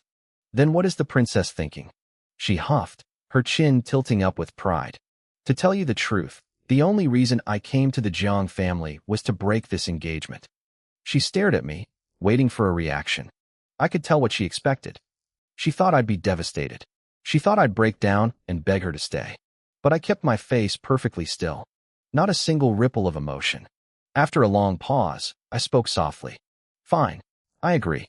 Don't worry. I'll explain everything to my father. I'm sure he won't have any objections." Gu Xiao froze. She looked completely dumbfounded. You agree? Just like that?" "Yeah," I said simply. "I agree." "But you?" She stammered, her words failing her. My response had completely thrown her off. I could see the frustration building in her eyes. It was like she felt defeated because I hadn't put up a fight. She was a stunning beauty with a prestigious title, and here I was, treating our engagement like a chore I was happy to cross off my list. It clearly stung her pride. She looked like she was about to snap. "Since the princess has nothing else to say," I continued, "let me show you to your room." "I'm not going," she snapped. "I don't want to see any bedroom. It's still early, and staying in a room is boring. Take me out for a walk." I stared at her, confused. 1 second she was fine, and the next she was throwing a tantrum. She was definitely sulking, but I had to admit, even when she was angry, she was beautiful. All right, I sighed, giving in. Seeing my reluctant face only made her angrier. She clenched her teeth so hard I thought they might break. She took a deep breath, composed herself, and marched toward the estate gates. I had no choice but to follow. It was the night of the Lantern Festival. By the time we hit the streets, the sky was growing dark, but the city was more alive than ever. Huge crowds filled the walkways, and colorful lanterns were being lit everywhere. Gu Xiao's mood shifted instantly. Her eyes sparkled as she looked at the stalls. Within 15 minutes, her hands were full of trinkets, simple things, nothing expensive. I just followed behind her, playing the role of the silent payer. We eventually reached a wider, more crowded street. Lanterns hung thick overhead, casting a warm glow on everything. "Is Shenfeng City always this lively at night?" she asked, turning back to me. I shook my head. "No, it's only like this because of the Lantern Festival. It happens once a year and lasts for 2 days." The Lantern Festival. She looked around, taking it all in. "Is there anything to do besides looking at lanterns?" I thought for a moment. "It's not just the lights. All the local scholars and poets gather at Moon Lake. They recite poetry and share their ideas." Her eyes lit up. As the daughter of Prince Gu, she was well-versed in the arts. This was right up her alley. "Then let's go to Moon Lake. It's still early. I want to see what kind of talents this city has." "Fine," I said. "Let's go." I led her through a narrow alley that opened up to a massive lake. The shores were packed with people, even more crowded than the main square. Small boats dotted the water, all heading toward a massive, multi-storied pleasure boat anchored right in the center. Most of the men on the smaller boats were dressed in white robes with their hair tied up in formal crowns, clutching folding fans. They looked like classic scholars from an old painting. Gu Xiao looked at the floating lanterns on the water and then at the grand boat in the middle. I could tell she wanted to go out there. "Let's go," I said softly, and we moved toward the water. "We should get a boat," I said, looking out at the water. "Just watching from the shore is a waste of time." Gu Xiao nodded immediately. I was thinking the same thing. We walked over to the dock where the small boats were moored. The area was quiet, with only a few people lingering about. As we approached, a middle-aged man noticed us and hurried over with a polite smile. "Good evening," he said. "My name is Wang Gang. I work here. Is there something I can help you with?" Gu Xiao didn't waste any time. "Wang Gang, right? We want a boat to head out onto the lake. Give us a price." Wang Gang looked confused. He blinked at her for a second before speaking softly. "I take it this is your first time here?" "Yeah," she replied. "What about it?" "It's like this," Wang Gang explained. "This is a gathering place for scholars. We don't charge any money for the boats. However, if you want one, you have to compose a poem. Our master has to review it. If the literary quality is high enough, we grant you a boat." Gu Xiao turned her head and looked at me. I could only offer a sheepish smile. "I'm a first-timer too," I whispered. "I had no idea this rule existed. Why don't you show them what you can do?" Gu Xiao rolled her eyes, clearly unimpressed by my suggestion. She was just about to ask for a brush and paper when a startled voice rang out from behind Wang Gang. "Wait, are you young Master Jiang?" A thin man rushed forward, his eyes wide as he stared at me. There was a mix of shock and pure admiration on his face. "That's me," I said. "Is there a problem?" The thin man's smile widened instantly. "Young Master Jiang, my name is Li Sanshan. This guy, Gang, hasn't been here long. Please, don't mind him." He turned to Wang Gang and snapped, "Gang, go get a boat ready for young Master Jiang right now. I'll handle things here." Wang Gang stammered, looking conflicted. "But Brother Sanshan, the master said everyone has to write a poem. If we skip it, aren't we breaking the rules?" Li Sanshan looked like he wanted to slap him. "I told you to go, so go. Stop talking nonsense. You know that poem, Shui Jiao Gutu, you love so much? The one you're always reciting? Young Master Jiang is the one who wrote it. Do you still have questions?" Wang Gang froze. "What? He wrote that?" He looked at me again, finally connecting the dots. "Young Master Jiang, please forgive me. I didn't recognize you. I'll prepare the boat immediately. Please, wait just a moment." He scurried off, his eyes now full of the same hero worship Li Sanshan had. Gu Xiao watched this with growing suspicion. Before coming to Shenfeng City, she had investigated me. Every report said the same thing. I was a useless, uneducated playboy who spent his days drinking and chasing women. A total waste. But since she arrived, I had shown the strength of an 8th-stage body-tempering realm cultivator. That was surprising enough. Now, these men were treating me like a literary genius.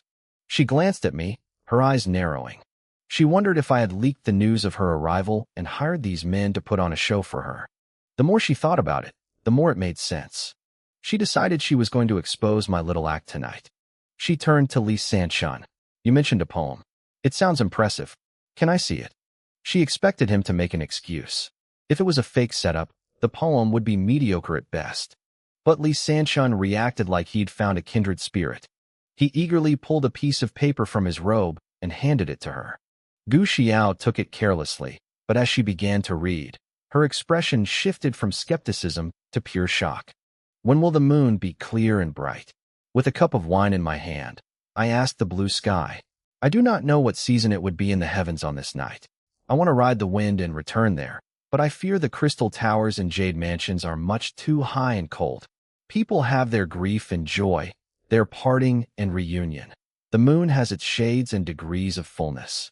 May we all be blessed with longevity. Though far apart, we are still able to share the beauty of the moon together. She was speechless. Lee Sanchun beamed. Young Master Jiang wrote that specifically for Miss Mingyu. At first, there were only a few lines, but the Water Moon Fairy managed to get the full version from Miss Shangwan.